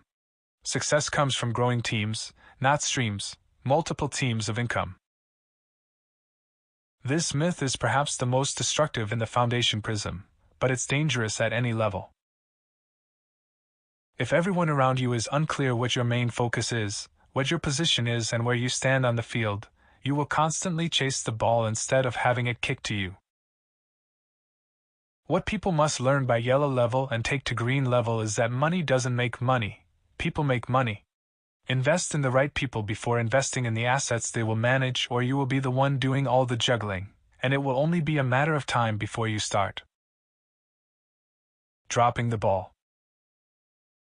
3. Wealth comes from your exit strategy. Myth: wealth comes when you sell out. Plan an exit strategy where you can work hard now and earn the money later. Truth: keep working, because you love what you do. Don't strive to bake a pie so you can sell it. Own the bakery so you can bake as many pies as you want, sell some, and keep the rest. I have met too many people who are holding out for an exit that will make it all worth it. They don't enjoy what they are doing. They have simply talked themselves into grinning and bearing it. Until I make X dollars or until I sell the company for X amount. Sure, we hear stories of people cashing out with big returns from their businesses or assets, but rarely do these stories involve people not passionate about what they were doing. Replace the myth of an exit strategy with a success strategy.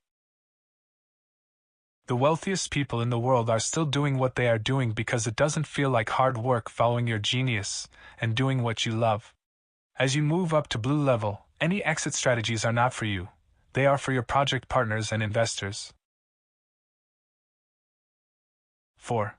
Wealth comes from being your own boss. Myth: the path to wealth begins by being your own boss and choosing what you do and when you do it. Truth: wealth comes not from being your own boss but from choosing who your boss will be. The truth is, We all remain accountable to someone, whether it is our customers, shareholders, or teams. Being your own boss means you have just put the one person in charge of you who is the least able to hold you accountable, you. It is a lonely path. I always select the right person to lead every plan, project, and business I start, and my part in it. That means I have someone to whom I am accountable. I have the freedom to choose who is the boss of me for everything I want to be involved in. I just make sure I establish a rhythm to check in on how they are doing and what I need to do to support them that ensures I remain of service, accountable, and connected to them. 5. Wealth comes from risking it all. Myth: the hero's journey is the nature of entrepreneurship and comes from putting everything on the line for your big idea. Big risks achieve big rewards. Truth: from climbing Mount Everest to going to the moon, the most heroic journeys are the ones that minimize risk, the ones in which you progress deliberately, testing and measuring each step before you take it to stay on the path to success. There are two types of failure, those that steer you and those that sink you. Climbing the wealth lighthouse has its risks. The higher you climb, the farther you have to fall. So the higher you climb, the more you need to prepare. Replace the myth of risking it all with the reality of minimizing your risk to experience it all. Taken together, the 5 myths are a mechanical way of thinking about wealth, separating us all into paths where we're trying to do it all on our own. The truths are a more natural way in which building assets is replaced by growing flow, where we are all connected to each other and the market.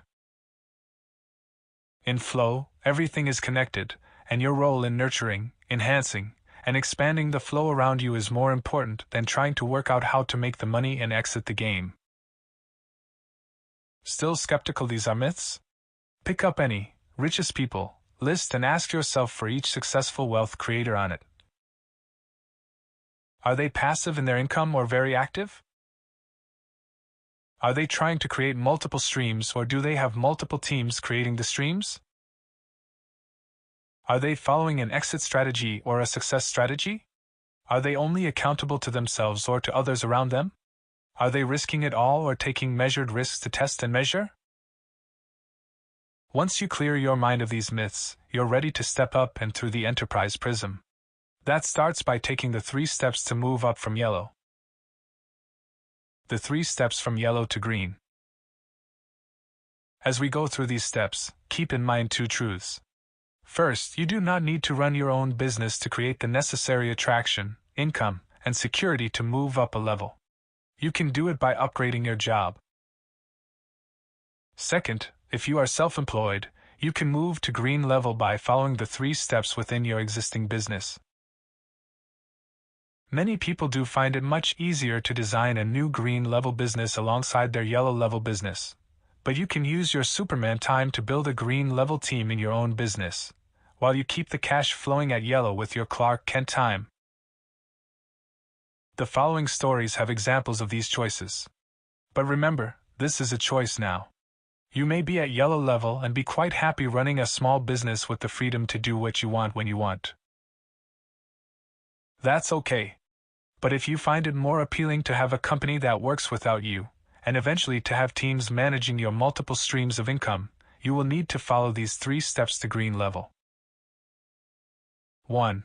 Establish your enterprise. Yellow players identify their identities by creating businesses that revolve around their geniuses. Green performers establish their enterprise by creating businesses that can work without them. Your businesses must have different financial models that can afford strong leadership teams.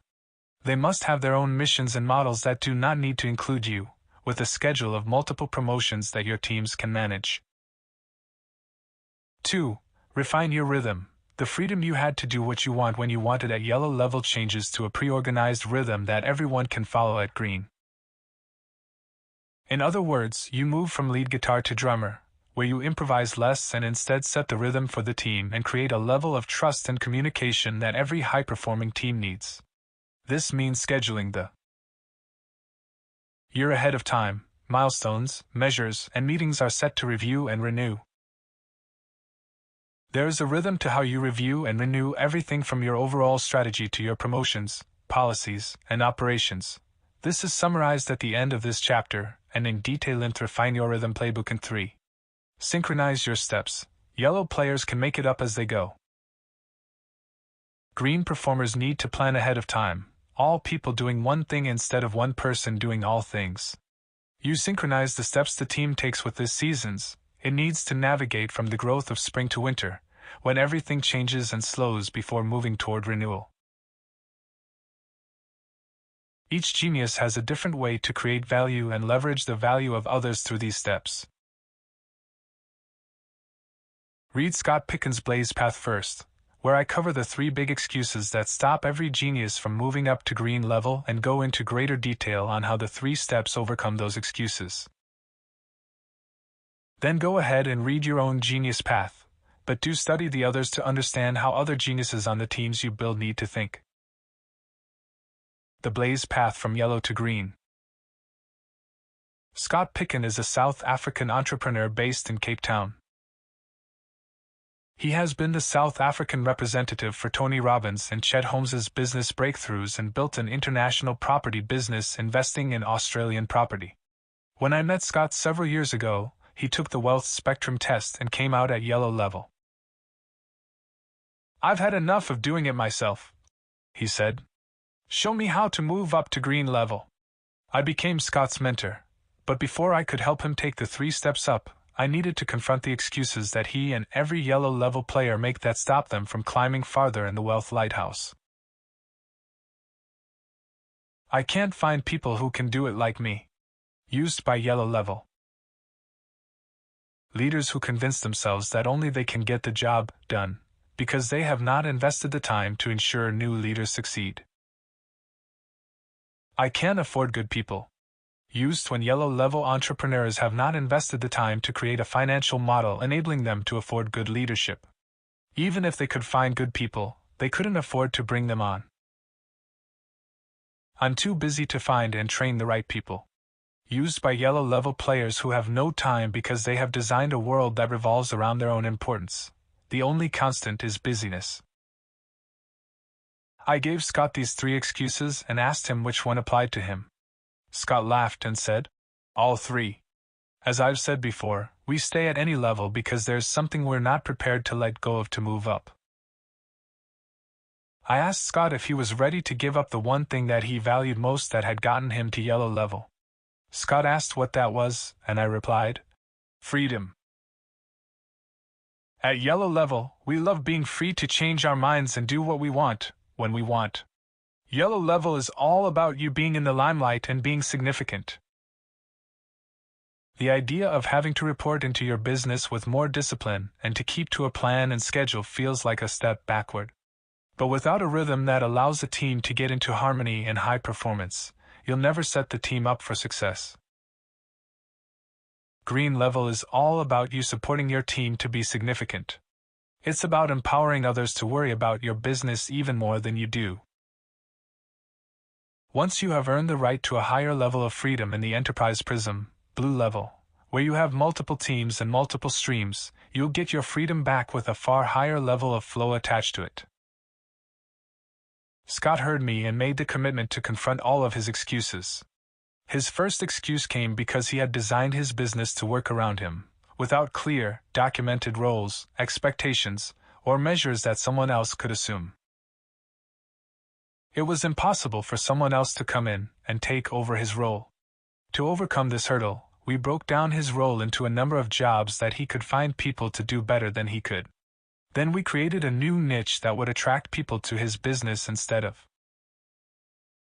to him, which I'll cover shortly. His second excuse came because he had designed a cost model that earned him a living but had no margin and budget for leadership. We redesigned his business model so there was enough money to pay for good people. His third excuse came because he had designed his time so he had none left to train others even if he wanted to. We redesigned his schedule so he could have time with his family and to travel, while growing his business. Within 12 months, Scott went from struggling with 3 badly run businesses to 1 multimillion-dollar business run well. He knew he needed to change, and he did so by following his Blaze Genius path from yellow to green level. Step 1. Establish your enterprise. Do not keep up the excuses that you are the only one who can lead the business and continue to come up with strategies that only you can execute. Do establish your enterprise revolving around a team with strong leaders and the other three geniuses developing the overall strategy, standards, policies, processes, and financial management, while you lead from the front, using your genius to shine a light on the success of your team. The first step for Blazes at green level is to give their enterprises a stronger identity than themselves and get clear about what size of flow they plan to see 3 years from now. What market position? How many customers? What revenue and profit? What value will it deliver customers? What market value will the company have? What size and quality team? What financial systems do you need? What culture, service, training, partnerships, and communications? The next step is to set up the projects to support that flow. This sounds overwhelming at yellow level. You are used to working everything out yourself. But at green level, you have a team to deal with the answers. For Scott, we began by rethinking his entire market. Blaze geniuses have a tendency to be distracted by new opportunities and relationships that come their way. To move to green, Scott redirected this Blaze energy internally to focus first on his best customers, his team, and a plan. He began by evaluating what would be the most attractive country to be investing in. Many of Scott's clients had stopped investing with him when the Australian property market stalled. Scott went back to the top 5% of his clients and asked them what their criteria would be to make them reinvest with him. He compared that with different property markets around the world and decided to focus on the US market. Scott then designed a business model that would allow him to pay for a leadership team, property partners in the United States, and a sales team in South Africa. From day one, he would have a model that could work without him. Step 2. Refine your rhythm. Do not work within your own time frame, operating your business and your life without a clear, proactive schedule of promotions. Do set a rhythm that empowers the team, keeps you in check, and manages you as much as it manages the business. Once Scott had set the new direction for his company, he set up a plan for how much of his time he would be in South Africa and how much in the United States, worked out who he needed on his team, and determined how they would all measure their success. By his first visit to the United States, he already had soft commitments from clients on what they would be willing to invest in. That helped him narrow down to the right partners there who could locate the investment properties for him.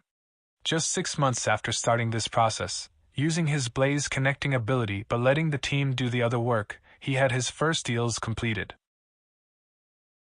The team then took the company's goals for the year and turned them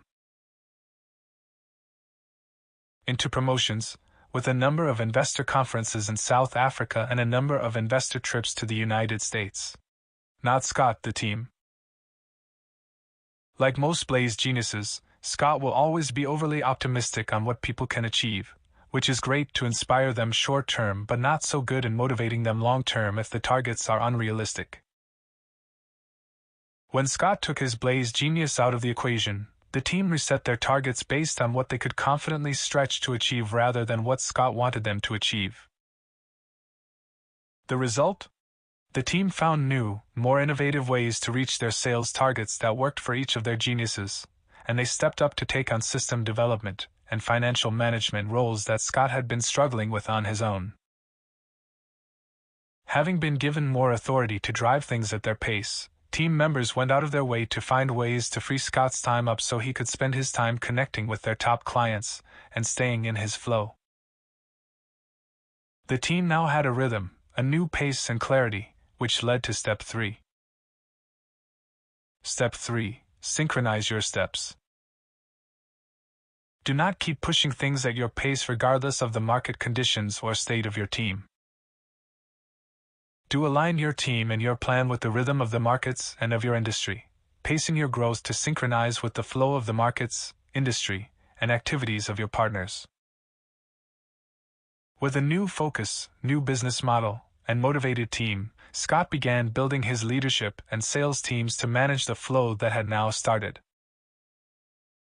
He designed the yearly cycle of the business to synchronize with the seasonal shifts in the markets. He worked out who was needed for the different positions in the business and the strengths they would need. He designed his own time so that he could be in the business at the critical moments when he was most needed.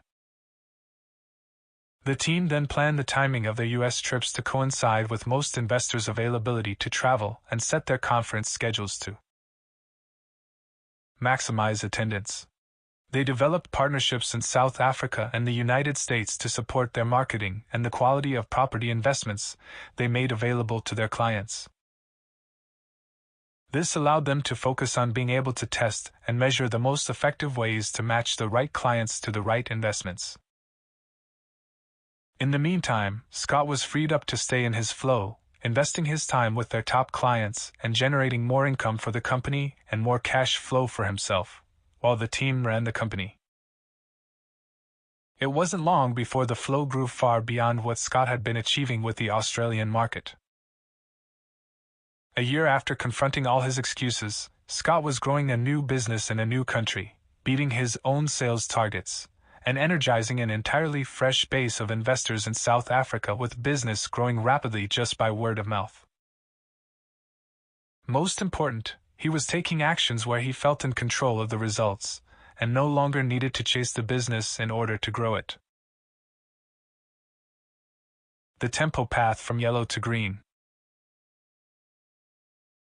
While Blaze geniuses should take roles within their businesses that bring out their strengths in communication and marketing to others, tempo geniuses get into their flow fastest when taking roles in service or trading. That means they are looking for others to lead the business while they keep their ear to the ground. This is exactly what my wife, Renata, did in her business as we increased our cash flow and moved into yellow-level promotions. We had moved from $6,400 to $12,800 in positive cash flow by setting up a holding company that billed each of our businesses for our services. This helped Renata, a self-employed real estate agent, as her commissions came in irregularly. By billing expat rentals for her time each month, she turned cash flow from a personal problem into a business problem, where she could focus on making the sales to cover overheads. To get us to green level, I moved first in my publishing and conference businesses, organizing my companies to work without me. Renata was next, first with expat rentals in Singapore, and then with Vision Villas in Bali. Here's what Renata stopped and started doing to move her business to green. Step 1. Establish your enterprise. Do not get so busy with day-to-day activity that you can't set aside the time to assemble the team and set a higher mission and stronger model for your business. Do use your sensory skills to select the right Blaze genius to take on communications and marketing, a Dynamo genius to create the strategy, and the right Steel genius to manage the financials of your business with you keeping things balanced. To move from yellow to green levels requires your business to have more attraction than you do. Your company also needs to be number one in something, and if it isn't yet big enough to be number one, narrow your niche until it can be. Renata set a focus for expat rentals to have a niche in rentals of $3,000 and above, which was the high-end market in Singapore. With attraction in her niche marketplace growing from both agents who co-brokered with her and from clients who found us through my publishing company's sister publication, Expat Living, Renata attracted two very capable managers from friends she met through her mom's network. This is the strength of tempo geniuses. They are great at building strong relationships. Deborah Law became the general manager of Expat Rentals, and Rebecca Bissett became the editor and publisher of the magazine Expat Living. By the time we moved from Singapore to Bali, both Rebecca and Deborah were leading the two companies profitably. Today, the two companies continue to grow in Singapore. In the meantime, with Expat Rentals moving from yellow to green level, Renata had time to build another business that suited her strengths. When we moved to Bali and found our dream resort, Renata took the reins in leading the management of the staff. First, she established our enterprise with a unique identity. Vision Villas. The resort would become a social enterprise connected to the John Fawcett Foundation, which was giving cataract surgeries to Balinese to restore their eyesight. As a workshop retreat, Vision Villas became a place to get vision and give vision. This focus on personal and leadership development made it stand out against the many other resorts on the island. Renata now focused on the resort's next step. Step 2. Refine your rhythm. Do not get so caught up in your daily routine that you fail to set a long-term rhythm for your team or set a strategy that allows the team to support and grow the business. Do treat your position within your enterprise as one part to play. Be ruthless in saying no to the things you're not so strong at and yes to delivering the service standards, maintaining the culture, and keeping the balance within the company. Yellow players tend to create complex businesses that revolve around their unique abilities. Moving to green level means simplifying the business model so it is easier for leaders who are familiar with that model to run it. That was the case with our resort, and as I mentioned earlier, Renata used her experience from a previous job, working as part of a team in a green level environment of a hospital from our days in London, to set her up for success. Once Renata focused on how we would deliver our services, we set up a series of promotions to fill the resort, giving ourselves the comfort that we would have the cash flow when we opened. We then hired managers far more experienced than either of us who knew how to run resorts, starting with a general manager, Wayan Swarma, who in turn hired his finance head, operations head, and front office head. They in turn hired the rest of the staff. Renata then set a weekly schedule where she could check on the details, the tempo's strength, while letting the team run and grow the resort. This led to her third step. Step 3. Synchronize your steps. Do not get caught up in the day-to-day where you are spending most of your time being reactive to the things around you and changing plans as you go. Do take the time to set a strategy and pace so that you are always one step ahead and able to make the most of the market trends. Without synchronizing your steps, your business cannot surf with the wave of the market. But tempo geniuses should not be leading the strategy of a business. That is not their strength. Having others set the strategy that you can push back on, question, and fine-tune is a far more effective path forward for your genius and the entire team. This allows you to use your sensory acuity to tune into a clear plan that links your business to the market. Both Renata's businesses evolved as the market evolved. As more expats began buying property in Singapore, Expat Rentals became Expat Realtor and extended its reach from rentals to sales. As the entrepreneur market grew, Vision Villas evolved from a workshop retreat to an entrepreneur resort running one-month accelerator programs for entrepreneurs. The most important part of doing this goes beyond green. Yellow-level businesses cannot be easily sold, as they are dependent on the player. Green-level businesses build capital value, which means you can sell part or all of the business when and if needed. Understanding this is to understand how assets grow, and how they are bought and sold, and it moves you to blue level and beyond. By taking this interest in the ebb and flow of the market, with the skill of knowing how to build and grow a team, Renata and I learned together in our businesses the importance of synchronizing our steps. Too often, one partner would evolve, leaving the other behind. By growing together through our own geniuses, we understood each other's journey and how to weather the changes and challenges together. As I have said earlier, moving up the spectrum doesn't solve all your problems. Renata and I still have challenges. Scott still has challenges. But as you rise up the levels, these bigger challenges come with more resources to address them. As you rise up each level, you also spot more resources so you don't get stuck waiting for what you don't have. You become more resourceful. The steel path from yellow to green. At some point, being a yellow player is simply not enough, especially if the industry you are in is changing. When I met Von Claire, he was near the end of the line in his business. He had spent his life installing complicated point-of-sale systems in large companies, first in a job and then on his own through contract work. When I met him in 2012, his last contract, with the Australia Post, was coming to an end, as was the entire industry he'd devoted his life to. He had made it as a high-paid consultant, but the large contracts were a thing of the past. Companies were shifting away from developing their own complicated technology for services they could rent from the cloud. When I began to mentor Vaughn, he had fallen from yellow level, where the business had come to him, back down to orange level. At orange level you are a worker, chasing the same jobs as everyone else.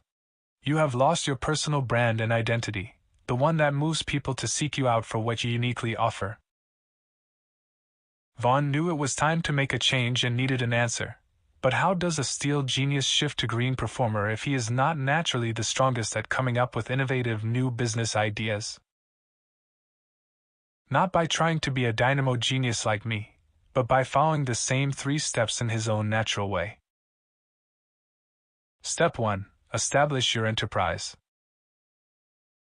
Do not get caught up in your need for things to be perfect before you begin. And don't try to control all aspects of your business, holding on to the old and preventing growth. Do seek out business models that resonate with you, that are generating the revenues and market flow that allow you to add value through your eye for detail and ability to analyze and systematize. When I took Vaughn through his future vision and gave him a chance to consider what his future self would look like, what excited him most was the new wave in mobile payments. Until he focused in this way, he had seen the mobile payment wave as a threat to the expertise he had built. It made him fearful instead of excited. The idea that he could actually be a leader in this new wave was a new one and transformed his energy. Vaughn created the picture of the ideal company he wanted to be a part of, a leader in the new mobile payment field. He established his enterprise, and then instead of just starting it himself, he thought of how to position himself to be an ideal fit for such a business. He didn't want to be the one leading the company. He wanted to be the technology and operations expert inside it. Vaughn set himself up as a leading learner in mobile payments. There was a time in the past when everyone was looking for a teaching teacher, someone who was an expert in the field with knowledge to share. Today, a teaching teacher is no longer good enough.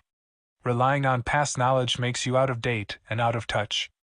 Everyone is now looking for leading learners, who are at the leading edge of their fields. He set up social media accounts and started a blog on the latest news on mobile payments. He set up an email newsletter that he shared with those who were interested. Momentum grew, and people in the field who found Vaughn's newsletter and blog interesting passed it on to others. It took less than 6 weeks of this new identity, sharing what he was learning, before Black Label Solutions, a leader in the new mobile payments systems that retailers were looking for in Australia, approached him. They found Vaughn's knowledge interesting and wanted him to work for them on their new mobile payment solution. The company matched Vaughn's ideal picture of the company he wanted to be a part of. He joined their team as their chief technology officer.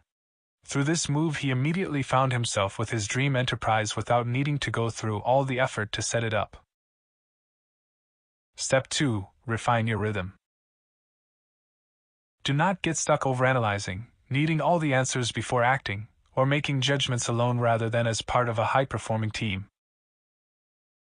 Do use your eye for detail to set a schedule that you and your team can follow with a rhythm to grow the business in which each person is empowered in his or her role, while you maintain control of the measures. Vaughn had started with a rhythm of his own blogs and newsletter, but once he took on the role as CTO, he supported his dynamo genius CEO by setting the rhythm, measures, and metrics that allowed the business to grow effectively. Vaughn set policies and processes for the different areas of the business. By setting himself up as a leading learner and maintaining that as a CTO, he stayed up to date with all the cutting-edge business models that the mobile payment companies were using in the United States and Europe. That way, he did not have to work things out from scratch but could draw on best practices that already existed in the new industry. The company went on to win a big contract to provide its mobile payment solution to the retail clients of one of Australia's leading banks. This led to a rapid growth path where reliable delivery is key and steel geniuses excel. Step 3. Synchronize your steps. Do not become too internally focused, where you are spending all your time reviewing your own measures and performance. Do leverage your time to look externally and connect the flow of your business to the flow of the market. Steel geniuses are often the best at securing financing, as they can present numbers and details credibly to potential financiers. This was perfect for Vaughn, his final step out of yellow level, and the next step for Black Label Solutions was raising the money to continue with the firm's rapid growth. Vaughn took the lead role on the financing, but mobile payments and raising capital for high-tech startups were both in their infancy in Australia. The angel investment and venture capital industry was in its winter season, not the best time to plant seeds. He looked to overseas markets for funding.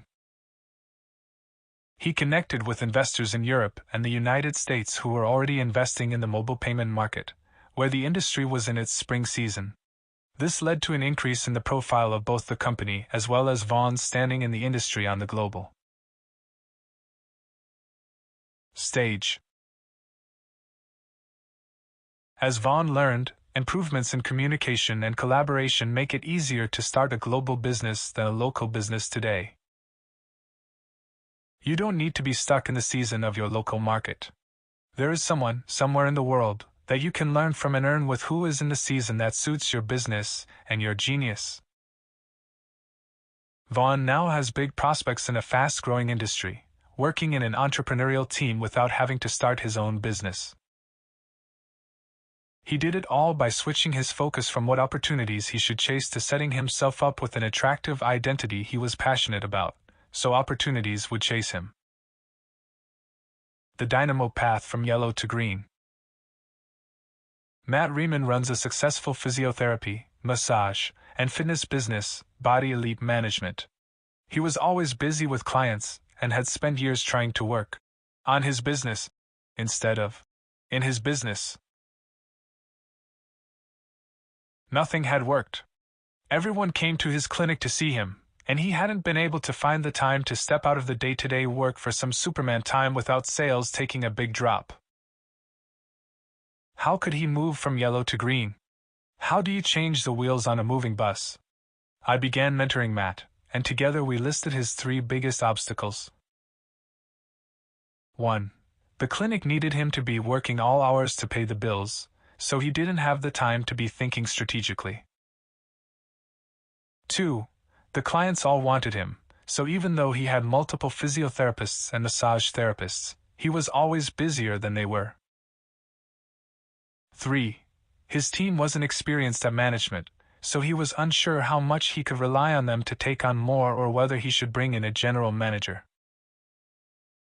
Everyone, from your customers to your team and partners, falls into the habits and expectations you set for them. By following the 3 steps out of yellow, Matt transformed his business. In less than 12 months he was able to spend most of his time away from the company, while the business became far more profitable.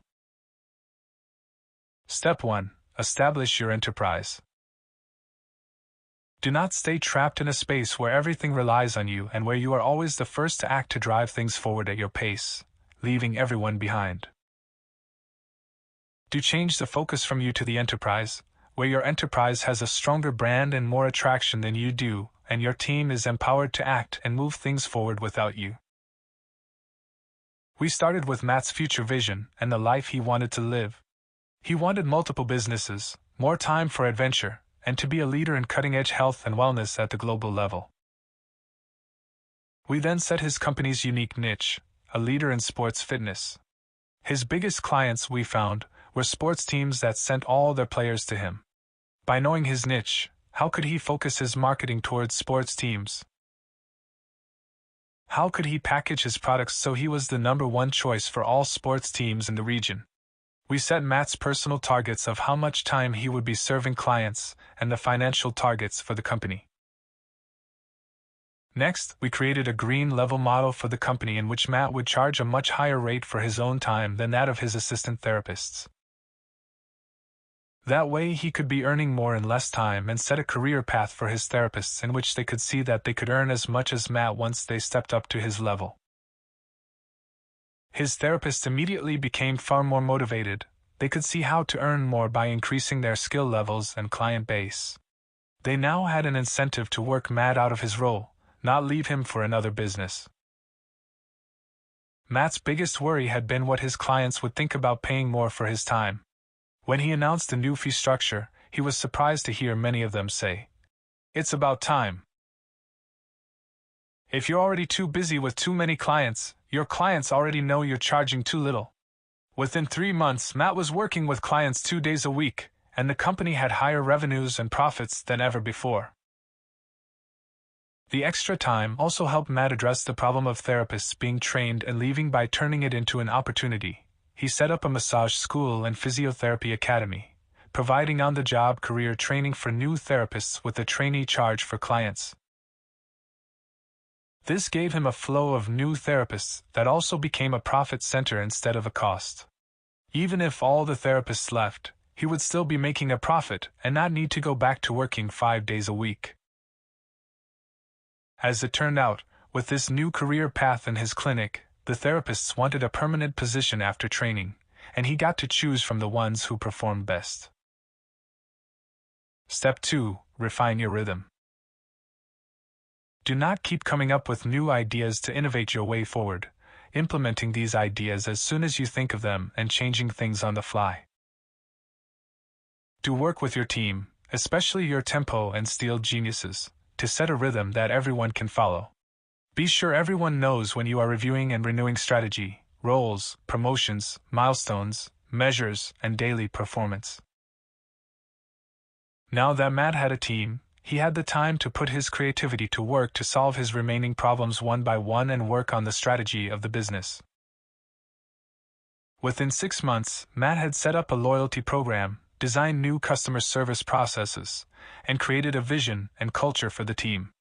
With new strategies in place, it was time to empower the team, beginning with a team meeting to share his vision. Matt had never shared his strategy on the business with his team before. What would they think? As with all steps from one level to the next, our biggest anxieties come when we are unsure if the people around us will support us in moving up a level. What if people won't pay extra to see me? What if my team thinks I'm just trying to do less work? What if they think I'm taking my business too seriously? As you might have guessed, the first meeting, in Matt's words, didn't go well. He tried to explain the company's strategy, got blank looks, and halfway through changed the purpose of the meeting into a friendly get together. That's when we had a long talk about the power of why. Matt needed to share his dream for the company and attract team members to the dream. He needed to capture why he wanted to share leadership with them, and what that meant in terms of extra responsibility. Matt called the team together again a few weeks later and asked who was up for playing a bigger game. He was surprised to find many on the team inspired by his vision and ready to step up. Over the next 3 months, the team put a rhythm in place that allowed them to monitor their roles and the performance of the company. Matt visited Bali with his entire team recently after their most successful year ever. We noted how he had upgraded one of the perks of yellow level to the similar perk at green level. Step 3. Synchronize your steps. Do not become too internally focused, spending all your time reviewing your own measures and performance. Do leverage your time to look externally and connect the flow of your business to the flow of the market. The third step at every level turns on the flow. To get to yellow level, you monetized your moment, predicted your cash flow through a promotion, and then tested and measured your way to success. At green level, synchronizing your steps is about timing your promotions for maximum effect. With the time that Matt now had to look externally, he found himself getting more excited about the pioneering work taking place in future medicine and personalized health. because his business was now able to sustain itself profitably at green level. Within a year of being stuck there, Matt now had the time and money to pursue a new venture, which is what dynamo geniuses love to do. He connected with pioneers in the latest medical technology and personalized medicine spaces, became a known entity at important international conferences, including presenting at Future Med in Silicon Valley, and has since been invited to speak to the UN and advise the US military on personalized health. He is now working on a groundbreaking mobile DNA and body type analyzer with leading industry experts, fully in his flow and pursuing his life mission of a pain-free world. 3 ways to play from yellow to green. As is frequently the case with people trying to move out of yellow level, the biggest questions I got from the people I just discussed involved cost. How do you manage the cost of a promotion if the biggest cost is people? How can you find the right people at the right level to manage your company? The answer is that there are 3 ways you can work with people, depending on the way you set up your partnerships and agreements. Remember the wealth equation we discussed in the last chapter. Wealth equals value leverage. When you build your partnerships, they will fit into one of these 3 variables in the equation. How you set your agreements up creates a different challenge you need to overcome. CBP. Having cost-based people means you hire them and have to pay them. This is the traditional way we think about employment. In the equation, a cost-based person is someone who you think will add value to the team, but that means you need to add the leverage and work out how to make the extra money to pay for them. When you are getting started at yellow level, you want to minimize the cost-based people in your promotions. Usually, cost-based people are in the foundation prism, expecting wages or payment for a contract based on delivering value through an activity or deliverable. You, however, need to run faster to make the money by leveraging that value. RBP. Having revenue-based people means you partner with a person or company that is likely already at yellow or green level. They are willing to work on a promotion in return for a share of the revenues. They know how to leverage your value and don't cost you anything unless they or the promotion have delivered the sales. All marketing and affiliate partnerships work this way. Most distributors and retailers and all sale or return partnerships work this way. Scott had revenue-based people as sales and marketing partners, and Renata had them as real estate agents. This allowed them to grow without adding to overhead. The challenge is that you need to make sure you are building the value they can leverage. That means improving your brand or product so the best players in the market would rather partner with you than anyone else. PBP. As you move up the wealth spectrum, you look for profit-based people to join your team. These are people who know how to run a profitable promotion, hire the right team, and reach revenue targets. These are leaders who have had experience in both adding value and leveraging that value. The problem is, most of these people are either running their own businesses already, or are green performers working in companies that pay them more than you can afford. Using the wealth equation, the way to attract and keep profit-based people is by building your wealth as they build the value and leverage. Remember, wealth isn't how much money you have. Wealth is what you're left with if you lose all your money. Wealth is your track record, connections, momentum, access to resources, and personal brand in the market. This is the reason that moving up the wealth lighthouse is so important. You need to earn the right before you can attract the people you want at the right level. Orange level workers haven't yet earned the right to attract revenue-based players and profit-based performers. Yellow level players have earned the right to attract other revenue-based players but not profit-based performers. Green level performers have earned the right to attract the best revenue-based players and cost-based workers to work with, and blue level conductors have earned the right to attract profit-based performers to manage the healthy flow of their investments and enterprises for them. This is the key to ongoing financial freedom. You need multiple teams to manage multiple streams. How about you? Are you currently working as a cost-based person? Or have you upgraded yourself to revenue-based with promotions where you are sharing in the risk and the reward with other partners? Or are you already capable of operating as a profit-based person where you can offer your value to a green performer or blue conductor to generate profit for them and share in the reward? Whoever you are, be sure you remember your path and are in a business that works for your genius. Each of the 4 geniuses has a different path out of yellow level, but they also have a different type of business that they find greatest success in. The 4 types of business. Too many people end up stuck and unhappy in yellow level or failing in a business completely because they blindly followed a formula that worked for someone else but will not work naturally for them. All businesses and investments fall into one of 4 different types: product-based, market-based, location-based, and transaction-based. These create an ecosystem within an industry, and as the seasons of that industry change, the power moves from one type of business to another. While you can be a great leader in any type of business, each of these businesses is best suited to one of the 4 geniuses. To understand what I mean, consider my own industry, the personal and professional development industry, starting with my own genius. Dynamo businesses are product-based.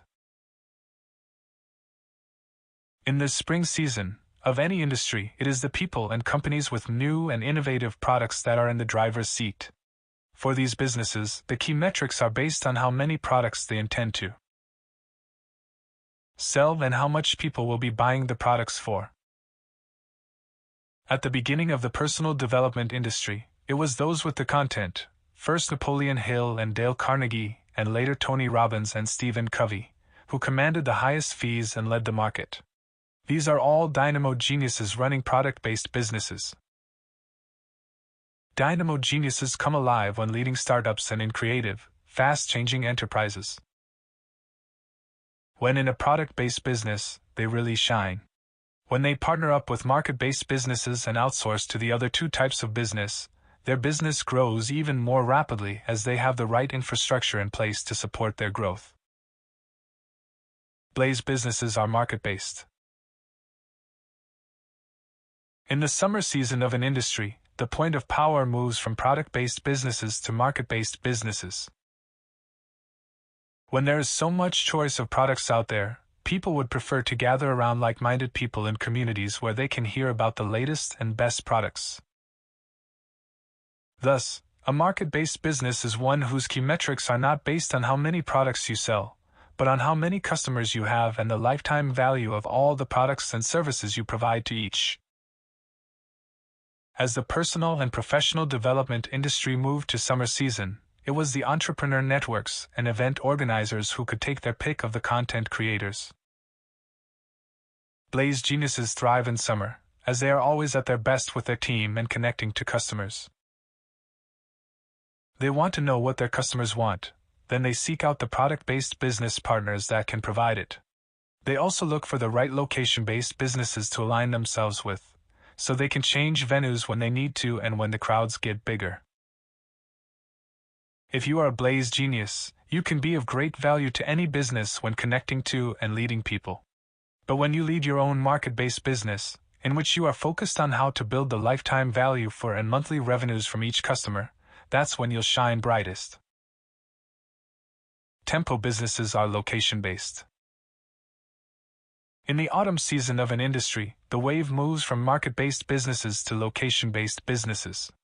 This is when there are many communities consuming many products, and they all seek a home. There are enough market-based businesses to support a location, be it a marketplace, shopping mall, or, in the case of the personal development industry, hotel venues and conference halls. A location-based business is one whose key metrics are not how many customers you have, but what capacity of your location assets you are utilizing. In the hotel industry, this is your occupancy rate. In the retail industry, this is your yield per square meter or square feet. The more market-based businesses you can attract, the more you can increase your capacity. The people who have the best venues make the money. When I saw the personal and professional development industry move into autumn, we set up our Bali resort to be a venue for entrepreneurship and leadership development. We attracted other event organizers and could bring down the cost of our own events, as we owned the resort. Now we are planning to open more entrepreneur resorts around the world to support entrepreneurs setting up global businesses so they can work from anywhere and learn from everywhere. Tempo geniuses like Renata are perfect here as they are at their best when they are in constant activity, using their sensory awareness to serve.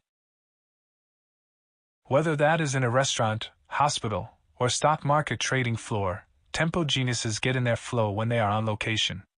If you are a tempo genius, you keep your team grounded regardless of the industry, but when you are in the center of a location-based environment, you really shine. Steel businesses are transaction-based. In the winter of an industry, the wave moves from location-based businesses to transaction-based businesses. This is when everyone is in the market. They know the products, they have their communities, they have their meeting places, and everyone is looking for efficiencies and lower prices. This is when the wave moves to transaction-based businesses that have created systems to increase efficiencies, increase speed, and reduce costs. Transaction-based businesses, whether delivery companies like UPS or online firms such as Google, make their money by taking a percentage of every transaction. Their key metrics are the number of transactions and the amount they make on each regardless of the products, companies, or locations they are connecting. The personal and professional development industry is moving into the winter, as customers know they can access any message directly from a blog, YouTube, a book, or a podcast. Everyone is looking for smarter, simpler ways to access the advice they need when they need it. This book and our online learning platform, Genius U, are serving this shift and the need we all have today to clear through all the information to get to the direction. If you are a steel genius, you can add value to any team through your attention to detail. But when you step into a transaction-based business, you reach your success fastest. Finally, remember, spirit organizations are contribution-based. While all four geniuses have a natural way to create wealth most effectively, as you raise your spirit and wealth and grow your ability to create wealth, you grow your ability to contribute wealth. All of us have the power to begin contributing today. John D. Rockefeller began by giving 10% of the money he made as he earned it, and continued growing that habit until he devoted his life to philanthropy. But you don't need to be a Rockefeller to automatically give some of what you get, and create a river with a purposeful downstream. Remember, the more you contribute to that stream, the more you attract in return. Chapter 6 Summary. Yellow level is the first enterprise prism level, where everything relies on you. Yellow level gives you freedom to be self-employed, but you need to keep showing up to keep the money flowing. At green level you have businesses that can work without you. You can move out of yellow by following these 3 steps. Establish your enterprise, refine your rhythm, synchronize your steps. Geniuses have a different strategy for these 3 steps that allows them to use their genius with a team of geniuses to support them. There are 3 excuses that stop us from moving from yellow to green. I can't find people who can do it like me, I can't afford good people, and I'm too busy to find and train the right people. You can spend your life at yellow level and keep your time freedom, but when you choose to move up, you master managing teams and types of people and eventually create multiple streams. There are 4 different types of business that suit the 4 geniuses: product-based, market-based, location-based, and transaction-based. All industries include all 4 types of business that rise and fall with the season of the industry. Pre-flight checklist, green level. Are you ready to move from yellow to green level and reclaim your time? As with the other levels, your personal page on www. has assessments and playbooks for each of the checklist points below. The exercise I have included here is adapted from the playbook and covers how to refine the rhythm of your business to suit the 5 genius frequencies. You can find the complete version online. Complete the checklist now, tick yes or no. How do you rate? Then get to work on shifting each no to a yes. Establish your enterprise. 1. We have a compelling and unique enterprise promise that yes-no creates attraction of customers and resources. 2. We have a business model that affords a leadership team and a team charter with a clear flight path for the team. Yes-no. 3. I have selected and empowered a leadership team to lead the company with clear milestones and financial targets. Yes-no. Refine your rhythm. 1. We have an annual rhythm of review and renew for our plan, promotions, projects, and processes. Yes-no. 2. I have a rhythm that keeps me in flow while the team has a weekly and daily rhythm that keeps each member in flow. Yes-no. 3. We have a flight deck with all measures and milestones, and we have a system to keep us on our flight path. Yes-no. Synchronize your steps. 1. We have an understanding of our profiles and strengths and have fit our positions to our profiles to stay in flow. Yes-no. 2. We are aware of the stage of enterprise we are in, and we are keeping to a frequency of action that suits the stage. Yes-no. 3. We are aware of the stages of our industry and are managing our expectations and promotions based on the season. Yes-no. Action point. Refining your rhythm to suit your genius. People at yellow level often take pride in their freedom to do what they want when they want. That's why most yellow level players cannot build an enterprise without it growing into chaos. Your enterprise only gets into flow through a rhythm of manage and measure, review and renew. When do you meet each week to review your key metrics? When do you meet every month to review your financials? How do you connect every quarter to review your team and projects, and every year to renew your strategy? Yellow level players often change strategy far too often while they fail to review key metrics often enough to keep the heartbeat of the enterprise in rhythm. When you think of each of the 5 geniuses as elements, and each of the elements as 5 frequencies, you can create a rhythm where your entire business can get into flow. Enterprise promise, the why? Your enterprise promise is your true north. Every action and every plan in the business points toward it. All frequencies have a time at which to renew and a time at which to review. The enterprise promise is never renewed, and it is reviewed annually. What is your enterprise promise in one sentence? How well have you been fulfilling this promise? How will you fulfill it in the year ahead? Set a time to answer these questions and review the promise annually when you bring everyone together to align to your mission. Don't make sudden changes that others cannot follow midway through the year. Hold off those big strategic decisions until your annual review. Your enterprise promise is like your company's DNA. So if you come up with a different enterprise promise, it's better to start an entirely new business with a new DNA. Team charter, the what? Many companies have 5-year plans or annual plans that no one looks at. The truth is, the world is changing much faster than it used to, and the people who can most easily keep the business on course are the ones on the front line. By giving everyone a chance to check in every 3 months on what is being achieved to fulfill your why, everyone has a chance to course correct for the coming quarter. Checking in less frequently and changing direction more often both lead to the wrong frequency, out of tune with the rhythm of the team. Your team charter is renewed annually and reviewed quarterly. What is your team charter for the coming year? Set a plan with your team for what will be achieved before deciding on who will do it.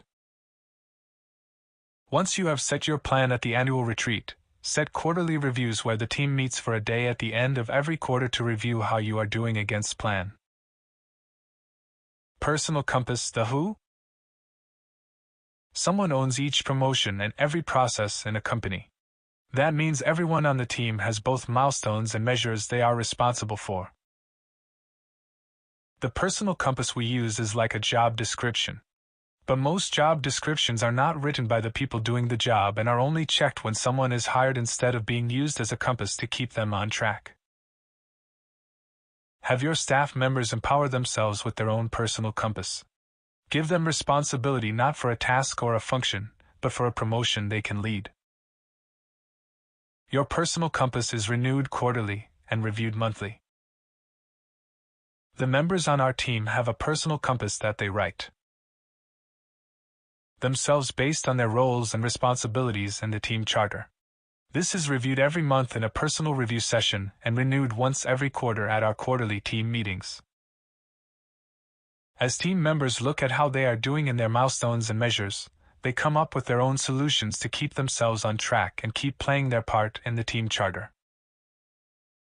If they think the milestones and measures in the team charter need to change, they can make changes with the team. This rhythm keeps everyone empowered and takes the pressure off you to be making all the decisions as the team grows.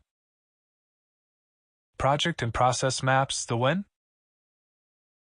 In Chapter 5, I explained how all flow is the result of projects and processes. Projects expand or enhance flow, and processes maintain flow. Projects have milestones with a beginning and an end, and processes have measures and are ongoing. Each person on the team has ownership on a project and ownership on one or more processes. Your project and process maps are renewed monthly and reviewed weekly. In my businesses, I am always looking to automate or outsource our processes but keep an eye on the measures. That frees me up to focus on promotions that expand or enhance the flow of the enterprise. There is a simple map for each project and process that team members use to know what they are each responsible for. This is renewed every month at their personal review, and it is reviewed every week at the half-hour team meeting, which we call the team huddle. Your flight deck, the how? Every enterprise has a flight deck, a shared document that shows the key measures in your business and what each is every week compared to your targets. Your flight deck is reviewed weekly and renewed daily. I make sure I have access to my flight deck for each business from my mobile phone and tablet so I can see all the important measures for each business in real time. Each measure is monitored by the person responsible for it, and in the weekly meetings, each person reports on how he or she is doing, what he or she is doing to course correct, and if he or she needs help. By having this, we can celebrate our successes each week based on our flight deck, and we can see how everything links all the way through the frequencies to the DNA of the enterprise. This is green level thinking. With a system that can increase your bandwidth, what green level promotion can you set up to invite other performers to play with you? Instead of asking, "How do I make money?" think about asking, "How can I help other people make money?" Chapter 7. From green to blue, performer to conductor. Profitable cash flow through enterprise teams rhythm, culture, measurement cost of staying. Politics, maintenance, freedom. Authority and capital. Interdependence, preparation, ambition. Anchor your authority, perfect your processes, build your balance. See, congratulations, you've made it halfway up the wealth lighthouse. Green may be the middle level, but it's not about how far you have to go now, it's about how far you have come. You can see blue level from here, the domain of millionaires. A green performer is like a musician in an orchestra, playing one instrument as part of the symphony, and the ultimate level in the enterprise prism is right in front of you, the blue conductor. A conductor doesn't play any instrument, but holds the baton, sets the rhythm, and keeps everyone playing together. While performers face the audience, the conductors have their backs to the audience and face the performers. What this means in terms of wealth and business is that green performers work as part of high-performing teams in an enterprise where everyone is doing one thing. The blue conductors leave the small details of each enterprise to those performers and instead focus on the key financials, on agreements, and on building access to resources and the best people. At Blue Level, leaders have a separate meeting each month to monitor their entire portfolio with their investment teams, separate from any meetings with their green performers. All Blue Level investors have an accountant and a lawyer within their advisory teams for their own personal wealth, separate from the companies or assets that they invest in. Simply put, the financial score sheet at Blue Level is different from all the levels that came before, even at enterprise level. At Yellow Level, we are most focused on our business's cash flow. At Green Level, the profit and loss statements become more important. By Blue Level, the most important score sheet is our balance sheet. For a dynamo genius like me who struggles with financials, I'm happier with visuals than numbers. The easiest way I found to grasp these differences comes from this quote. Establish the triangle and the problem is 2/3 solved. Establish the triangle. A GPS can determine where you are relative to a number of satellites, and then work out your exact location down to the nearest meter. Why then are so many people still lost in life? There are two reasons. The first reason is that while we have very clear maps of our physical world, there have been no maps of the metaphysical world. Ancient cultures had these maps, but they have gone largely ignored or forgotten in modern times. The Millionaire Master Plan addresses that issue by giving a GPS or metaphysical map that you can follow to move up in wealth. The second reason is that most of us aren't using in our lives the technique that an actual GPS employs to keep track of us, a method called triangulation. It was the father of triangles, Pythagoras, who said, "Establish the triangle and the problem is 2/3 solved." What he meant is that we address most problems from only 2 points, such as us and them or then and now, a straight line connecting 2 points. When we add a third point, however, we get a triangle. Each point can now be seen in context with 2 other points. This gives us both detachment and perspective in every situation. When you create your future vision, you create a triangle connecting your past, present, and future. You created a third point where you could step outside your journey and see your present life, your future life, and the path that connected one to the other. All the case studies from yellow to green in the last chapter featured people who created triangles to solve their problems. For example, when Scott created a set of criteria that his property clients would be happy to invest with, he created a triangle among his customers, his suppliers, and the criteria for them to do business together. When Vaughn created the criteria for the company he wanted to work with, he created a triangle among himself, the company he was seeking, and the criteria for a profitable partnership. When we create that third point, we create a dynamic set of relationships that allow flow to happen. This is the relationship among the 3 steps at each level of the wealth lighthouse and among the 3 levels within each of the 3 prisms. That is also how every successful wealth creator works.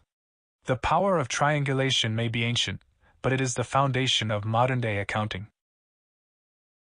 The system, documented by Luca Pacioli, who managed the wealth of the Medici family as they funded large parts of the Renaissance, is called double-entry accounting.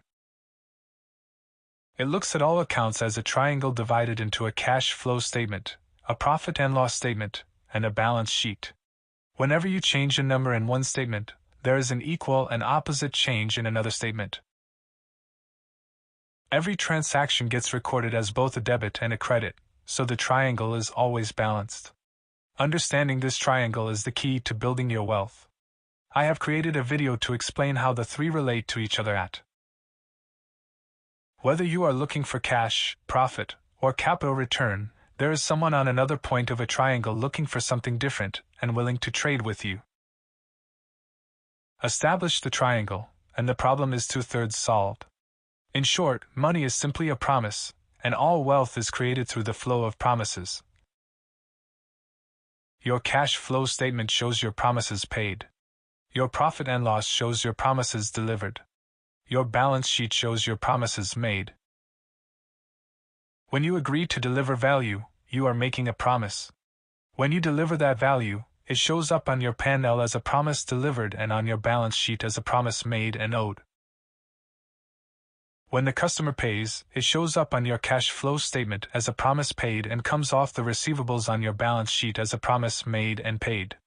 Depending on how you time the flow of promises, you establish far more control of the cash flow you need when you need it. Once I understood this, my early struggles to manage my finances began to ebb. I now saw financials as simply journals to track the flow of promises, and all banknotes are just promises. That's when my wealth opened up. For example, in my publishing company when I was at yellow level 1 needed cash flow, so I went to green level printing companies that were looking for extra profit. I found one that was willing to give me 6 months credit in return for me paying them 5% above market rate for their printing. I saved the extra cash, and they made extra profit. I then went to the more pioneering green level advertisers and offered a 50% discount if they paid for 6 months advertising up front. I got the cash, and they got double the value for their money. Raising money from the market this way was much easier than trying to get bank financing. My customers and suppliers were taking a risk with me and, by doing so, giving me their vote of confidence that I was delivering something they valued. When my publishing business grew to green level and I looked for venture capital funding to grow, I had to prove I could provide what blue conductors seek: businesses and assets they can invest in that are likely to deliver a reliable return on investment. When I reached blue level, my focus changed from tracking profits from businesses to tracking returns on my investments. This resulted in investment decisions each year that led to our personal monthly cash flow rising through the rest of the 10 steps to $1 million. My mentor was right. The higher you go, the easier it gets. Blue conductors trade cash for a return on investment. Green performers trade returns in profit and capital in return for cash with blue conductors and trade cash in return for more profit with yellow players. These three form the triangle of the enterprise prism. We can all make these trades for free and only need to manage time and trust in order to build our track record of delivering on the promises behind those trades. Keep this in mind as we prepare to ascend the 3 steps from green level to blue level. The 3 steps from green to blue. Everyone has the opportunity to get to blue level. You don't have to be super intelligent, unreasonably hardworking, or freakishly talented either. In fact, you will find many blue conductors to be remarkably normal. They even downplay any special skills they might have, deferring instead to their green performers. In addition to an understanding of the wealth triangle, what people at blue level all have in common is that they earn the respect and loyalty of their teams, partners, and financiers by being dependable and consistent in the authority they are building in their markets. That is what informs the 3 steps from green to blue and the genius paths through these steps. 1. Anchor your authority. Blue conductors attract green performers by being seen as leaders and influencers in their industries. They have proven that they can marshal the resources needed to make things happen. Like the coach of a sports team, they don't need to be on the field playing. They are setting the strategy for the game. 2. Perfect your processes. Blue conductors have taken their green level rhythms to new heights with a level of care and discipline that allows everything to stay in flow, both the flow of cash and resources and the flow of information, so they invest their time in the most important decisions while leaving the day-to-day to others. This means they have time to observe the movement of capital, talent, and resources across their enterprises. 3. Build your balance. Blue conductors are most focused at their balance sheets and look at everything as an asset or a liability. This means both your financial balance sheets and your personal balance sheets, so that when things are going well you always consider the potential downside, and when things are going badly you always see the upside. Before we proceed through these paths, consider these 3 statements of wealth in terms of your health.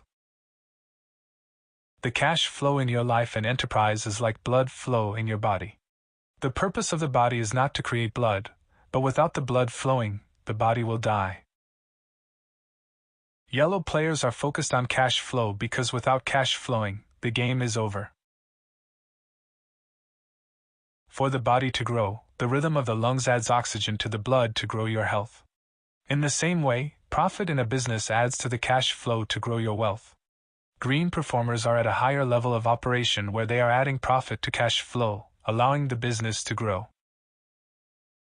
When doctors know your lungs are working, your heart is pumping, and your vital signs are strong, they can focus on the health of your individual.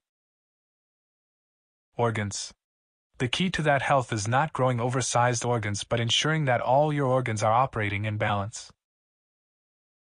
Blue conductors do the same thing in business by following these 3 steps and focusing on assets that add and contribute to the whole. A successful blue conductor is not seeking growth for growth's sake, but seeking balance between risk and reward, between cash flow and capital growth, and between expanding and enhancing. The Tempo Genius Path from Green to Blue. When I was 22, I met my first millionaire mentor, Michael Bronstein, who taught me the 10 steps to $1 million we covered in Red Level. Michael was a property investor in Columbus, Ohio, and a Tempo genius who made his money investing in, building, and managing property developments. I worked with Michael in his string of apartment communities in return for mentoring, and in my first week I spent time assisting his Riverside apartment complex manager, Melissa. I joined Melissa when the complex was going through an upgrade and rents on the 100 apartments were being increased by 40% as a result. Melissa was speaking to all the tenants in the community about the increase. Even though the upgrades completely justified the increases and would make life better, many had decided to leave and rent elsewhere, many of them choosing to move to a more affordable community down the road, Shannon Way. Melissa was frustrated. "We have had many of these tenants for years," she said. "It's a shame to see them leaving now. We are making profit so we don't need to charge more. I hope Michael knows what he is doing." Melissa looked at the situation as a green performer. They had been reaching their profit targets. So why change what was already working? After the first week I caught up with Michael and asked him straight out, "Why are you charging more money if you're already making money? Is it because the banks are charging you more? Or do you just want to make more profit?" Michael took out a piece of paper and drew his different properties and the profit each was making. He then wrote next to each a much bigger number. "This," he said, pointing to the bigger number, "is the amount the banks are willing to value each of my properties at. When I increase the money I make in rental from a property, the bank is willing to increase the value of the property. If I make an extra $100,000 in rental from a property, the bank could be willing to value the property at 10 times that, which means the value of the property goes up by $1 million. I'm in the middle of acquiring a new property, and so when I sat with my investment team and bankers, and looked at all our different properties, Riverside was the development they were willing to revalue based on me increasing the rentals to bring in a higher return. As long as we reach a percentage of occupancy, which proves we can rent them at a higher amount, they are willing to revalue the property and give me the financing I need for my new development." This was my first introduction to how you look at life very differently at Blue Level, where everything multiplies. Earnings to one person can simply mean more profit, but it can mean 10 times that amount, or more, when measured in capital value and return on investment. A $100 increase in profit in a retail store can multiply quickly if it is rolled out over a chain of 50 stores and then is translated into an increase in the share price and the value of the business when the business is valued as a multiple of profits. When I asked Michael if he was bothered that he was losing customers to other developments, he said, "That's why I make sure I have a balanced portfolio." I didn't know what he meant, so I said, "No, I mean really. You're losing customers." Many of the people who are leaving Riverside are going to another apartment community down the road. Speaking in words I could understand then, Michael replied, "I know. I own Shannon Way as well. So what were the steps that Michael and his tempo genius took to understand this in moving to blue level? Step 1. Anchor your authority. Do not remain entrenched in your business as a key part of management. Staying involved with day-to-day operations and thinking your eye for detail is necessary to keep things in balance. Do appoint and empower a green performer to lead the business and remove yourself from the daily operations, using your genius to build capital value in your market niche to become an authority in your industry.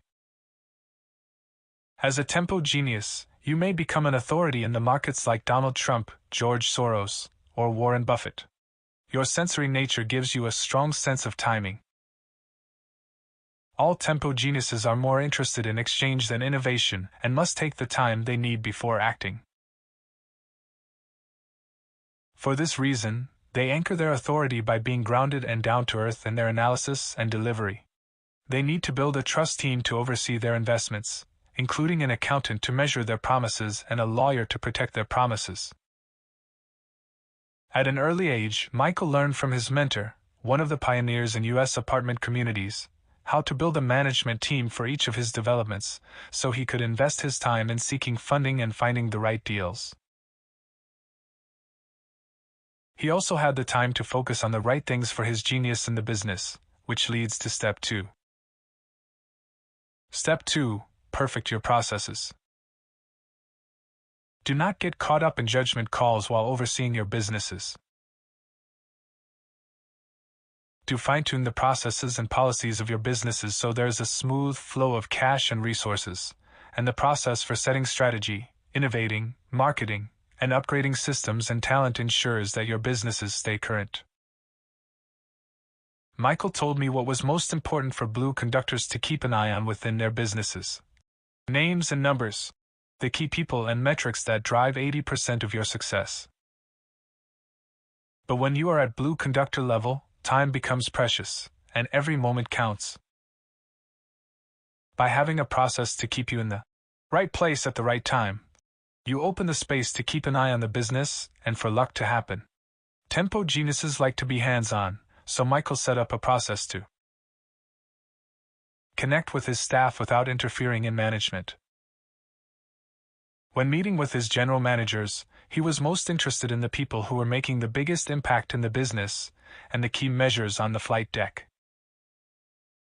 He set up a process with tours regularly around his properties, new properties in the area, and land auctions. Step 3. Build your balance. Do not remain focused on the transactions taking place within your business, seeking to maximize the quality of exchange through people and services. Do shift your focus to capital value, setting targets for your asset values and returns on investment. Thinking back to the 5 myths we covered in going from yellow to green level, the best property investors and tempo geniuses like Michael do not make their money by sitting back blindly enjoying passive income but by actively growing their portfolio and keeping an ear to the ground. Michael's success didn't come overnight. Few tempo geniuses' successes do. It came from consistently focusing in the same field and growing his promotions from his first development with partners at yellow level to green level with a team, until eventually he had a number of different developments. Each run as a separate company with a separate team as a blue conductor. Michael had a small team overseeing all these businesses, with his accountant and lawyer keeping everything in order. He used his tempo genius strengths to plan each year a year in advance, knowing what assets he would be revaluing, getting a return on, selling, or buying. The shifts in his portfolio generated millions in cash flow each year, so he was never reliant on earned income for any cash. The Steel Genius Path from Green to Blue. Chandresh Pala runs businesses in India and London. When I began mentoring him, we found he was a steel genius stuck at infrared level, using his cash to fund his businesses. He also had properties that he had bought, but they were in negative cash flow as well. When I first began working with Chandresh, I asked him what he would choose for his future, if he could choose anything. "I'd like to be working as a blue conductor," he replied. I'd love to be able to invest in tech startups and use my steel genius to add value to them. So Chandresh took the blue level, fourth gear, path out of infrared. We set a plan for him to reorganize his assets, pay down his debts, and limit the money he was putting in his business every month. He had a property vacant, waiting on higher rents, and we simply rented it at a lower rate so he would benefit from the cash flow and go cash positive. Within 3 months, Chandresh had reorganized his personal finances and was cash flow positive. This hadn't been his initial focus when I met him, but taking a version of what became the Millionaire Master Plan test had shocked him into taking action, and following the steel path from infrared to yellow to green and finally, to blue.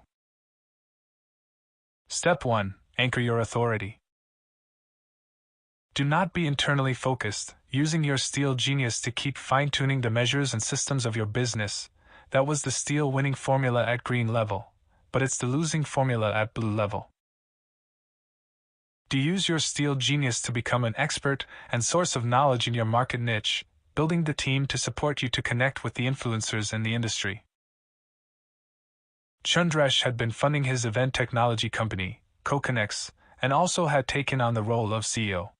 He switched that around by putting in a fixed amount as a loan for 6 months.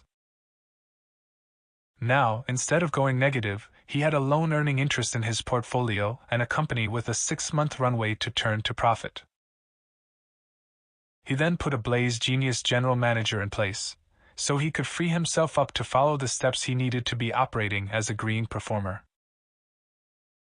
As CoConnex turned around and with more sales coming in, Chandresh rebranded one of his businesses, Cohesia, into a tech accelerator, welcoming applications from technology companies.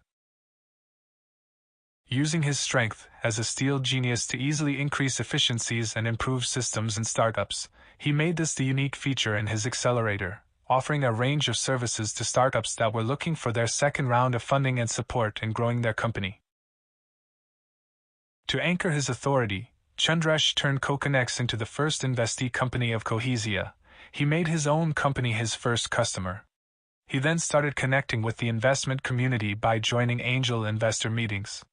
That led to Step 2. Step 2. Perfect your processes. Do not get stuck managing and measuring the processes within your company, focusing on how to increase profitability. Do put the team in place to manage and measure these processes for you, so you can oversee the company from the outside and implement the processes that allow you to monitor the trends and opportunities to maximize the capital value of the business and your assets. By seeing his own company as an investor, Chandresh's approach changed entirely. From coming in with his green level hat on to coming in with his blue level hat on. The result was that Chandresh could see his business with more clarity and less stress, with the right level of leadership, and trust in that leadership to lead the company better than he could. This gave him even more time to connect with the angel investor community. Within 6 months, Chandresh had been invited to be part of one of England's leading mentoring and investment networks, TI. As a mentor in a network with 13,000 members across 14 countries, Chandresh began attracting opportunities from both investors and investee companies. Step 3. Build your balance. Do not keep using the cash flow statement and profit and loss as your main scoreboards to judge your success. Make them secondary to your balance sheet. Do establish a portfolio statement as your main scoreboard, giving you clear forecasts and actuals on your cash return on investments and yield on each asset, and thus growing your access to capital. Chandresh changed his outlook with a focus on his assets. By valuing his company, he saw how he could raise funding to match his own by putting in place a 5-year plan and forecast for the company's growth. Making short-term wins in profitability was no longer as important as following a trend line in the plan so potential investors could see the company was delivering on expectations. That gave the 5-year forecast more credibility, increasing Chandresh's ability to raise investments not only for CoConnex but also for Cohesia's investment fund. Chandresh then hired a general manager for Cohesia who is now creating the template of processes and measures that can be used across all the companies they are investing in. But Chandresh's story takes a cautionary turn here for everyone, especially for steel geniuses. Following the Millionaire Master Plan doesn't mean that the moment you begin using these steps everything will be clear sailing or that you can stop everything and think the boat stays on autopilot. I met Chandresh recently and while he was excited by his progress, he was back to being stressed and unclear about the future. He began asking me for advice on growing his business. I paused, as my mentor had many years earlier, and asked, "How are your personal finances?" Chandresh had been so busy building his accelerator business that he had let his personal finances fall back into infrared. We tracked back the few months that he had let this happen without noticing. The good news is that within a week, Chandresh turned it around and got out of infrared with a renewed focus and clarity. The speed with which he could turn things around came from understanding the GPS of the Millionaire Master Plan, triangulating his position at every level from infrared through blue. The map won't stop Chandresh or you from getting lost when you stop paying attention to it, but the faster you return to the map to check your position, the faster you can get yourself back on track. The Dynamo Genius Path from Green to Blue. Richard Alderson is a dynamo genius who is passionate about making a difference in the world. When I started mentoring Richard, he was primarily focused on co-founding UnLTD India. This group advises, supports, and provides funds to small social enterprises in India, using money raised from foundations and corporate donors. Prior to this, Richard spent time in the corporate world and subsequently at UnLTD, a network of social entrepreneurs in England. The problem was that Richard only paid himself what he needed and put the rest into the growth of his business. His personal cash flow wasn't negative, but it wasn't positive either. He was at red level. When I began mentoring Richard 3 years ago, and told him this was a problem and his first focus needed to be his own personal wealth, he couldn't understand why that was important. In fact, it felt like the opposite of what he believed in. "It's not about the money," he said. "If you are just getting by, then every decision you make is a money decision. So it's all about the money," I replied. As long as Richard wasn't in a position to easily write a personal check for $10,000, it would always feel like $10,000 was a lot of money. If he couldn't write a personal check for $100,000, that would always feel like a lot of money.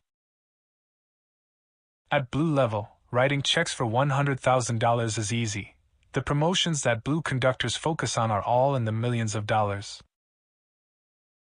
Richard needed to see that the language and thought process of someone who is used to writing checks in 6 figures and 7 figures is very different from the language and thought process of someone who writes them in 3 figures or 4 figures. He needed to understand that his relationship with money at a personal flow level had a direct impact on the decisions he made about money in his job or business. "You can't help the poor by being poor," I said. "Build your personal flow and use that as your steps up the lighthouse. Imagine how different your outlook would be if each week you wake up with another $20,000 in extra cash to put towards something. That's $1 million extra a year in your pocket. What would you do with that money?" Richard thought about it. "I'd invest it in social entrepreneurs," he said. "Great! So stop thinking about helping social entrepreneurs with all your time and start thinking about investing in them with your money." Now he needed to find his dynamo genius path to Blue level. Step 1. Anchor your authority. Do not be busy constantly starting up new ventures at Green level, putting all your own cash from one business into the next. Do focus on an industry in which you want to anchor your authority and attract all the best performers and the smart money, so you can have others grow and start the businesses you are invested in using outside funding to leverage your genius. I suggested Richard change his business model from raising money through donations to creating a social enterprise fund where investors would get a return. And instead of approaching people with money to invest as a client, he could approach them as equals looking to co-invest with them. This would change not only the way Richard communicates with potential investors but also the way he views the social enterprises they were investing in. Richard began to connect to the main social entrepreneur networks and conferences around the world, and today he has built a reputation as a leading change maker supporting social entrepreneurs in India. Step 2. Perfect your processes. Do not keep making decisions based on your interpretation of the data, where everyone is still relying on your instincts and vision in deciding on what to invest time and money in. Do build a team with a steel genius to create the metrics and measures for your businesses that everyone in the team can interpret and understand, so you empower others to assess the viability and suitability of the right investment deals and business deals you bring to them. While Chandresh used his steel genius to add value to his investments through his analytical skills and systems thinking, Richard could use his dynamo genius to add value to his investments through his creativity and strategic thinking. I advised him to set up a process where he or a team member would sit on the board of each company they invested in and support each social entrepreneur. In Richard's past model, his cash had not grown consistently, a common problem when you are buying or managing assets and not yet operating at blue level. Cash is dependent on capital, so cash flow is not consistent. It comes in big chunks when you sell a property or business and goes in equally big chunks when you buy the next. The result is that you end up asset rich and cash poor. I showed Richard the process by which he could manage cash flow more effectively via 3 flows: an investment fee that gets paid when a new investment is made, a management fee that gets paid for the consultancy they provide, and a cash return from the dividends from each investment. All blue-level conductors perfect their processes so each area of value is rewarded with cash, making their business more sustainable through the ups and downs of the market. Step 3. Build your balance. Do not stay focused on revenues, profits, and the growth of your business. Do shift your focus and use your dynamo genius to be creative in how you are building your portfolio, managing resources, and raising capital. Since Richard had multiple businesses, as soon as he moved to positive personal cash flow, he went from red to green level. To move to blue level, however, required a change in his dynamo genius mindset. At a higher level in the lighthouse, you begin to see connections you cannot see when you're lower. This is when you truly ignite your genius, having a wider impact by taking a wider view. Richard's second business, Journeys for Change, takes leaders on immersive journeys to help them make more impact in the world. His third business, Career Shifters, helps mid-career professionals find more fulfilling work. His fourth, Impact DNA, helps people discover their unique path to making the most impact in the world, and is based on my wealth dynamics. By thinking at blue level, Richard began reorganizing how his businesses worked with each other by leveraging more effectively. Journeys for Change is highlighting the work of some of UNLTD India's investees. Career Shifters has partnered with Journeys for Change to run journeys for people looking to shift into more meaningful work, and Journeys for Change is integrating Impact DNA into its learning curriculum. The Blaze Genius Path from Green to Blue. Emma Ponsonby is a Blaze genius living in Dubai. For many years she worked for a marketing consultancy, helping fashion labels in Europe and the United States set up their online stores. She had the idea of starting her own business in online retail, and she moved to Dubai to seek out retailers who would want a similar service. I met Emma after she'd spent a year struggling to get her business started. She had her hands full running the business without paying herself, and her small team had yet to attract their first clients. They were targeting the main shopping malls but were still waiting for decisions from potential clients.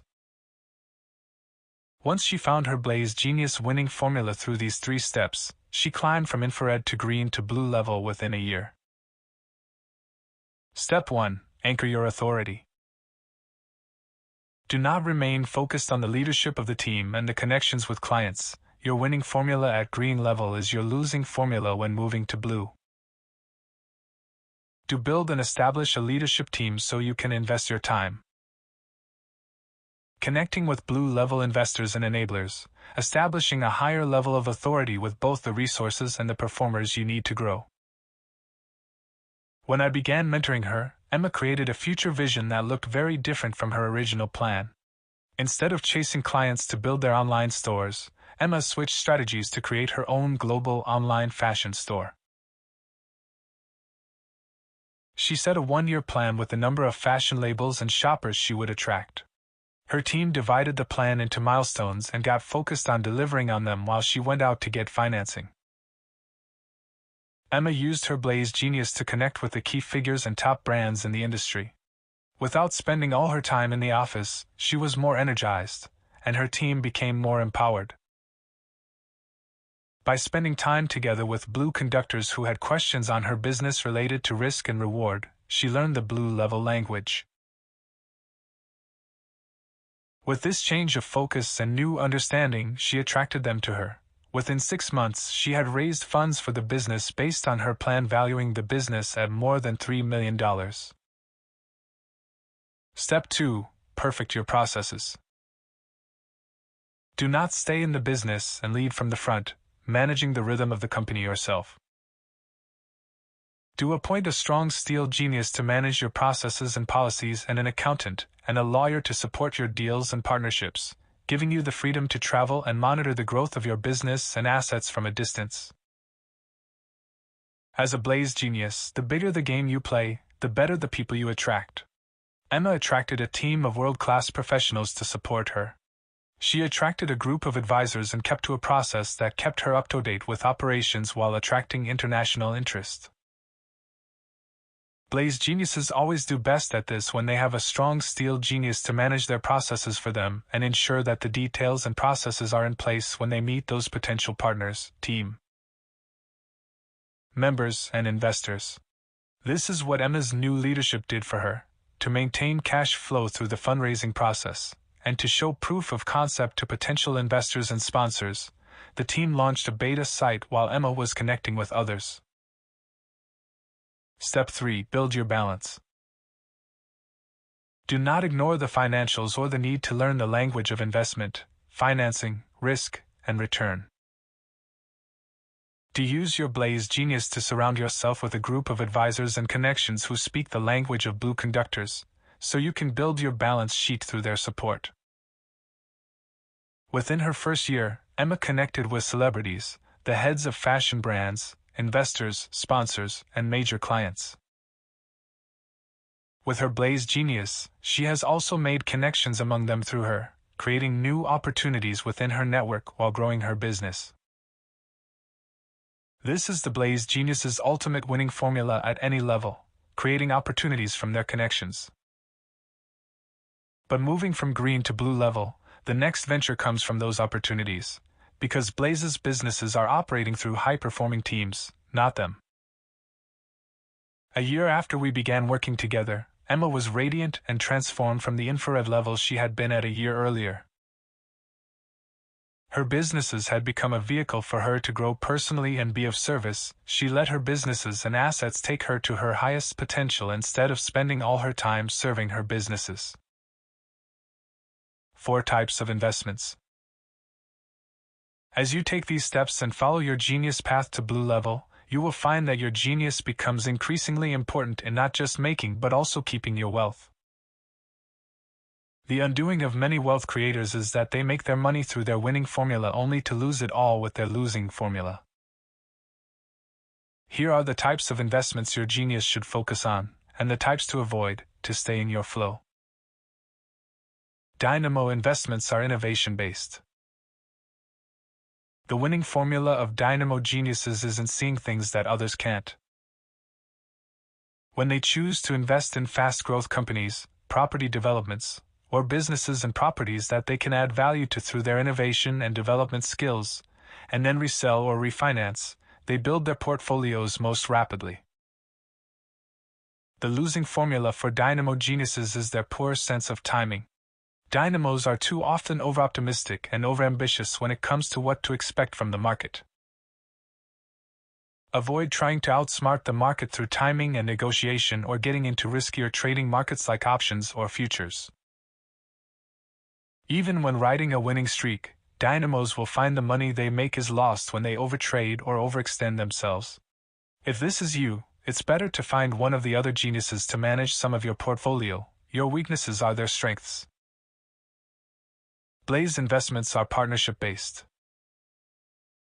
The winning formula of Blaze geniuses is in their ability to attract the right opportunities by being connected to the right people.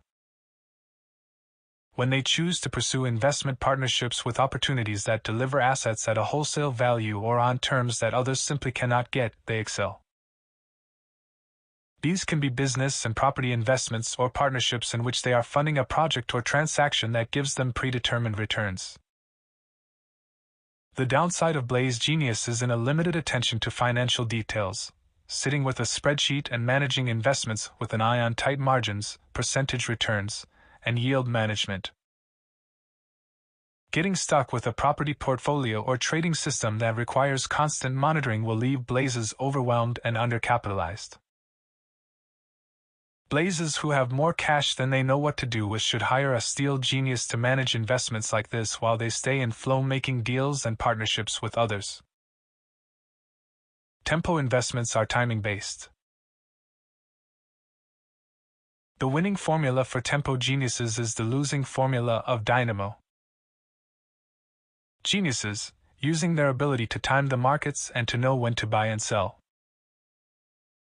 That doesn't mean tempos are going to be experts at this the moment they begin, but in the right environment, working with the right experts, the investments they excel at will be businesses, assets, and properties that they can trade. The losing formula of tempo geniuses is the winning formula of dynamo geniuses, innovating their way to success. Tempos should steer clear of speculative investments where they need to add value or creativity to turn a low-value asset to a high-value asset. Keep away from new startups and investments that have no quick exit. Tempo geniuses work best when they stay nimble and their investments are liquid. Steel investments are system-based. The winning formula for a steel genius is the Blaze genius loser, paying attention to the details and reading the financials. It takes time to build all their skills, but by investing time in reading the numbers with their accountants, steels will find smart ways to create ongoing cash flow by focusing on stable assets such as dividends from businesses or rental yields in properties. The losing formula of steel geniuses is the winning formula for Blaze geniuses, trying to be at the right place and right time in every conversation to catch the right opportunities. Steel geniuses' success comes not from finding people but from finding what assets work for them and multiplying them. Steels don't need to do the wheeling and dealing in the marketplace. They are focused on the more stable and predictable investments and find returns for which Blazes don't have the patience. And remember, spirit investments are charity-based. As you move up to blue level, you will find that you have also earned the right to give more than ever before. While we can all give to the causes we care about right now, as your flow grows, your power to give, and have that giving make an enormous impact, also grows. As you take greater percentages of your flow and contribute it charitably, with no expectation of return, those donations become a driving force for moving you up the wealth lighthouse.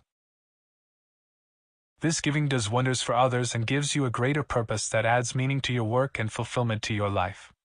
If you move to blue level without this greater purpose, you will simply lose momentum. Personal success will no longer be a driver powerful enough to lift you up. Only by turning our wealth from an opportunity to an obligation, where we see it as our duty to make more in order to give more, will we maintain momentum. That is why when we ask why, with our spirit, our sense of purpose leads us to the highest levels. Chapter 7 Summary. Green level is the second enterprise level, the level of high-performing teams. At green level, you have businesses that can work without you. But moving up to blue level gives you the power to have multiple streams from multiple teams. You can move out of green by following these 3 steps. Anchor your authority, perfect your processes, build your balance. Geniuses have a different strategy for these 3 steps that allows them to shift to blue conductor level. There are 4 different types of investments that suit the 4 geniuses: Dynamo investments that are innovation-based, Blaze investments that are partnership-based, Tempo investments that are timing-based, and Steel investments that are systems-based. As a green performer, you master managing teams, which earns you the right to move to blue conductor, where you can attract many performers, all with their own teams and their own streams. Pre-flight checklist: blue level. Are you ready to move from green to blue level, the land of the multimillionaires and billionaires? As with the other levels, your personal page on www. has assessments and playbooks for each of the checklist points below. The exercise I have adapted from the playbook for this chapter is how to anchor your authority. Complete the checklist now, tick yes or no. How do you rate? Then get to work on shifting each from a no to a yes. Anchor your authority. 1.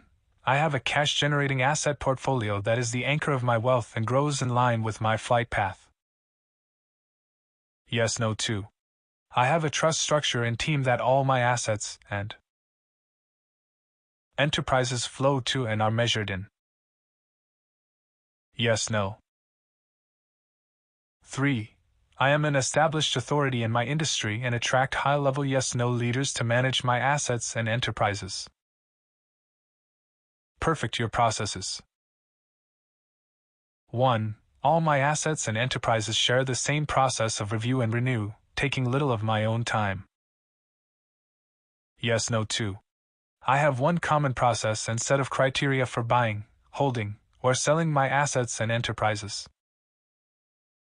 Yes, no. 3. I have a system to assess new opportunities and talent, and to keep me at the right place, right time. Yes, no. Build your balance. 1. I have a rhythm that enables me to maintain a balance of time across all areas of my portfolio and add value where needed most. Yes, no. 2. I hold a long-term view of my industry and assets, and I have processes to keep me up to date with everything. Yes, no. 3. I keep a balance among my life, portfolio, and roles at different levels of the spectrum to remain vital and versatile. Yes, no. Action point. 3 questions to anchor your authority. Why? You have seen the need to master teams so your teams can manage your streams. The challenge comes in finding the right performers to join you when you are still a green performer yourself. Performers want to work with conductors who can bring together the resources needed to work on million-dollar projects. You build these profitably from the moment you are running promotions at yellow level. By the time you are at blue level, you have them all in place. The key to attracting performers is to prove to them that they will play better music with you as the conductor than by playing without you. This is what it means to anchor your authority. 3 key things must be in place if you are to attract great performers. 1. An authority in your numbers, your portfolio. 2. An authority in your leadership, your trust team. 3. An authority in your resources, your network. Answer these 3 questions and complete the exercises as you take the steps to anchor your authority. 1. Do you have a cash-generating portfolio as the anchor for your wealth? While you may own assets under your own personal name when you get started, by blue level you want to own your portfolio of assets under a trust or a holding company. The key to your portfolio is measuring your cash return on investment each year for each asset, whether it is a business, a property, the stock market, a bank account, any asset where your money is stored. Set the right format to see all your assets in one portfolio. Set your targets for each year in your cash return and capital growth before you decide about any specific assets. Then make the decisions you need to make with your team on how each asset needs to perform in the coming years so you reach your targets. Whether you increase the return of the asset, decrease the cost of liability, revalue, reallocate, buy, or sell. Your ability to generate higher returns on your investments will have everything to do with how you use your natural genius and where you have your authority. What is the area in which you want to be an authority in your investments? Pick the area that suits your genius, and pick an industry that you are passionate about. 2. Do you have a trust team and team structure to grow your authority? The right corporate and investment structure has everything to do with where you want to be investing and running your businesses. Set up the structure so it is suitable for your market, not for where you live. In other words, if you are growing a global business, don't set up your investment structure with your local lawyer and bank. That is why you need to have a trust team of an accountant and a lawyer who can grow with you based on where you are going. Get one in place by sharing your path of where you are and where you are going. Share your portfolio and make them a part of your plan. Now comes the part that moves you out of the green performer level. Select, source, or attract a performer to expand and enhance each of your assets so you aren't operationally involved in any of them. Factor into the return that there will be a cost for managing that asset. But better to receive half of the return on most assets with someone else managing them than for you to try to hold on to all of them and then lose your most precious asset, your time. If you have been at green level for so long that you cannot imagine having someone else manage without you being involved, the easiest way to practice is to join another company as an advisor or board member at the strategic level. Believe me, you won't ask questions at the board meetings like, "Did you answer all your emails today?" You will immediately find yourself looking at the broader strategic issues that the company is facing. That will in turn give you a different perspective on your own business and time. 3. Are you attracting high-level leaders, resources, and opportunities?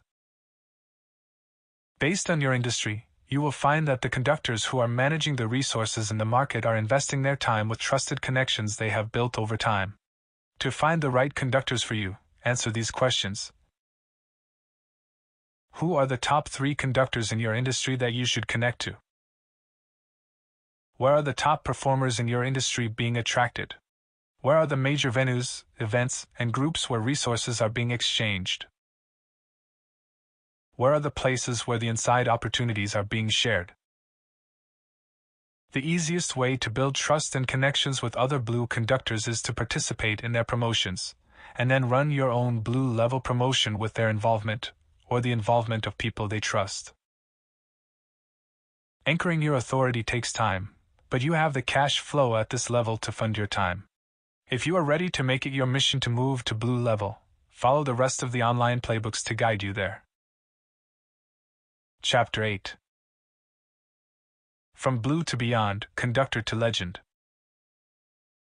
Strong cash flow from $1 million portfolio. Calm, patience, clarity. Cost of staying. Critics, isolation, loss of passion. Trust and promise. Risk management, asset management, detachment. Trump your trust, capitalize your currency, connect your community. The most frightening experience I have ever had was on a trip to New Zealand. A friend took me to Nevis, which at the time had the highest bungee jump in the world. I remember standing on the platform, looking 400 meters down to the rocks of the river below. The long rope tied to my ankles weighed against me. I was scared to death. That's when the guide said to me, "Don't think of this like you're jumping. Think of it like simply letting go. Gravity will do the rest." He was right. I had to let go of what I was holding on to in order to experience a new freedom.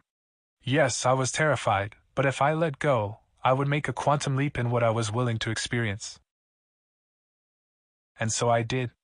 And in return, I experienced what it felt like to fly. Quantum leaps everywhere. When we started this journey, I told you about my first quantum leap in the way I was thinking the night my car was repossessed in Singapore, and I resolved to get out of infrared and put in place the first steps of what became the Millionaire Master Plan.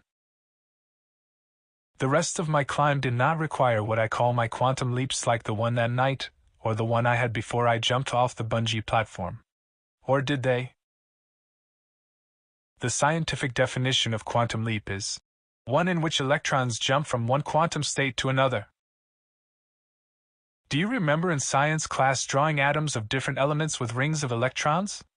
Each ring represented a different quantum state. Electrons jump from one ring to another when there is a change to the atom. The most common example of this in the universe is the nuclear fusion in stars when two hydrogen atoms collide to form one helium atom. The result is that the two nuclei fuse into one, and an electron goes through a quantum leap, giving off a photon of light. Billions upon billions of these quantum leaps occur every moment, producing the light of our sun and the sparkle of stars in the night sky. It's easy for us to think that quantum leaps happen only occasionally in life and forget that we are the result of quantum leaps and live in a world lit up by quantum leaps. Every day when I wake up, I remind myself that I am a part of this incredible world of light. Every day I have the choice to stay stuck in the same state, or I can take a quantum leap and be a part of the light. It's another day in the lighthouse. You have seen how every level of the lighthouse requires a dramatic shift in the way we listen, think, and act. Each level forces us to look at things differently as our flow grows. Each level is like a radio station, connected on the dial to all the others but each at a different frequency. A simple shift of the dial, and the music we hear is entirely different. Making it this far up the wealth lighthouse has also required letting go. Just as I let go on the bungee jump platform. Sometimes it meant letting go of what you just learned weeks or months before to get you to the next level. If you were part of the majority of people in the world, you started in the foundation prism and had to give up the freedom of choice or movement you earned there. You had to unlearn the steps that got you to one level to climb up to the next. Holding on to either freedom of choice or freedom of movement, and what you attach your self-worth to at the previous level is how you get stuck at that level. So you learned to let go, and in return you gained wealth, achieved so much success, and gave back more than you might have ever imagined. You are now among the minority of people in the world who have moved into the enterprise prism. And if you have moved through to blue level, you have earned the right to move beyond this stage, to the creation of the music itself, the third prism, the alchemy prism. Blue conductors have mastered the art of designing social leverage. We know how to create teams to manage our streams and are enjoying the freedom of movement this provides.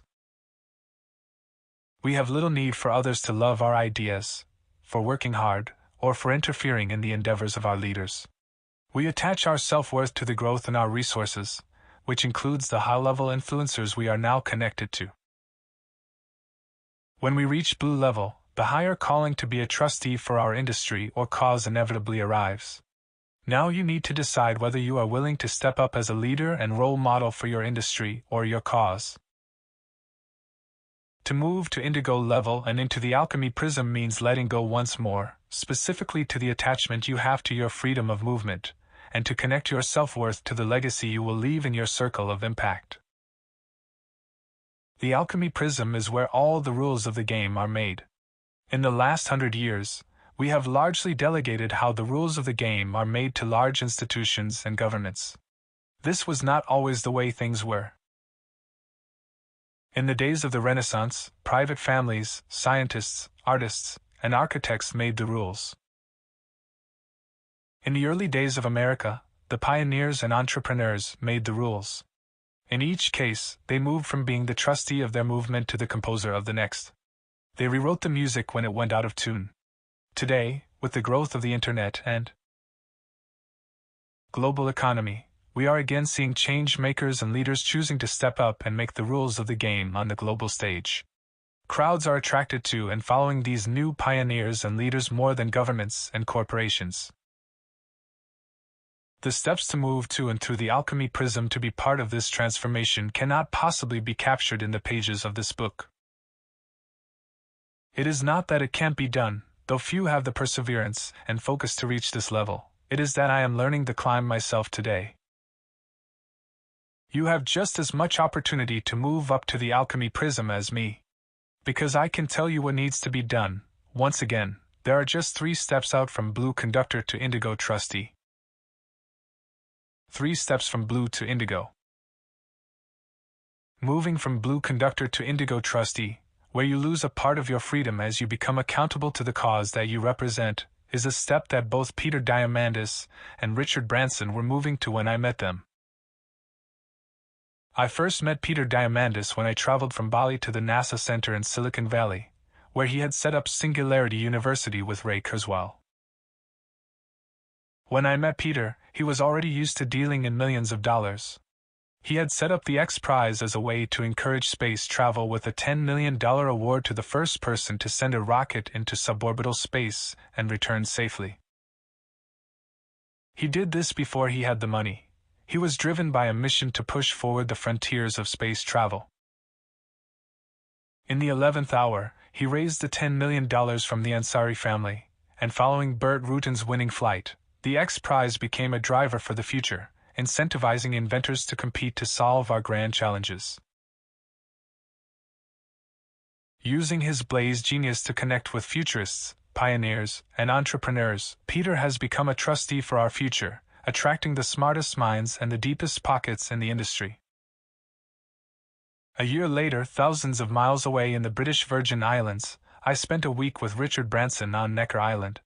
He talked about his own venture into space with Virgin Galactic, and how he connected with Burt Rutan on his prize-winning flight, at the invitation of Peter Diamandis, to start his new space-traveling venture. Despite already being a billionaire, Richard has also been stepping into his role as an Indigo trustee, being a role model for the world's entrepreneurs with his books, talks, videos, and blogs. Now, many blue conductors choose to stay at blue level, which gives a life of luxury and wealth without the need to be accountable for the world's challenges. Increasingly, however, we are seeing blue conductors take responsibility for solving our grand challenges and moving to trustee level to lead. An Indigo trustee makes the music possible, like a theater trustee who provides the name and resources for the composer and performers to make the music in the concert hall. Here are the 3 steps that Peter and Richard took when they chose to move to Indigo level. 1. Trump your trust. When you trump your trust, you use the trust you have built in your market to do more than simply create wealth. Peter used his trust in the space industry to bring together a panel of astronauts and members of NASA to launch the X Prize. Richard used his track record and reputation with Virgin Group to launch his books, sharing his message that anyone can start their own business and be a force for good. 2. Capitalize your currency. Blue conductors have built assets that in themselves are tradable. Often these are the shares in your publicly traded business. Other times these are intangible assets like brands and reputation. Richard has used his businesses and Virgin brand to fund his contribution, for example, with his airline financing new green energy and environmental solutions. Peter capitalized on his reputation to launch the X Prize. When Google's Larry Page approached him, he launched a Google X Prize to land a vehicle on the moon. Since then, he has grown X Prize into a game changer, funding a string of innovation competitions that are solving major challenges in the world today, from poverty to healthcare to preserving the environment. 3. Connect your community. When you see your market as a community, everyone is a customer, partner, participant, and advocate. Peter set up Singularity University to bring together a community of futurists and leaders collaborating for a brighter tomorrow. Richard set up Virgin Unite as his charity to connect social entrepreneurs and change makers around the world. Why had I been investing time with trustees like Richard and Peter? Because I had earned the right to be a blue conductor, but I didn't know these 3 steps to move up to Indigo trustee. As a result, 10 years ago I made some missteps attempting to move from blue level to Indigo. Back then, I had a vision of worldwide wealth, where we could unite social entrepreneurs to create more and contribute more. I put my efforts and resources toward a network that grew and flourished but ultimately failed to sustain itself. I wasn't ready for the politics and conflicts within the community we grew. I wasn't prepared for the critics and growing pains that having a greater cause attracts. And I hadn't invested the necessary time to learn from trustees who were forging their own journeys and had already weathered similar growing pains. As at every level in the Wealth Lighthouse, it is a quantum leap to an entirely new experience at the next level.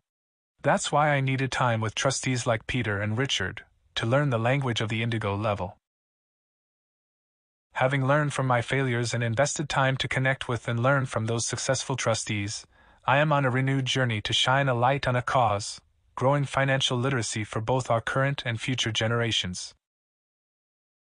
For me to achieve my path, and for you to achieve yours, takes trust, a natural trust that links to our genius. Trust in the genius of blue. To move from blue conductor to indigo trustee is to move from growing capital to mobilizing trust. In fact, most wealth creators at indigo level have trusts to own their assets.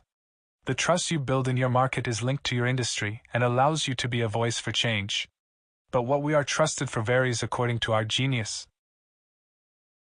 Dynamo Genius is trusted for innovation. You tapped your creative spirit as a dynamo genius to move through the foundation and enterprise prisms. Provided that you persevere, you will find in the future that the track record you build will earn you the right to become a trustee of your cause in the future. Dynamo geniuses like Richard Branson or Bill Gates are trusted for their creativity. Each has used a pioneering spirit to create new markets and to think globally about solving big challenges. Through their ventures they have built a track record of innovation, so when Richard Branson says he is going up in space or Bill Gates says he will eradicate polio, people believe them. Blaze Genius is trusted for leadership. You will follow your Blaze path to success through your natural leadership skills. This will earn you the right to be a voice in your own community, as you grow your connections, respect, and reputation. It's just a matter of time.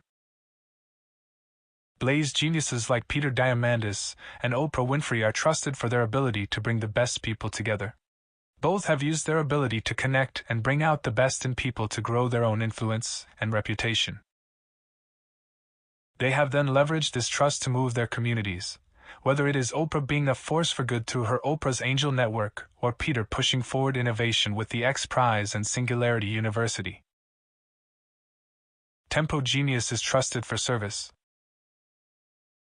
You followed your Tempo Genius path by taking care of the small things, building your track record as dependable and compassionate. This will earn you the right through your actions in the future to speak with a trusted voice of authority on the cause you champion. Tempo geniuses like Mahatma Gandhi and Mother Teresa were trusted for their ability to serve. Both used their natural sensory acuity to be an advocate for change through compassion. Gandhi used his training as a lawyer to lead India to independence. Mother Teresa used her path as a missionary to help the poor in India. Neither needed to spend much time being creative or connecting with others as the quality of their words and work defined them. The care they showed in their day-to-day actions led to a level of trust in each of them that spread around the world. Steel Genius is trusted for reliability. You followed your Steel Genius by using your analytical skills and systematic thinking. This will earn you the right to propose bigger, more complex, world-changing missions in the future. Having the trust of others to deliver will give you the power to make a big difference in the world once you move to indigo level. Steel geniuses like Larry Page and Salman Khan are famous for their systems thinking and attention to detail. Each has built a track record for his ability to create complex global platforms that look simple, and both have used that trust to gain support for global projects to give rather than to get. Larry is collecting all the world's information online with Google. Salman is growing Khan Academy to provide education to students and adults around the world. Both are providing this knowledge for free to the public.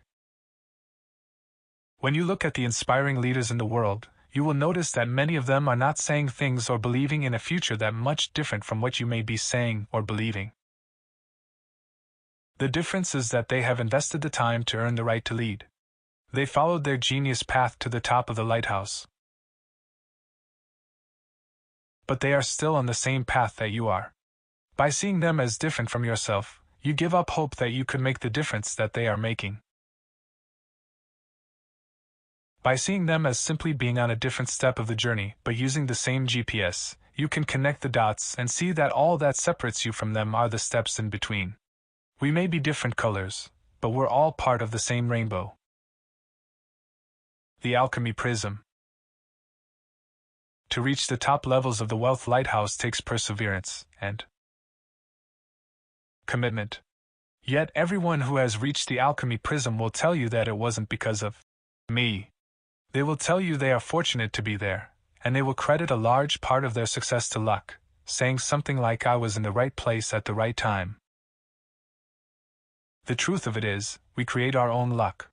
When we set up a rhythm for our time and we open the space to get out of stress and into flow, we open up the space for magical time.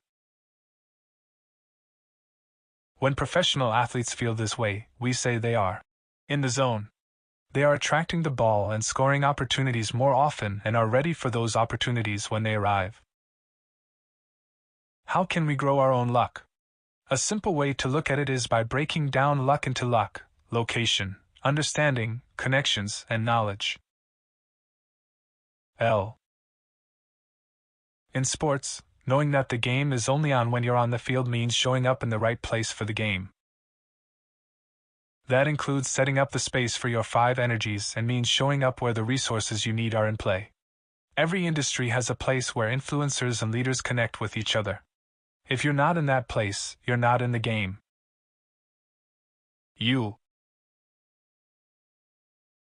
Being on the field doesn't mean you end up scoring. Understanding you're there to kick the ball instead of watching the game changes your focus. It means you start looking out for the opportunities coming your way. You stop chasing the ball and begin positioning yourself based on where everyone else is and where you can be of most value. That's what it means to fill a gap in the market. Where you can be of most value to others is where the money will flow to you. This understanding changes your awareness of where flow is already occurring. C. You can be on the field, passing and ready to kick the ball. But if there are no team players on the field with you, you will be waiting a long time for that ball to come back. Connections are about knowing that flow grows the more you are connected to others playing the same game as you the right way. The more you share opportunities and resources with others, the more they will share them back. K. Even by being at the right place at the right time, with your team delivering you the ball, you still won't score if you don't know how to kick it. This doesn't happen by reading a book. It happens by practice. To know and not to do is not yet to know. Each level of the Wealth Lighthouse leads you to a higher level of competence in kicking the ball, until scoring comes naturally. Having a rhythm every week that builds your location, understanding, connections, and knowledge builds your luck. It also builds your fortune.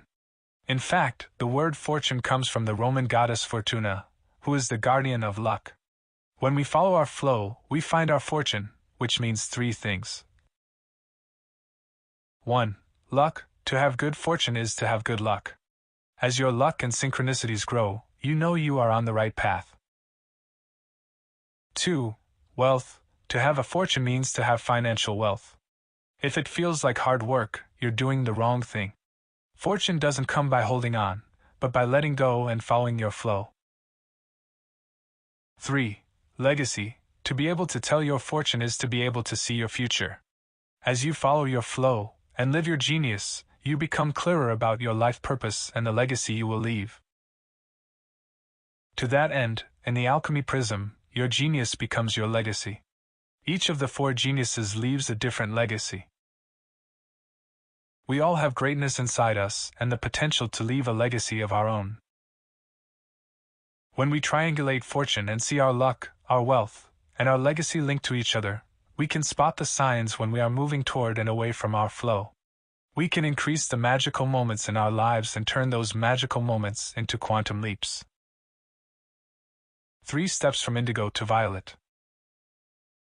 We are now seeing a new group of change makers who have earned their way up the wealth lighthouse and are leaving their legacies. They are coming up with new ways to solve our big challenges. They are coming from a deeper level of understanding and have earned a greater degree of trust. Every one of us can rise to this level. Simply by taking one step at a time, you can step up to this level. Because even up here it is just about 3 steps. Bill Gates is an example of someone who has moved from trustee to composer as a dynamo genius using these 3 steps to move from indigo to violet level. 1. Ratify your right. You cannot nominate yourself to violet composer. It needs to be ratified by popular vote.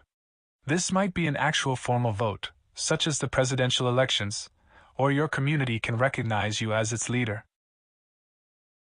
But it goes way beyond your business and its shareholders. By being invited by governments and institutions to support their efforts, Bill Gates, through his and his wife's foundation, was given the right to lead by those around him. 2. Complete your composition. All composers are judged by the quality of their composition. This is more than a purpose in life, it is a deep understanding of the composers who came before you, what they tried, how they succeeded, and how they failed. When Bill Gates turned his attention to education and global health, he became part of a line of composers before and after him. 3. Embrace your enemies.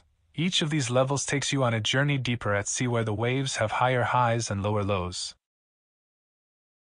As a composer, you will have people who see you as their savior and people who see you as their enemy, which is why all composers have bodyguards, as their greatest risk is the risk of losing their life. The President of the United States receives dozens of death threats every day. The 3rd step at composer level is to be at peace with these lows as well as the highs at this level of presence. 3 steps from violet to ultraviolet. While a violet composer makes the music, the ultraviolet legend is a symbol of our time. A legend on a map is the set of symbols that are used in place of words. When your mission becomes your life, and your life becomes a symbol for a generation, you reach legend status. Violet composers do not take the 3 steps to ultraviolet alone. They are lifted up the steps by the movement they have created. 1. Personify your purpose. Think of the people through history who are symbols of their time. Nelson Mandela made the stand against apartheid in South Africa and became the symbol of his cause. 2. Surrender yourself. When we get into our flow, we lose ourselves in our work. When we fully surrender, we are willing to put our cause above our life. All legends go through personal sacrifice for their cause. Legends are living missions that are all-consuming. 3. Lose your life. If you are going to reach the level of legend, there is a good chance it will happen after you pass away. Many composers become legends only after they lose their life. However, there are living legends who are already symbols of their time. That last step is the reason ultraviolet is the final, one might say ultimate, level of the wealth lighthouse. From infrared to ultraviolet, there are 9 levels in all. These are the 9 levels in which all humanity flows. We are all part of the same quantum leaps that make up light. Only when we divide it up can we see the steps and see that we are all part of the same rainbow. Your legacy.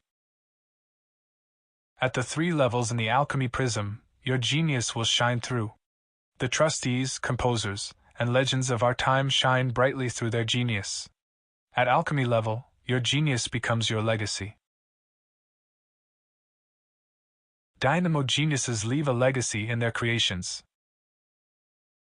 Dynamo legends like Thomas Edison and Leonardo da Vinci have left a legacy in their creativity. The innovations we have today have come from a life of ideas that have given us new ways of doing things. As a dynamo genius, the innovations you leave can change the course of humanity. Blaze geniuses leave a legacy in their message. Blaze legends like John Lennon and Martin Luther King Jr. have left a legacy through the power of their message. We have changed the way we think and what we are willing to believe and strive for as a result of their words. As a Blaze genius, your message can shape a movement and lead to lasting change. Tempo geniuses leave a legacy in their actions. Tempo legends like Nelson Mandela and Mother Teresa have left a legacy through the way they lived their values. We have changed the way we act and the values we live by through their example. As a tempo genius, your ability to live your truth through all adversity can shift the actions of a generation. Steel geniuses leave a legacy in their thinking. Steel legends like Andrew Carnegie and Isaac Newton have left a legacy in their body of knowledge. We have changed the way we think and the theories by which we understand the world through their ideas. As a steel genius, the way you make sense of the world can lead to a shift in a nation's thinking. On the Millionaire Master Plan, we use these legends on the map to help us navigate our way. They are like landmarks orienting us on our journey, until we become landmarks and legends ourselves. Action point. The 8 questions to begin every day. Experiencing the magic of the alchemy prism does not need to begin sometime in the distant future. It can begin today. You are already the composer of your own life. Knowing you have the power to create your own music, how would you compose each day so that each day is a masterpiece? If you are beginning each morning without a routine that gets you set for the day, you are setting yourself up to fail. You may have a morning mantra, but mantras often lose their power over time as our mind switches off after hearing the same thing repeatedly. If you have an exercise routine or meditate, that is a good start. But while these activities may center you, as soon as you jump into your day's activities, the stress returns. All the successful people I've met have routines and regular rhythms to start the day that keep them at a high level of excellence. I set my rhythm every day with 8 questions. I have asked them for the last 20 years. They soothed me at my infrared state of emergency and focused me as I moved up the lighthouse, opening me up to new possibilities. That's because my answers are often different every day. My 8 questions are divided like the 3 steps you take at each level in Wealth Lighthouse: showing up, stepping up, and giving back. Add them to your routine, and modify them to suit you as you get used to them. Showing up. WI. Usually my answer to this question does not surprise me: my family, my health, or something fabulous that just happened. Sometimes it is unexpected, though, what I learned from an argument the day before or a difficulty I am facing. Either way, starting with this gratitude washes away any negative energy in you. WI. This question can also have unpredictable answers. Often the faces I see are my family and friends, but sometimes I see the face of someone I am frustrated or unhappy with or I think is feeling negatively about me. This question showers love like rain onto your life and can clear many relationship issues so nothing is left to build up into negative feelings inside you. WI. It's nice to ask this question when I have many reasons to be happy. It's most effective when I have problems and issues that are making me unhappy. It makes you accept that you are happy, and helps you find the happiness inside you, despite any unhappiness or stress on the outside. Stepping up. I'm most committed to? This question brings out my most important commitment in the day to come. It may be an action, a way to feel, or a person to connect to. Look back at the end of each day to see if you have achieved this one commitment. If you have, you will have had a good day. If you have not, recommit for the coming day.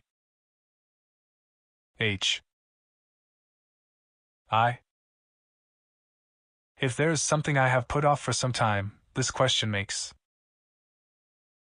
me think about my level of commitment and perhaps change it. For example, at infrared level your commitment could be to measure my money. If this keeps showing up for a few days and you keep increasing your commitment toward it, your unconscious mind will eventually push your conscious mind to find a way to actually do it. Giving back. What is my intention? This question is about what I can give to my world today. I may answer something very general, smile or be disciplined. Or something specific, go for a run or be on time. Setting an intention gives each day a flavor different from the day before. W. This question is about what magic your world can give to you. The more my life is in flow, the more this question becomes my most magical. I have wished, the person I need to help me with my accounts appears and a new business partner calls me and I will get the answer I've been looking for, and then during the day received exactly that. WI. The most important of all the questions, this one is about your higher purpose. My answer changes depending on whether I am thinking about this moment in time, or being alive on this planet. I have had people at every level say they can't afford to take time for themselves. I have told them that until they find the time, nothing will change. There is always a way, so find the time for you. Start by opening each day with these 8 questions. See every day as a new beginning for your bright future and start it as one more step toward your future self, moving up the lighthouse. Your future self will thank you for it. Conclusion. The Lighthouse. In 2010, we looked out of the highest window in the fort of Capet over the Egyptian city of Alexandria. I was telling my children the story of the Tabula Smaragdina. Legend held that Hermes Trismegistus wrote it, and Aristotle taught one of his students about the power of its words. That student was the son of the king of Macedon, and grew up to be known as Alexander the Great, who supposedly found the original emerald tablet in Egypt. The legend continues that after finding the tablet, Alexander had a dream telling him to visit a small island called Pharos on the Mediterranean shore of Egypt. He did and built the city of Alexandria on the bay surrounding the island, as home to the Emerald Tablet. Within a decade, Alexandria had become the meeting point for the Western world. It became the location for the Library of Alexandria, which housed the world's written scrolls, and the home of Cleopatra, the last of the ancient Egyptian pharaohs. After Alexander died, the Lighthouse of Alexandria was built on the island of Pharos. The lighthouse was divided into 3 parts, reflecting the 3 parts of the Emerald Tablet. It became one of the 7 wonders of the ancient world, and was the second tallest structure in the world, after the Great Pyramids, for many centuries. The fort my family stood in as I recounted this story had been built on the island of Pharos 1,000 years ago after the Lighthouse of Alexandria fell. Until it fell, the Lighthouse of Alexandria was seen as a symbol of humanity, a symbol of safety for those returning home, and a symbol of adventure for those setting sail toward the open sea. The Lighthouse of Alexandria, like the Emerald Tablet and like this book and the Wealth Lighthouse within it, held a secret hidden in plain sight. The secret is us, we are the lighthouse. Within each of us lies the power of the entire universe, simply waiting to be unlocked. The secret is not within the levels of the lighthouse and the steps that take you to the top. The secret is that they all lead to the light. The purpose of any lighthouse is not to illuminate itself but to illuminate others. By lighting ourselves, we tap into this power to light up those around us. So the secret is not in this book, but in what happens beyond this book when you connect to your genius, follow your flow, step up the lighthouse, and light up the world as you give back to it. Remember, if you lose your way, you simply need to come back to this book. Come back to your personal page and see where you are going, and how to take the next step. We are all on the same journey seeking a light to illuminate our way, without realizing that the light we are seeking is already within us. I wrote this book for you, and I wrote this book for me. For we are the same. We are also different. We are each a lighthouse on the same seashore. Together, we can light up the world.